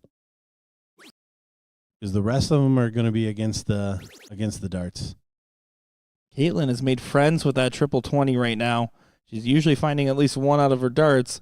Only a little bit ahead of Liz in this position, but a little bit ahead in a position like this feels like a lot. Yeah, I can assure you squarely the pressure is on Liz. I mean, she's getting frustrated at that. That wasn't a bad dart. Neither was that. It just didn't go in. And sometimes you can feel like the dart gods are against you. Well, this is going to be the opening. That saves the shots quite a lot. Wow. What a big last. Last dart merchant. Liz should be on a finish. And will be at the 158. So Caitlin looking for 100 to leave the 167 at minimum.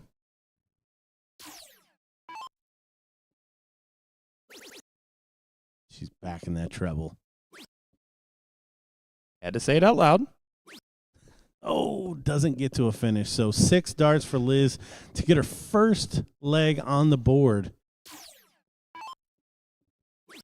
And this loser takes 4th match. Remember, ladies, only top 2 pay. Winner here takes on Jillian Phillips.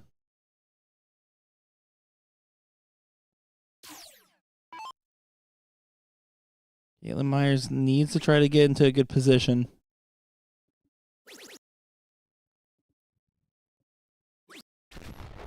$86, you'll take it. Liz Tynan might get a dart at a double, but she needs to find a big trip on the first or second dart here. Yeah, it's such an important shot. They're not bad. Those are not bad at all. Just not happening for her. 86. Caitlin buries this 54, and it's over. Doesn't happen. So 18 for Bull, triple 18 for double 7 should be the route. Don't let the pressure of the moment. Don't overthink it.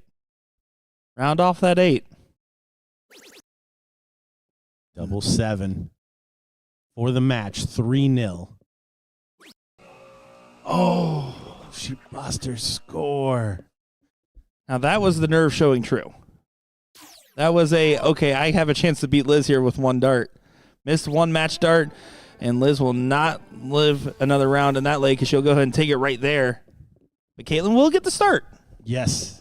Like I said, that was the easiest one that that Liz was going to get. She's going to have to win this one against the throw. How much is Caitlin Myers going to be thinking about that finishing line now?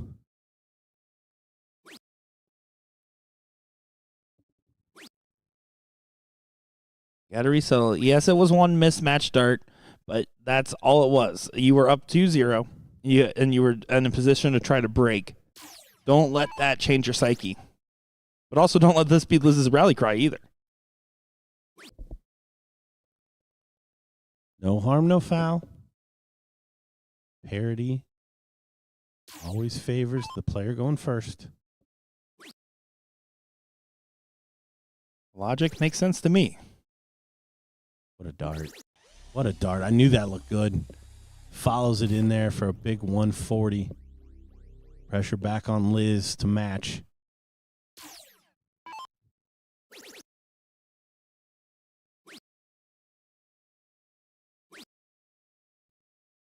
You see the frustration. Again, she's just on the other side of the wire, but just not happening for Liz Tynan right now. Yeah, nothing's really wrong with Liz. But it's getting to her mentally a little bit there. It's frustrating her because they look good. They are good, and they just haven't collected good. Just not going in, and it's compounded because Caitlin is playing very, very steady right now.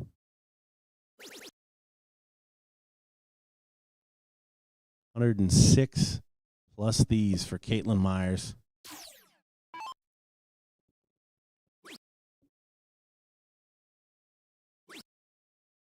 Try to keep it clean.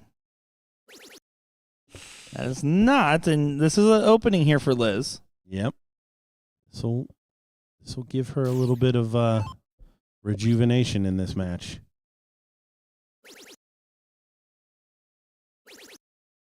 Oh, into the 5. They're not bad darts. They just aren't listening the way she would normally can get them to listen to.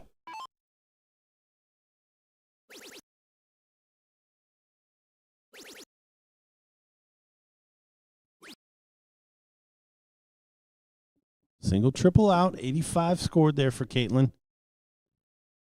Liz needs a ton 40 or better. It's not going to happen. She may get to a finish, and not even that happens. So 6 darts from 1-2-2 for Caitlin to take this one 3-1. And with Liz Beck at 192, she doesn't have to go the 18's way. She is. I like this. If this is the way you know.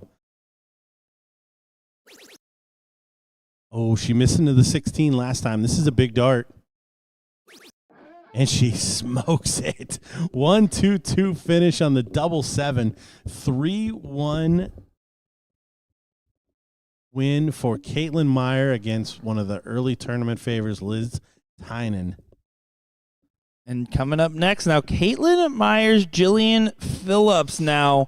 And then after that, the winner will play Paula Murphy. So another $2,500 money match for Jillian Phillips.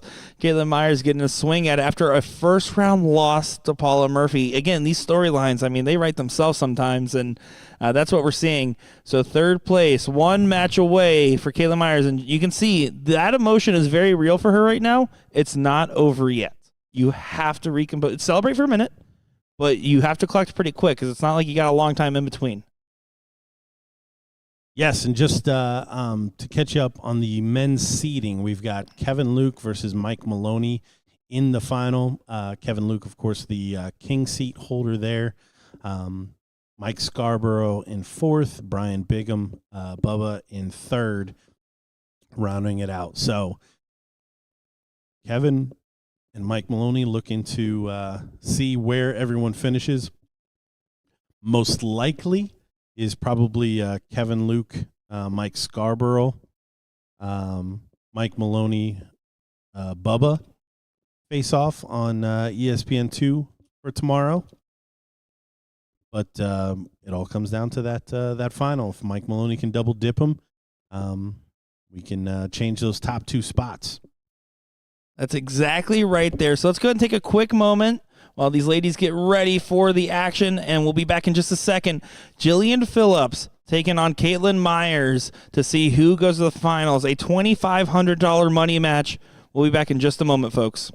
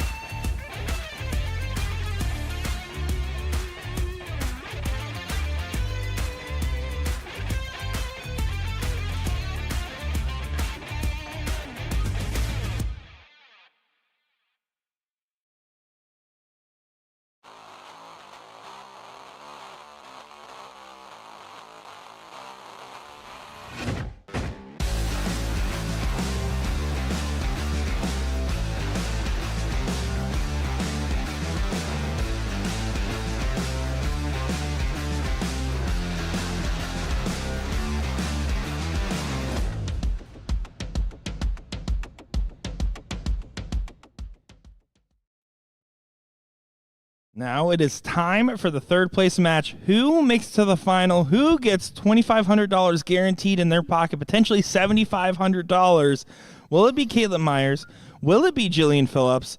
Who is going to get there? My name is Nick Teixeira, joined by Gordon Dixon and Will Stewart. Gordon, what are you thinking about this matchup? Wow, this is two of the best ladies that we didn't tip a lot at the beginning of the day. Clearly, we've seen both of them play on camera here, both scoring well, which is one of the differences that we've seen when Liz and Paula were at it. So who can keep that scoring power to get enough darts at the double to get into this final? Jillian, for me, it all kind of wavers on her first dart. That has been her best dart all day. Can she fit that into that treble 20 and play off of it? Caitlin has been pretty steady. Couple of wayward turns, but finishing extremely well. We saw her cap off that last victory with a 122. So can she keep finishing outside? Yeah, it's all about the fact that Caitlin needs to make sure she just keeps her energy calm, her nerves under control. And if she plays with that same form, that same pace, she's going to look great here. Granted, if we get the Jillian that put Liz in the losers, though, then this could be any girl's game. I mean, there is so many variables at play here between these two top-notch competitors. Yeah, and we only see a little bit of a stall from Jillian Phillips' side, so it'll be interesting to see how she kind of stayed up for it. So she got the big win against Liz, sat for a pretty long time, and then played Paula and didn't win a leg there. So she hasn't won a leg for a long time. So it'll be interesting to see if she can get one under her belt quickly. Early signs still favoring Caitlin so far, but relatively chalk, all things considered. I did see a question. There is a blind draw. If you're listening right now, you have 30 minutes left to sign up for it as it starts here at 7 p.m. $500 added, 100% payback. Get a chance to play with one of these pros. We will not be streaming it, as we're actually going to take all the... If you keep seeing Will Stewart looking like he's doing nothing out there, that's not true. He's filming, and we're going to make sure that a montage of this ladies bracket is going on ESPN tomorrow, as well as an interview with the winner. Only 60, so a little bit of nerves here from both ladies to get started. Certainly have scored better than this heading into this match. And we see Chrissy has arrived, getting the dancing going in the background there with Jillian. Yeah, Chrissy Grimmel showing up right now. A lady who was invited, could not make it to this event, had other prior obligations, but did make it in time to watch the last couple of matches. Love to see her out here supporting.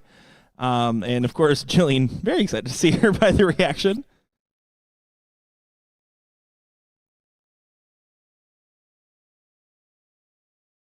So 59 for the first leg on the board for Caitlin Myers. She buries it. What a shot. Gonna set it up for Jillian Phillips.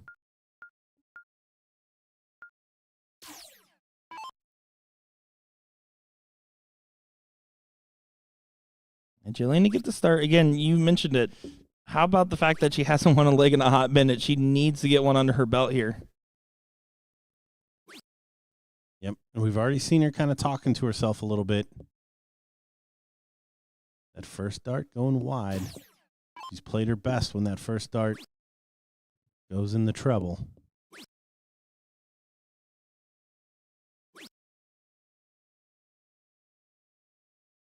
No harm, no foul.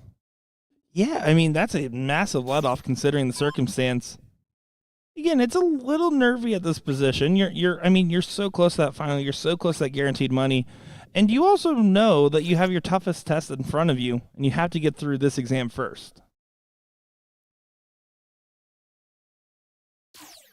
Yeah, the winner here earns a race to 5 against Paula Murphy twice in order to win. So this leaves a lot to be done. Yeah, the task of beating Paula Murphy 10 out of 18 legs is a scary one. I couldn't do it right now. That's for sure.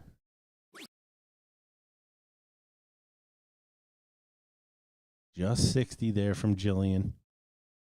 With the darts here. Again, this is a race to 3. This is still loser's bracket. The fact that they're playing for position to get into a $10,000 money match right now. Crazy to see.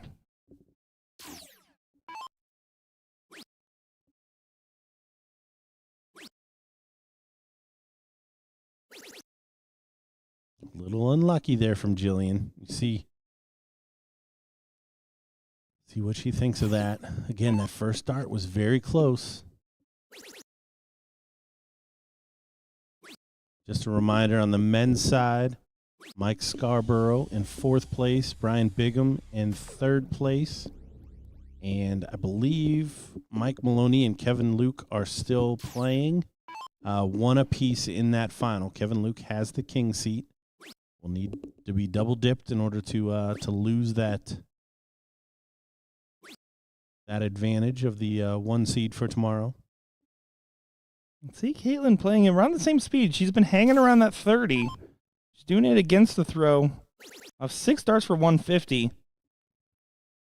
Takes a moment of hesitation here. Smart switch. What a shot. Ooh, going just high. There's not much wrong with that. Well, I was talking about it earlier. Her finishing, especially from a distance, has been extremely clean. And that is a recipe for winning dart matches. It's a recipe I still need to learn. So Caitlin Meyer, 34 to take a 2-0 lead. Again, 3rd place gets nothing. Playing this one aggressive. You had to play the last one a little bit more aggressive. Unfortunately, catches high by, it looks like, about 1 hole. This would be quite the shot, though, to get you right back into the match. This is kind of what she needs. Not the right shot selection. I don't know if she missed the 18. No, Jillian has mentioned that we saw her at Cleveland Extravaganza at a steel tip event, and she mentioned about her mathing and saying that she knows that she can sometimes hang up there. So I think probably a lapse, but that is also a wide open position there as the one gets missed. Yeah, 17, tough spot with pressure. 85 again. This will be something that could get her going. Double bull. She's done this before. Big step off before a last dart on a combo finish. Jessica Melton watching with bated breath.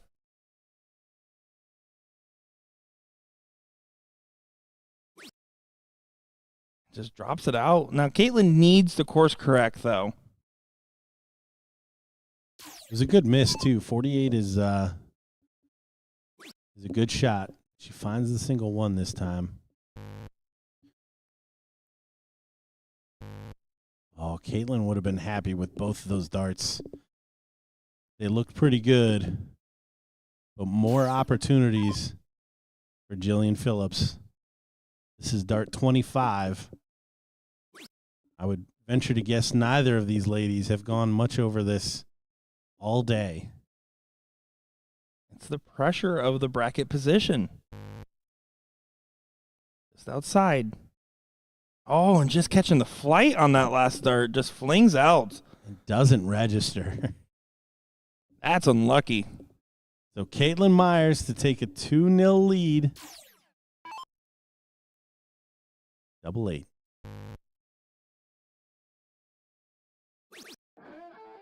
And there it is.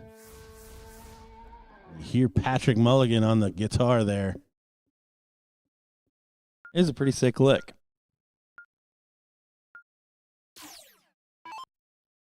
Ironically, the first one was actually LJ on the recorder. Oh, really? Yeah. Nice. I made that up.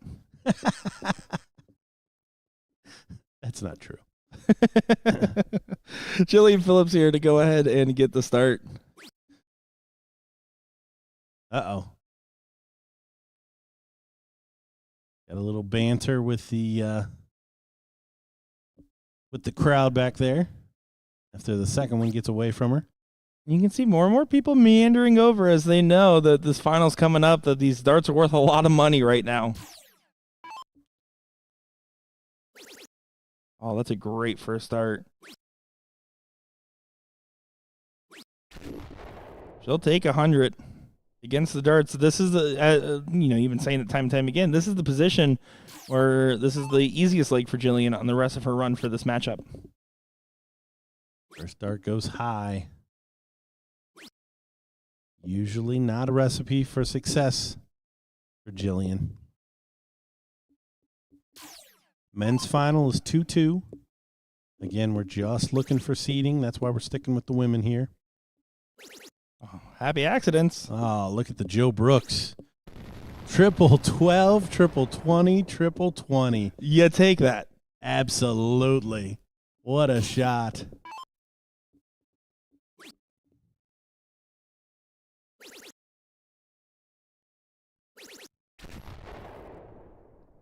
Caitlin's in position to break. She has the darts. She has the advantage. 25-point difference. 3 darts to add on top of it. Drilling that 20 like it, making her mad. She's finding it left and right and center. What a shot. What a tournament Caitlin Myers having here. Losing her first match and coming all the way back to face off again against Paula Murphy. And she's the one that took 3 legs off of Paula the first time. And both these ladies have only lost to Paula Murphy. Again, you got to tip both of them some credit for being in this position. With Jillian starting the demise of Liz Tynan's campaign this year. But Caitlin, just a lot of stuff going right for her. This is a great leg of darts. I was going to say, we've seen her switch over to the 18 on this shot previously. Should be down to the 19s for 32. And that's exactly what happens. My goodness, Caitlin Myers is on one here.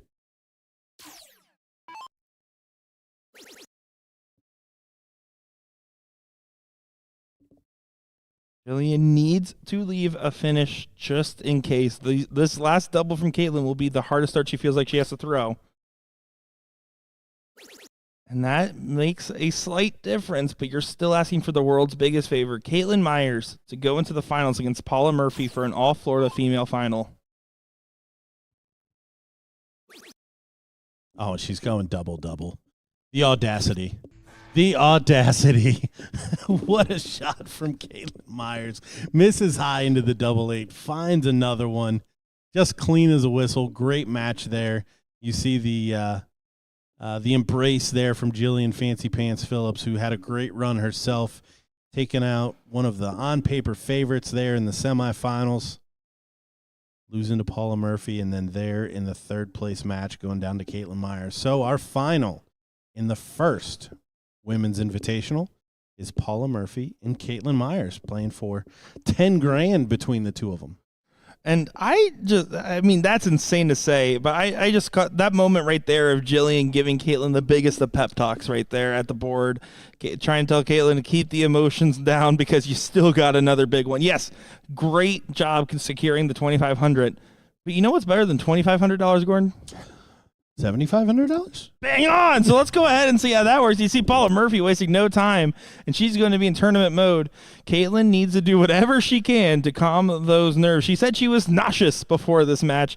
We're going to let Paula get her warm-ups in. We're going to let Caitlin decompress for a quick second, and we're going to get right into the action for our final match of the ladies' first ever BullShooter Invitational Shootout. Caitlin Myers, Paula Murphy. We'll be right back.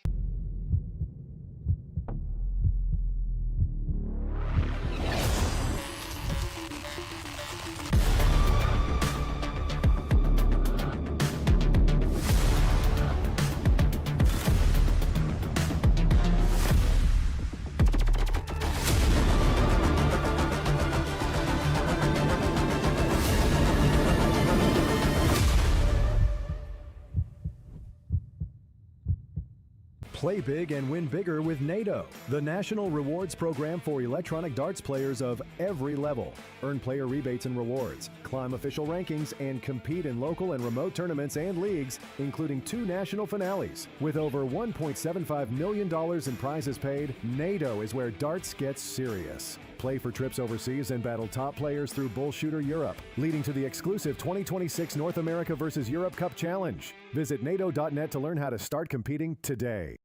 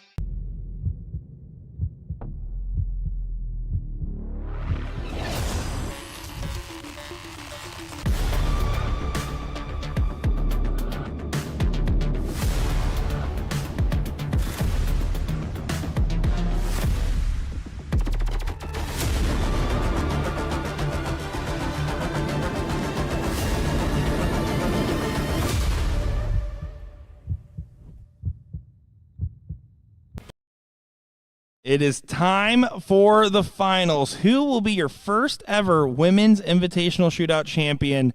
Who will win 7.5K? And who will take home 2.5K in second place here? My name is Nick Teixeira, joined by Gordon Dixon, watching Paula Murphy take on Caitlin Myers in this all-Florida affair. Yes, I just want to sew up one thing we saw there just on the bonus coverage. Kevin Luke hitting that double 12, which did seal the final for him as our number 1 seed. So our seeding for the men tomorrow is Kevin Luke, Mike Maloney, Brian Bigham, and Mike Scarborough. So Kevin Luke will be taking on Mike Scarborough, and Mike Maloney will be taking on Brian Bigham on our ESPN coverage tomorrow. Now that that's over, on to the ladies. Ladies! We've got Paula Murphy, who has been sitting for quite some time, taking on the red-hot Caitlin Myers. Can she keep it together is the question, though. You see Caitlin clearly a little emotional at the start of this one. I mean, how could you not be, right? I get it. But you still have to know there's more road left. And if there's anything that you should be taking away from this right now is I want revenge. I started off my day losing to Paula Murphy. I'm going to finish my day beating Paula Murphy. That's her mindset she needs to have right now. And Paula's thinking, I'm Paula Murphy. You're right, but Paula Murphy, I doubt, just knowing her and her demeanor is never, I'm Paula Murphy. No, but it sounds way more cool and exciting when you frame it that way. I mean, I would think, hey, I'm Paula Murphy. My head wouldn't fit through the door. Barely does now, Gordon. Come on. We see Caitlin back in the treble for a couple of times. This is the question mark. I asked this off camera, but can Caitlin Myers continue to find those treble 20s if you've got a Paula Murphy finding them either in front of you or behind you? That's the big question.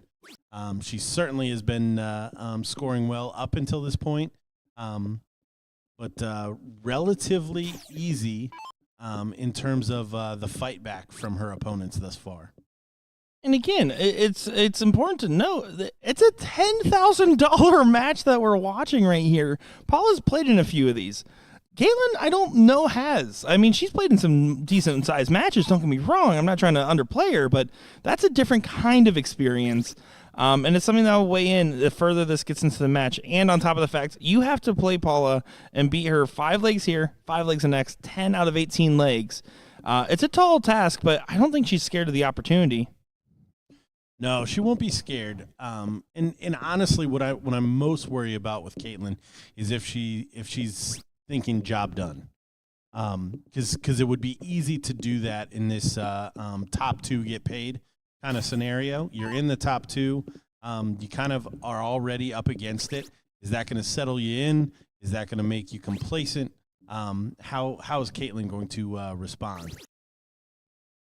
So far, it is attack. And again, Caitlin's been living around that 30. I mean, this is an on par performance for her. A little bit below, but she's on for the break still. Paula, will she get her a double? She will. Double 10 for leg number 1. She doesn't find it. So, Caitlin with a chance to take this first leg. Settle her leg, if you will. That would be huge. It would be huge for her. What would be the mindset if Caitlin won the first set? I mean, it would be, oh my God, is this really happening, right? Has to be. Bullseye needed. Love the board management. Oh, and she's one hole out. What a whack. What a whack at it. Nothing wrong with that. And Paula, I mean, 10's a little tricky. No, it's not. No, it's super, super easy. You just bury it the first dart you throw at it. Of course. And then just go set up the board like So- a mouse. Some would say smooth. Smooth. Well, Paula Murphy, your seat holder, got the first leg on the board, 25% the way to the win. Caitlin Myers was in contention, missing one dart at a double. A double being the bull, and she's right above that wire on the 20. I think she's 20% of the way. That's what I said. These dang microphones, man. The interference, it's terrible. So opening straight away, and again, we see Paula Murphy, the veteran, stepping right through on that first dart.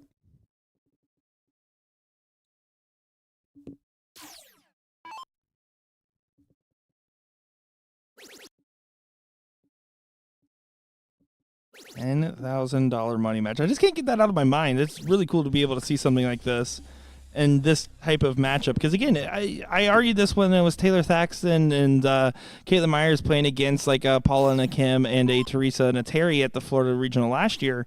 But it is a little bit of new guard versus old guard in this matchup, especially concerning the Florida dart scene here in particular right now.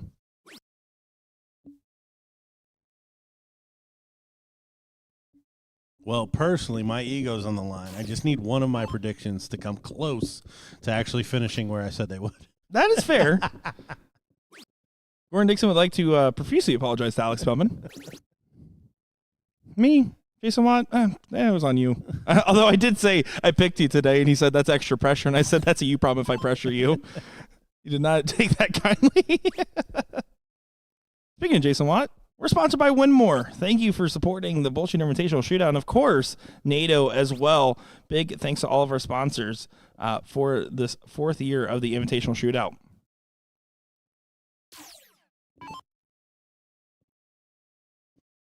Setup shot here for Caitlin from 226. Needs to stay straight. Doesn't, but finds a good miss. 148. Paula not in view here, which is not something that we've said throughout the day. But of course she's going to make up for it. Of course she's going to make up for it. The nice 140, bringing it back. Caitlin going to have 6 darts from 148. And this has been her specialty. Her finishing from outside is big. Not going to happen this time.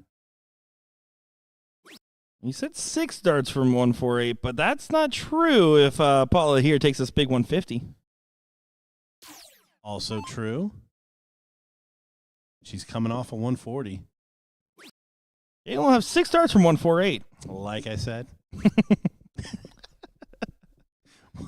110. Treble finds it. So 107. Obviously, she would have liked to be a little bit closer, but this 107 is definitely in her range. And it really is now. 18 for double 16 for another ton plus finish for Caitlin Myers. What a shot. Yeah, big check for her there. It's 1-1. And that's the settler, right? Paula's sitting on 50. You took your big shot. You missed a shot in leg number 1 at the bull with the last start. Caitlin showing a lot of good signs right now. Well, she might be feeling every bit of those nerves, but she's doing a good job of not showing that in her dart form.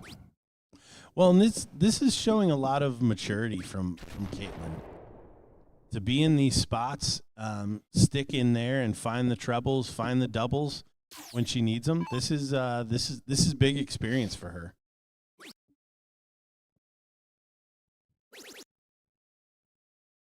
I think all of those kind of nauseous feelings and thoughts have completely gone away at this point. Yeah, well, now she's into the match, right? I mean, they're both hitting their good flow state. They're both kind of settled. Things are looking right in their dart form. Things are looking right on the dart board.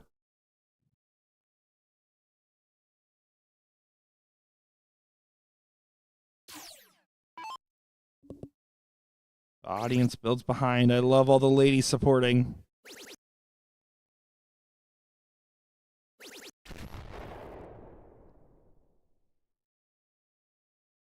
Another big shot, 2 treble turn for Caitlin Myers. Plus extra credit on the trip 15 or trip 5 for 15.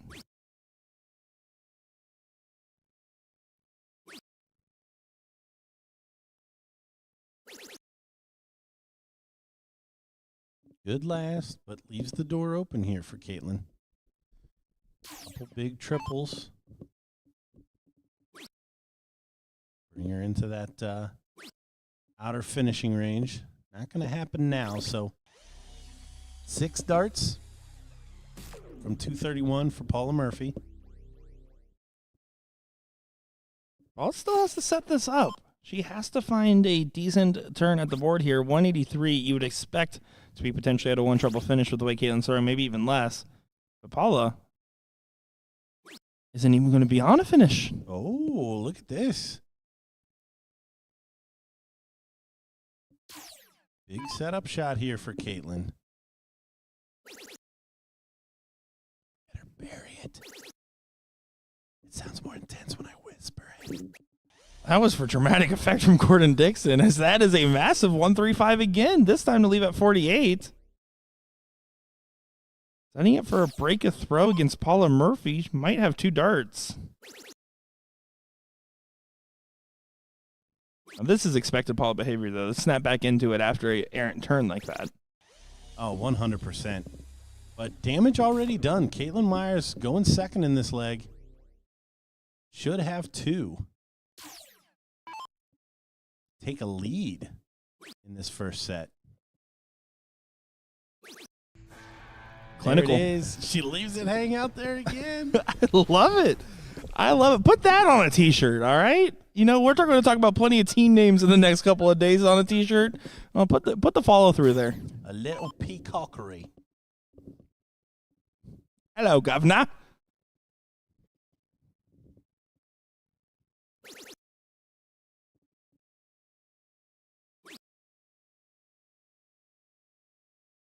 But this brutal format just lets Paula Murphy walk right back up there to start.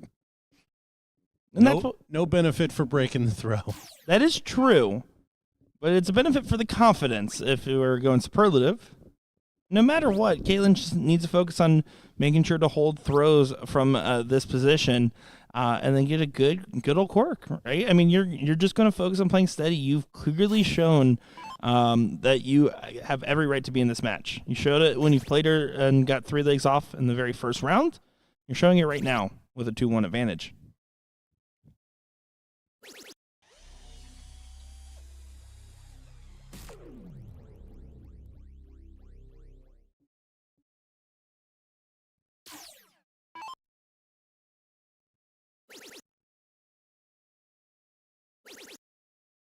I think we all know who Jillian's rooting for, as Caitlin puts in a big 180. Gets her right back into it. Yeah, still down 50 points, but boy, that made up a lot of ground. Paula to try to respond. Have to be careful.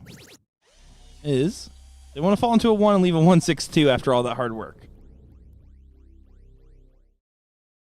Paula not phased by the big shot. Or should she be?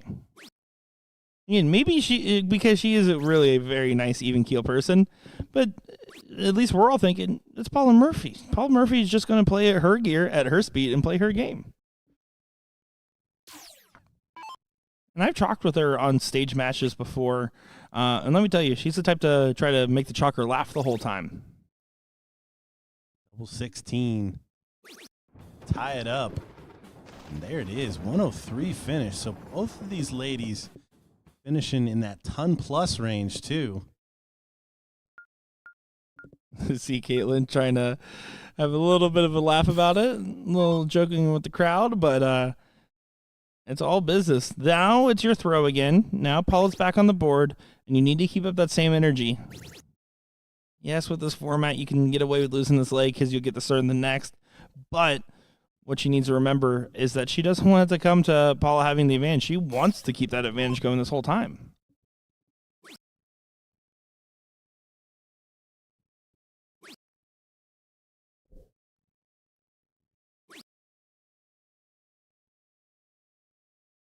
Solid darts. Caitlin Myers with a lead. After the first exchange, back in that treble. She said, I'm going to take it.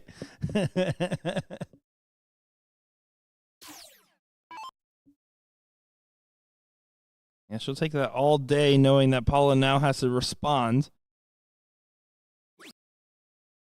Oh, stacking on that same dart. Does go for the cover on the last, but there you go, Caitlin Myers. Now's your chance to run away with this leg. Yeah, 109-point lead plus these. Doesn't need to do anything fancy with the math.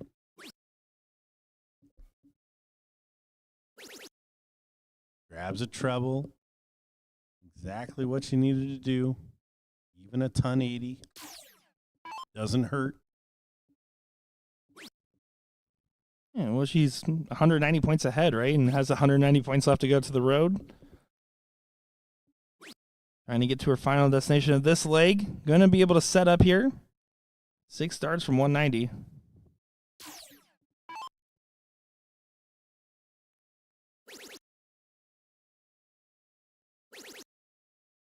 Look at this. 54 for 16. Yes, ma'am. Yes, ma'am. How about that? 174 from Caitlin Myers. Beautiful setup and really locking in any doubts that this was going to any other way. This leg is going to be in Caitlin Myers' favor. Yeah, board management. Just beautiful. Teach some of these setup shots to some of the guys I'm thinking of. You know which ones we're talking about. Double 8. Caitlin playing good. The 38.54 there. That's a great leg of darts. Now, Yeah. Paula, I mean, she's going to be on alert. I mean, she already was. She's not going to underestimate Caitlin Myers by any means. But again, this is still momentum heavy on Caitlin's side. Yeah, she knows Caitlin. I mean, they've already played today. Paula's the only one to have beaten her, and she's already matched the number of legs she got in that first one. So Paula, no doubt, knows what she's up against here. Caitlin just seems to continue to kind of get steam behind her. Even when you think a struggle turn, a bad moment's about to happen, she somehow collects on that third dart if she doesn't find on that very first. It's dart number 2 that's been arguing with her.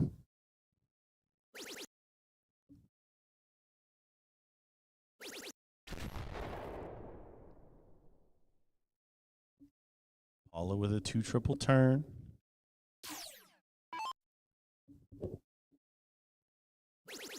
Caitlin's going to be in pursuit.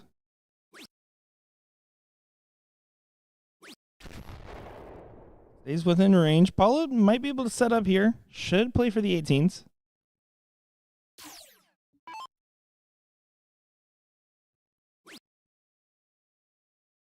Looks like she stayed for the 20 there. Yeah, needs another treble, but no opportunity to leave a finish. So 99-point lead. But Caitlin's been finding that treble 20 regularly.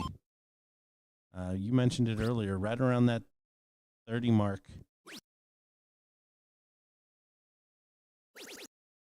She slides one in there. When you think a bad turn's about to come, she saves it every single time.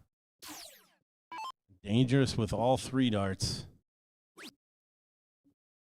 Paula needs that big treble now. Of course she finds it. Well, she's a great listener. Of course she finds it twice. Yeah, great setup play there from Paula Murphy. Puts pressure on Caitlin to try to go ahead and get in range. Bare minimum, leave a finish. True mission, leave a good finish. What a match in this ladies' invitational final. The first ladies' invitational final. Paula Murphy, 400.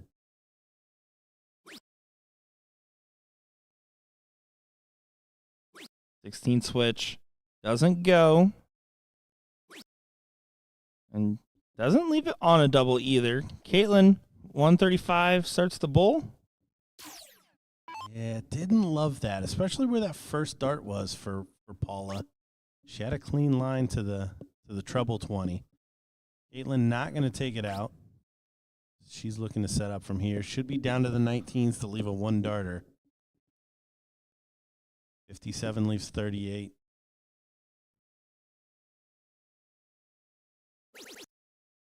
Barrels the trip 15 so she can set up double that she chooses. 56 for Paula. Double 4. Make it 3-all. Might be able to work in on it. Oh, it kicks the wrong way. I have a feeling that dart went exactly where she threw it. She just wasn't expecting it to kind of fling her over there. So big 18, double 16. Oh, missed the setup dart. So 17, double 16. 1 dart for a 4-2 lead for Caitlin Myers. Oh, and it clicks high, right on it. Paula Murphy. Will she make sure that that defining moment doesn't have another chance in this given leg? Of course she does. That was a big moment there that Caitlin wasn't able to capitalize on. Caitlin, you can't go double-double with 1 dart left. We've been saying this. No, that was what a match. What a match here. I mean, this is everything you'd want to see in the finals of this bracket right now. Look at her. Did that phase her? Absolutely not. Back in with a 140. It's great composure from these competitors.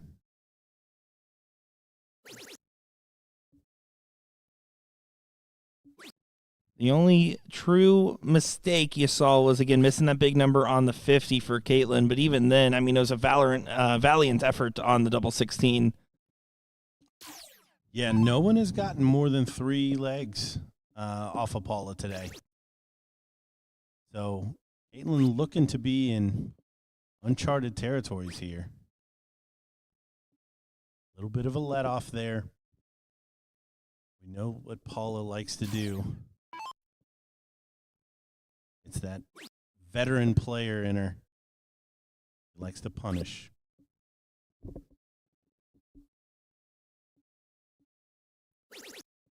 She might like it, but it's not happening in that moment. 36 return to sender for Caitlin Myers. And a little bit of a lull. Caitlin's still right at that 30. Taking advantage. Finds a 140. Yeah, great shot. 140, 40, 140.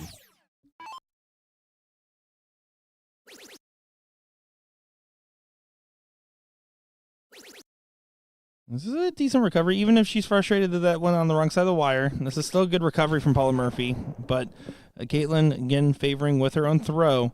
This is for the first set. If Caitlin Myers wins this, they go to a second set. This is a great battle. This truly does feel like a little bit of a tug of war here. Yeah, that looming big advantage of Paula Murphy having to be double dipped is becoming a little less clear the more this match goes on. Maybe switch down to the 19s. Won't leave her a finish no matter what. So again, Caitlin Myers, 6 darts from 131. She's been finishing well even outside of that ton plus. She's going to need that next turn as well. Gotta clean this up a little bit. Of course. What a big last. Of course. What a big last. Pulls it straight out of the fire. But that's what a champion makes, right? Is making sure that those turns that would have been absolute openings, she's minimizing those. She is recovering on that third dart and centering up.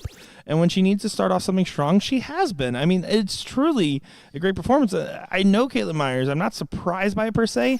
I'm just impressed at the timing of this performance right now. But again, right there, missed the big number.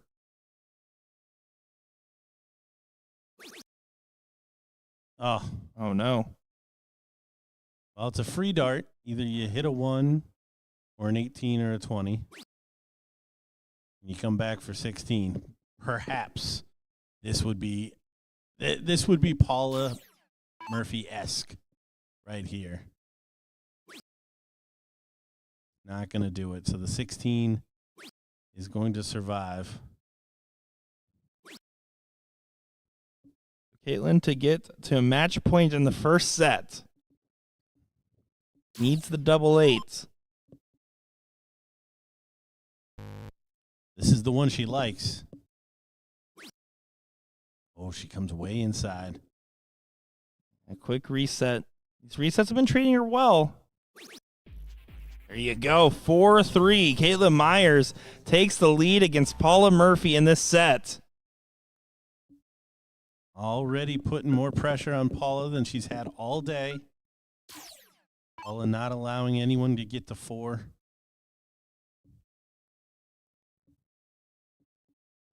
Now, of course, you still think you're playing against Paula Murphy, and she wants to go ahead and send this to a last leg decider. She's not going to feel overly anxious about that opportunity. You can see there a little bit of a change up, leaning on her 19s that she's known for a little bit more as she's been playing on the 20s most of the dates from what we've seen.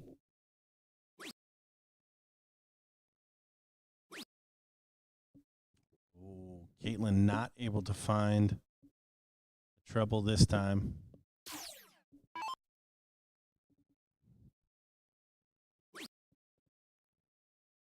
And Paula switches back up to the 20s. Now back down to 19s. Little frustration there coming out. You don't get a lot of it from Paula, but that look on her face didn't say, I'm happy with that. It did not. Caitlin's face is saying, man, I'm thrown in the final against Paula. She's been staying stoic. We were watching her wipe tears from her eyes before this diddle. She has not shown that right now. I mean, she has been extremely composed considering.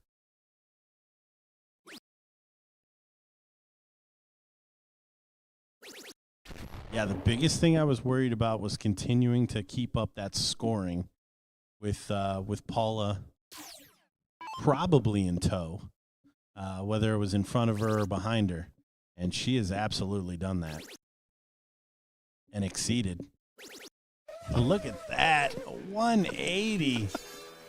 To leave the 121 to set up for the break of throw to get the first set. Incredible. Yeah, what a spot. Caitlin Myers really coming of age here.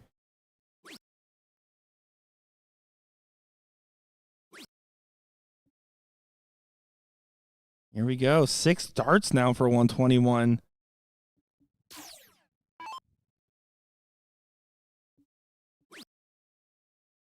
You won't take it. Just need to be careful to make sure to set it up. And does so. Tactfully. Yep, no finish for Paula, so 3 clear when Caitlin Myers comes back for the first set.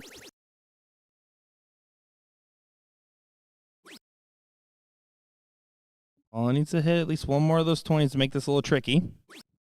She doesn't, so 40's not even really under that much pressure. Jillian Phillips pointing to Caitlin Myers out there.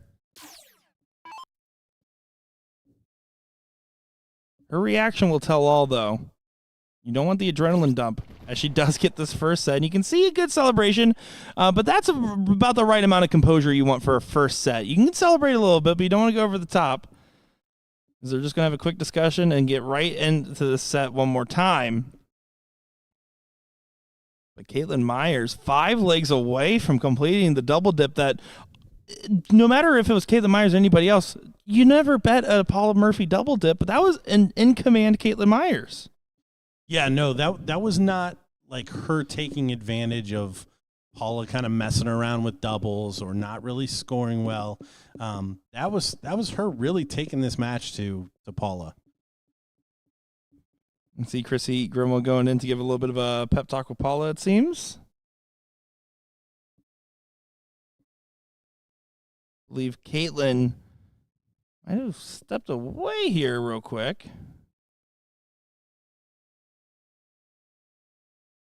Maybe trying to recompose before this final match.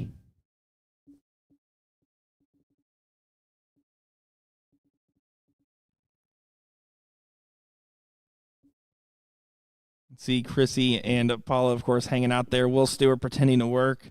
Really cool to see. Getting some selfies on, it looks like there. It's a whole thing. I could probably commentate, but Chrissy and Paula interacting for way too long. Those are friends that have seen it all. Just waiting on Caitlin Myers here for the second set. Unfortunate timing for a quick break there. I understand it's a longer format, but it's going to take a quick moment.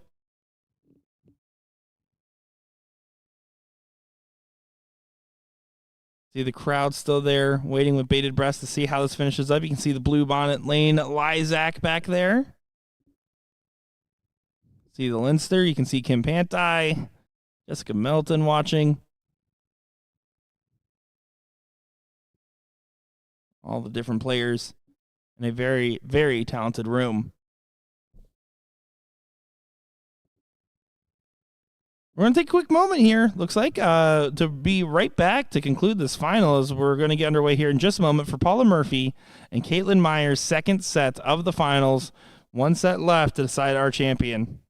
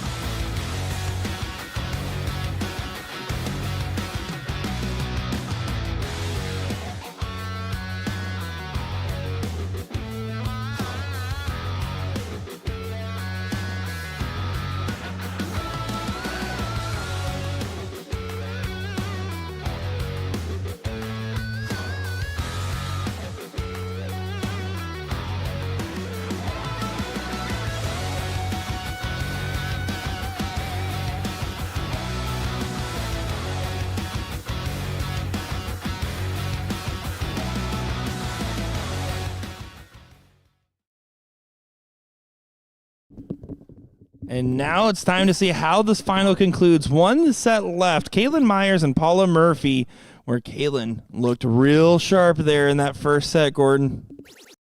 Yeah, that one's definitely going to give Paula a little pause here. We keep talking about her experience and how much that's going to put her in good stead, but Caitlin might be the hot player that needs some overcoming. Yeah, if Paula plays the full Paula speed, anything can happen, like right there with a 171 from Paula Murphy.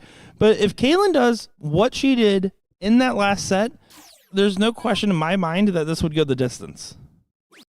Yeah, with the reaction that we saw after the Jillian Phillips match going into this one and seeing how she responded, it's 50-50 for me if she actually gets to the kind of the finishing line, what that kind of reaction is going to be.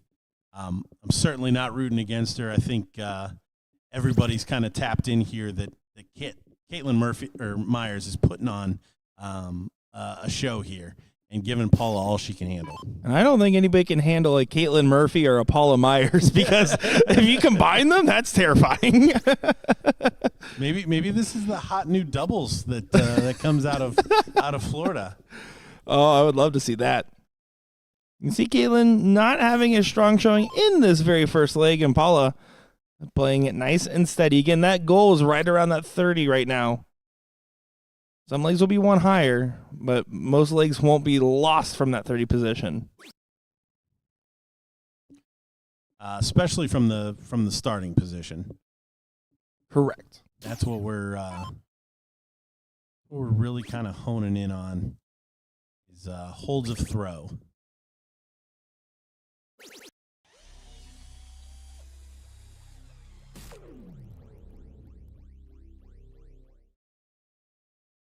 Pulls back 117, so 6 darts away. Paula getting maybe a little distracted.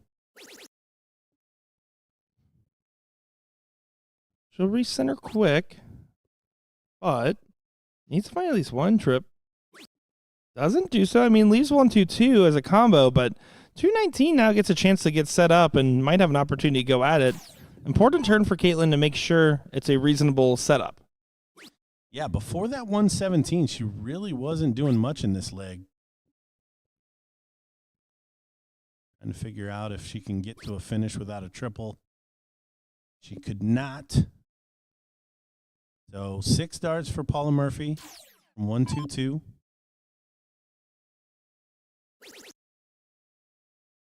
Going to shoot it how she wants with Caitlin not being at a finish. Should be 16 for tops, maybe triple 16 or 8. We've seen her do that multiple times now. Yeah, class setup shot from the savvy veteran for leg number 1. Caitlin not in a position to do much except hope for an error and try to get an outside opportunity. Darts are starting to pull a little bit more left and right than they were earlier, but that last dart triple 20 still shows its head. Yeah, she still has the weight of the dart. The kind of left and right will come into focus here. I was worried about that outside chance come true here for Caitlin Myers.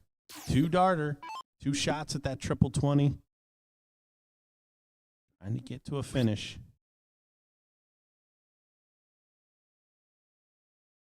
Stay there for a shot at her favorite double 8. She does. She buries it. Double 8 for a 1-0 lead. Ooh. Ooh. Okay. Ooh. That's something. That needs to go away. That's the worst dart she's thrown at a double yet. Yeah, that was definitely a little bit of the pressure of the moment. Paula's not the type to miss this opportunity twice. Sometimes I sound smart, and you can see Paula there giving a little bit. Getting that first leg on the board, but this is still what we saw in that last set. Paula won leg number 1, and then Caitlin came back roaring. Yeah, really, they battled to 3-3 in the last set. Caitlin, though, needs to get one on the board. And again, that first set, though, she missed the one dart at 50 to break on the very beginning of that matchup. Right there, Caitlin missed a couple darts there for the or missed one dart there at the 888, and then starts off just fine in this leg. There's still a lot to like, but I will still favor Paula in a final set of a big final, but just by a smidgen. Yeah, no, it's certainly not the gap that maybe we had at the beginning of the day.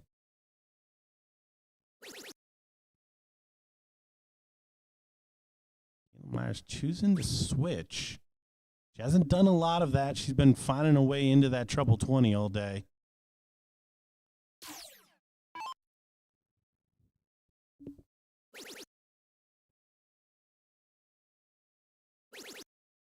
And Paula's in her 19s. Yep, going to the honey hole. There finds a 133. Now Caitlin, under pressure, throws under attack now. She's lost a little bit of ground. She's do a last dart trip to save the throw. Of course she can.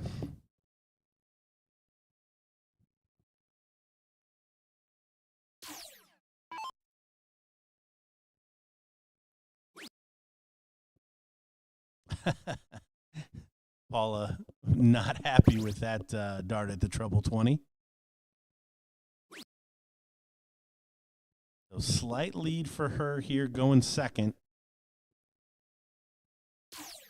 Haven't seen a lot of blunders and setup shots from Caitlin Myers. Finds the big treble she needed. You won't see a blunder on that one. Change it. She found the 2 treble 20s she needed there. All Paula can do is set up, put some pressure on that 89. And Caitlin's going to go right that same segment that you see Paula attacking there. She's going to go for the 57 for 32.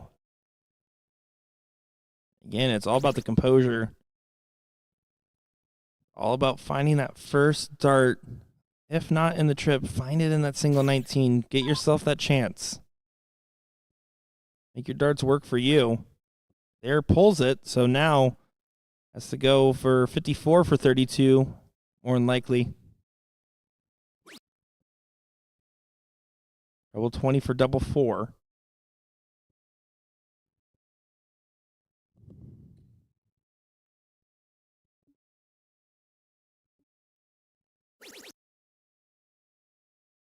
Last start trip 20 avoids her that time. Yeah, there was no doubt in my mind it was going in. It's been setting up well. So Paula Murphy, triple 18. Now triple 20.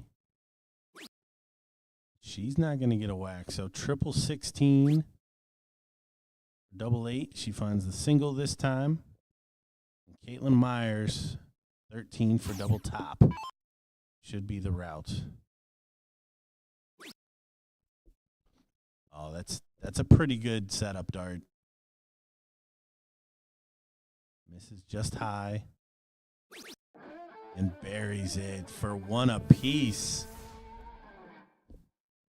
Caitlin Meyer not letting the opportunity float by. Yeah, that's going to be a great settler. Again, it was a little bit of favor towards the end, but it got the job done, and now all of a sudden, 1-1 in this matchup, you get a little bit of a reset, and will Caitlin continue to rally here? Will this stay chalk? There's a lot to be decided in these next couple of darts, and I think this leg will be very foretelling of how the rest will play out.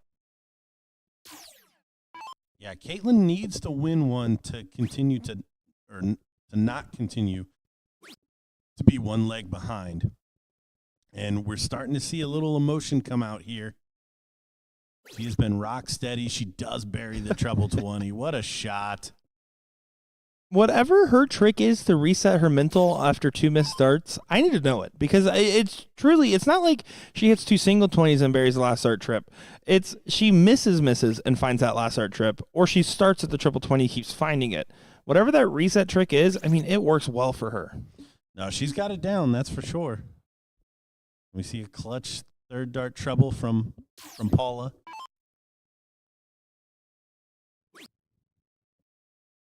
Gonna try to work up, finding low, finding a little bit high. Not just right, but we'll take 60 in that situation. Oh, 41, excuse me.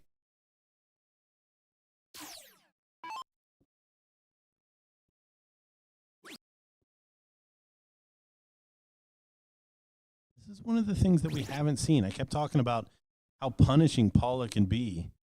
She really hasn't in the back half of this match.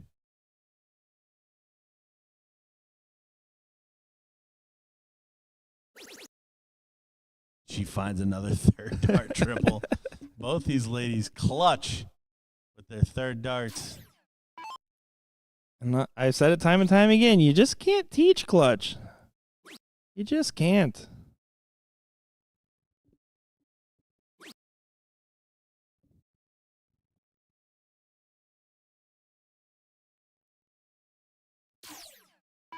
Paula Murphy, though, in great position this leg.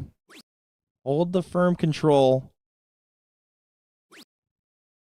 You talk about Paula not being able to punch like you normally would expect her to in situations like this.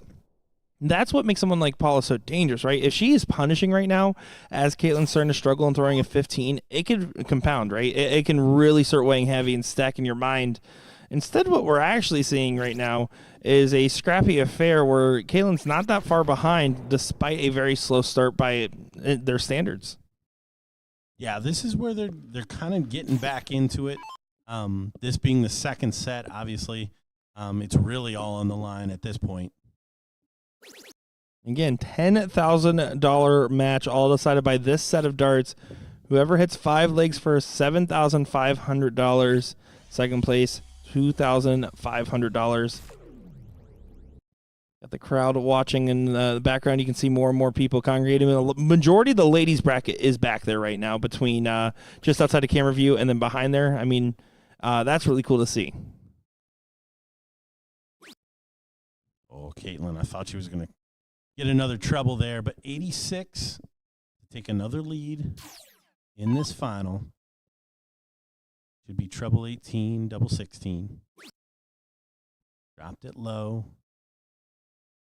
Yeah, again, a little bit of an error here as it gives an outside opportunity to Caitlin, who we've seen take combination finishes. Yeah, honestly, it's been her MO in big spots.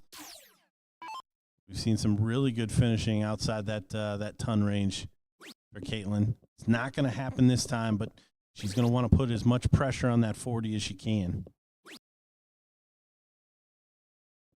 Only 40 points on the turn.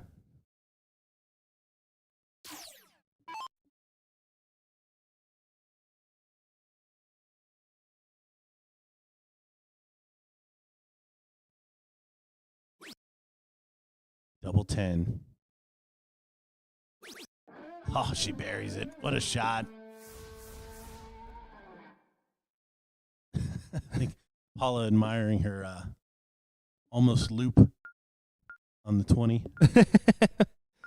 She's going to take that 2-1 lead very kindly, knowing that she's in a position again. She has a little bit more control. Caitlin's going to be under the gun. Yep, this is a must-win leg for Caitlin. Not outside her wheelhouse either, but she needs to have faith in her game that's been taking her this far. Yeah, we're just seeing a little drop-off in the scoring.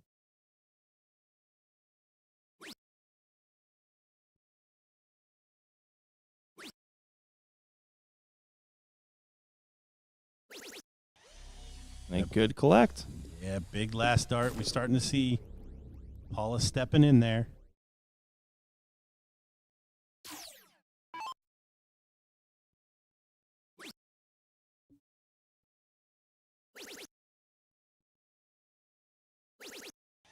There she is. You see her rip the darts out of the board. She's then getting a little fire, and she needs that fire. She plays well with a little bit in there. She's not the type to go over the top with the big roar celebration, but you know that there's a little bit of adrenaline, a little bit of heat in there. We've seen it. I mean, I've seen it all the way back from her first WCS match years ago in season 1. when she played fiery and averaged over a 4 in that long form cricket match. She has that ability to really play with her adrenaline well. Yeah, and we see that, a hit back from Caitlin and a slack turn from Paula.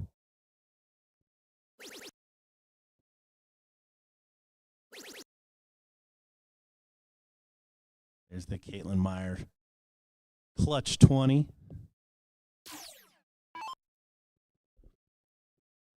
Doing a good job of holding her throw. Dipping below that benchmark metric we talked about, that 30 is right around where you want to live. But in this case, in this leg, it's doing just fine in this big moment. Yeah, I said this was a must-win, and both these ladies, you can kind of tell they can feel this is the part of the match that needs to excel as well. As Caitlin finds another 2 triple turn.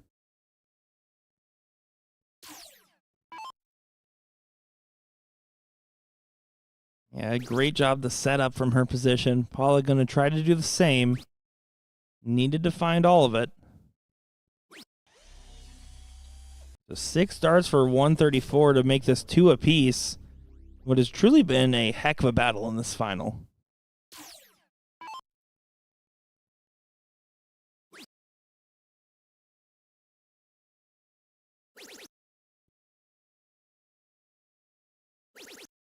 Oh, 2 right next door triples, but still in a great spot. 86, we've seen her clean this up at least twice. Paula Murphy going to be on her heels, though. Oh, she needs to stay straight to leave a finish. Oh, she's straighter than straight. Big shot. 109, single triple finish for Paula Murphy. What can Caitlin Myers do here? Treble 18, double 16. Also seen treble 18, single 18, double 7. Ooh, now she's got to show us something. Treble 14 or double bull should be the route. Been hitting the 20 good enough. I mean, maybe you just stay there. Treble 20 for double 11. Got options. Double top it will be. She chose that option. Look at the board management. What a shot. Oh, and it goes high, and now Paula Murphy has a chance at 109 for a 3-1 lead. It's a big shot, but it's a Paula Murphy. She's a big shot player with a big shot on the table. Double 19. Doesn't happen. Caitlin Myers will return. Yeah, surprised those first 2 were not closer. Kind of expected Paula Murphy to kind of pounce there. Caitlin Meyer, 3 clear at 40. Has been clinical on these finishes, and she continues to be. Great shot. I love to see it there from Caitlin to drill it through. But I mean, again, I love watching Paula get into these moments, right? I really do feel like she has yet to show the best of what she can do. And when she is doing something like that, when she is really collecting the way that we have seen her do time and time again, it's a game changer. It's a difference maker. Yeah, Paula has another gear here. She just hasn't clicked in. And honestly, she's embroiled. This is an intense match. So her option to kind of click into that gear is being stifled by the play of Caitlin Myers. And look at Caitlin Myers filling it up. Oh, Yeah, a little greedy there with that one. I did. No, I love it. And that's still a great 125. We can talk about how the fact of the loser start means the break doesn't matter, but it does. It does in the sense that it matters for the confidence and the momentum. Well, yeah, if you flip the script where you're then the one that always has the lead after holds of throw, that's huge. 'Cause that means you're eventually going to be at one leg away, and they're going to need to win just to tie it.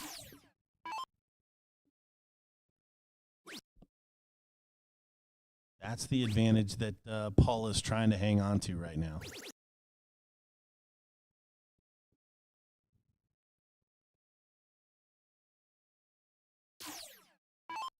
Now that 28 from Caitlin does change things a little bit here.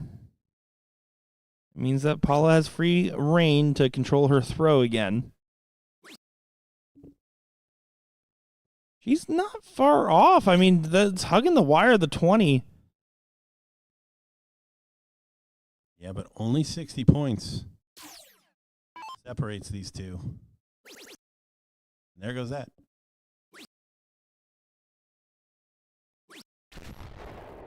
Could have been more, but still a very solid turn. 40 points of advantage, one back, and an easier position to set up from. If the target line's around a 30, then the same goal is also going to be, okay, if I hit 100, where does that leave me? Right now, Paula can't leave a finish if she only hits 100. She needs to hit a little bit more. Oh, 2 on the top wire. 3 on the top wire, how about? Yeah, Paula not getting too frustrated, but no doubt those darts were frustrating. Here comes Caitlin Meyer, piling in more trebles, first to a finish.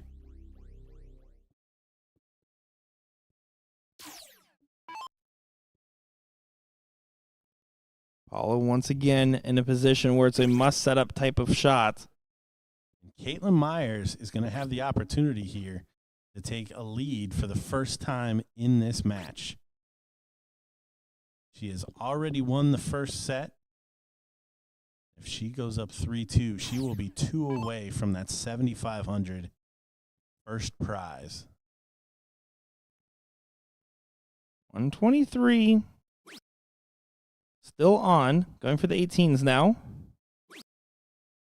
Going to stay there, try to set up for 32.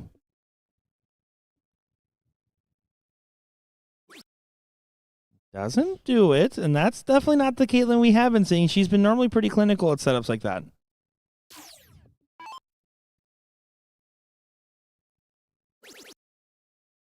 What is first dart? Treble 17 leaves double 16.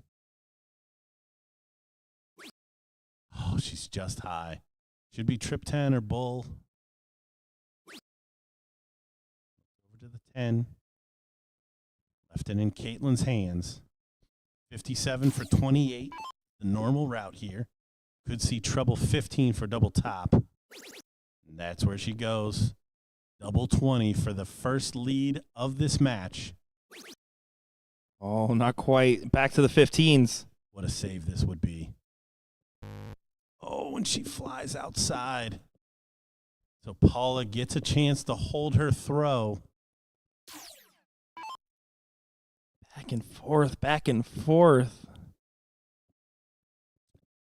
Paula likes the treble here. Doesn't find it. Double tenders. Saved her before. And it saves her again. Great shot. Oh, these ladies are keeping us on the edge of our seats. It is currently in the 3 matches they've played today, or the very first round, the first set, and here, currently favoring Paula Murphy 11-10 right now. That is the type of battle these two are having. That's how you know you found the right 2 people in the final with how close this is. And a 2 treble start. Caitlin rips them out of the board.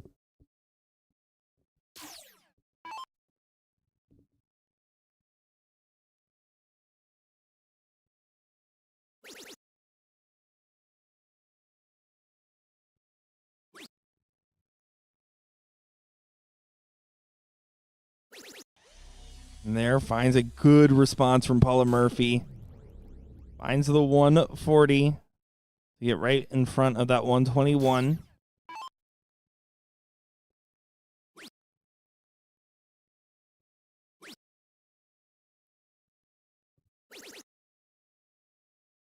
Ooh, big opening here for Paula.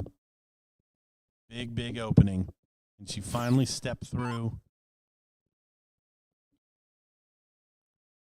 Start putting a little distance between her and Caitlin Myers. It's a good spot for her. Did you find another? She can't, but that's been the difference, though, is having the 2 trouble turn and not having a follow-up. That's a solid follow-up. Gains that ground and puts Caitlin in the position. Again, you want to be the one dictating like Caitlin was in the first set. Right now, Paula's in control. Big last. Caitlin Myers continues to come up with that clutch treble 20 in the third dart to save and rescue turns.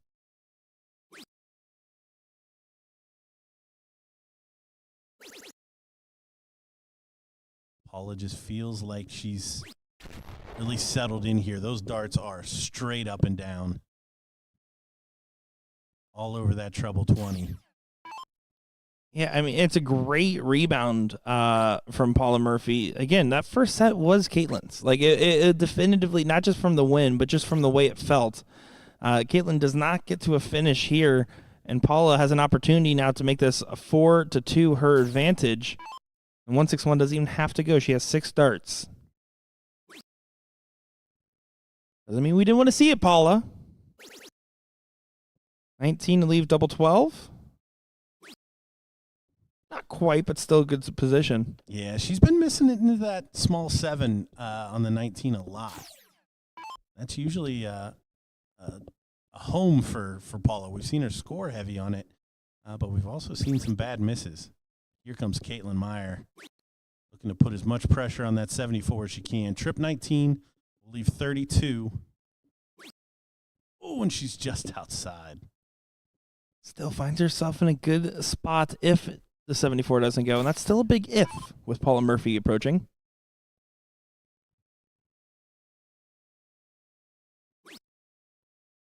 Single 20 for tops. Setup dart. Yeah, it felt like it was going the whole time. I cannot disagree with you there. Is now Paula not only has regained the lead, but she is now in a commanding one. Caitlin's going to have to hold her throw here and force a break off Paula to go to last leg decider. Can she pull 3 off the spin? Yep, Caitlin Meyer needs to win the 3 remaining legs in this match. The Caitlin clutch, it just continues. Yeah, that third dart is so impressive from her. Filthy. I mean, what a pleasure it must be to have that in your back pocket every time you walk up there. Yeah, I usually only have old gum wrappers. Oh, already a little distance. Now, one of the veteran moves, one of the things you're thinking about with your psyche is don't let the weight of what you have to do to win the match take away this leg. You focus on that after it's all over of how hard that was, right? But in this moment, you have to just approach this a singular leg at a time. It sounds silly to say, but it's so easy to fall into that trap of I have to get 3 in a row off Paula.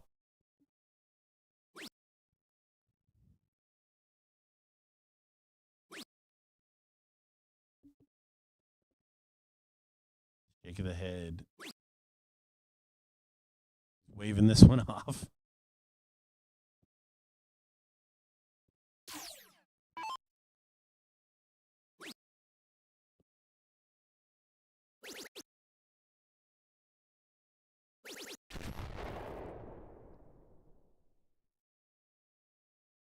Nice 2 treble turn. Caitlin kind of running away with this, but the next one is really the money shot for Paula Murphy. And that's a saving grace for Paula. It's like, yeah, this might not be a good leg, but this is a better time to have it. Oh, yeah. She doesn't normally have 2 in a row.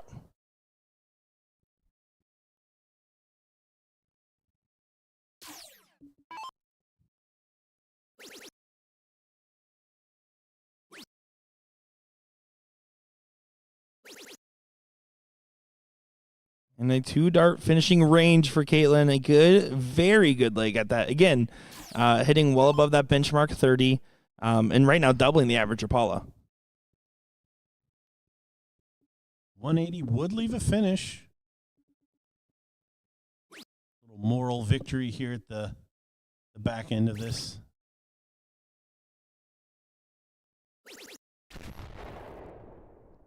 Still moral victory. 140.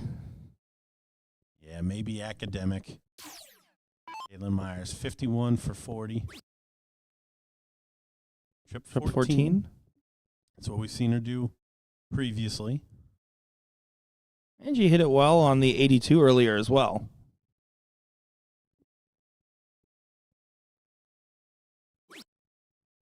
Now you're just going to set up. Big old 20. That'll do. Nice and steady. Now, Paula can, the thing that 140 did was it can put a little pressure on this. She can come up with another couple of big trebles.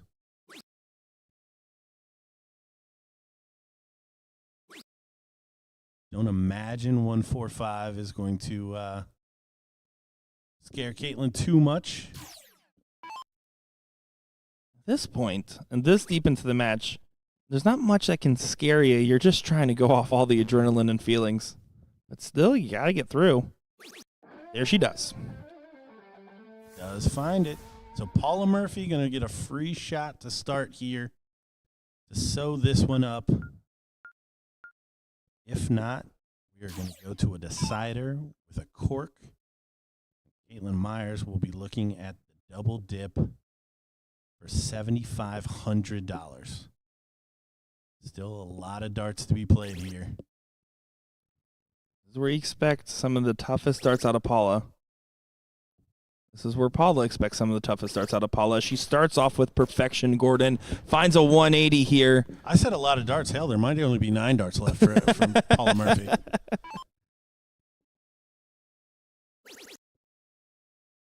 And Caitlin, keep together.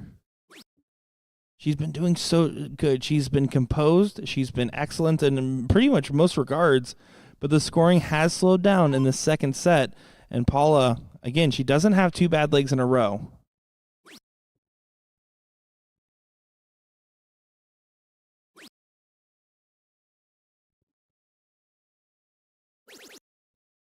And a big treble. After that start, that's really all she needs here.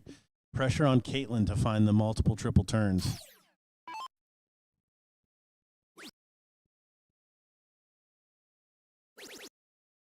Good recollect from Caitlin. And another. She's still in it. She's absolutely in it.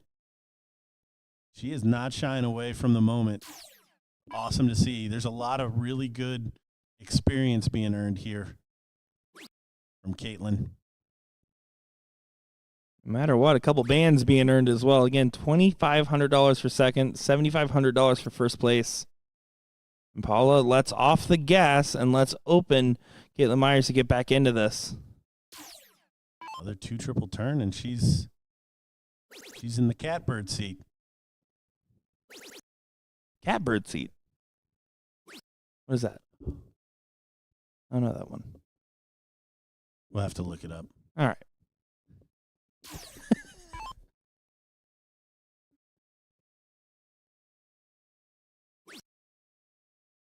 Caitlin's still outside. Wasn't able to find the big triple. Paula will be on a finish. Only at a 140. Caitlin has to play for 6 great darts right now. Yeah, 140 just ties this up. 180 gives her a 2-dart finish. Gonna have to be the ladder. The first. Oh, just into the 5? No, it's in the 100. It's a single 20, okay. Yeah. But not a finish. Not a finish. Oh. Wait a second. Is it in? I think she's pointing that it needs to be adjusted.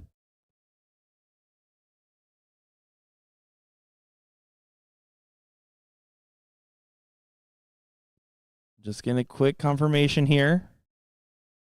Looks like it is in the trip 20. Just confirming to make sure Paul saw it. That's still, I mean, that's a big shot. That's massive. That's such a huge difference. World changing in this matchup. So steady ton for Paula. Oh, well. Double top, double top. Oh, and she falls out.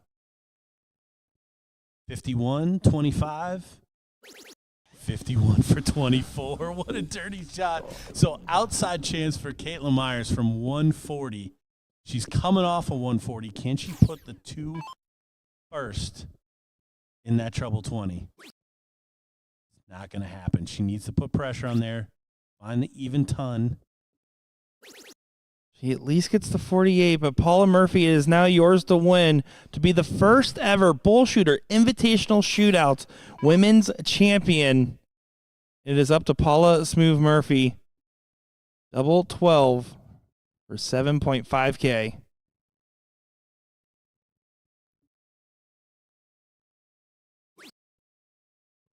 Inside. Double 6 is a nice shot, though. Straight up and down, right next to that double 10 that's been bailing her out all match. And there it is. Paula Murphy, your champion. 2 missed match starts, 1 converted at the end. Paula Murphy does go ahead and get it done. If you're going to lose to one person, losing to Paula Murphy in the first round, going all the way back to take the first set convincingly off her, and then have a battle where you're sitting on 48 to send it to a last leg decider, Caitlin Myers, take a bow. That was your day, and I think that there is so much more to see. I love every bit of what I saw there from both of these competitors. Yeah, that was an incredible final.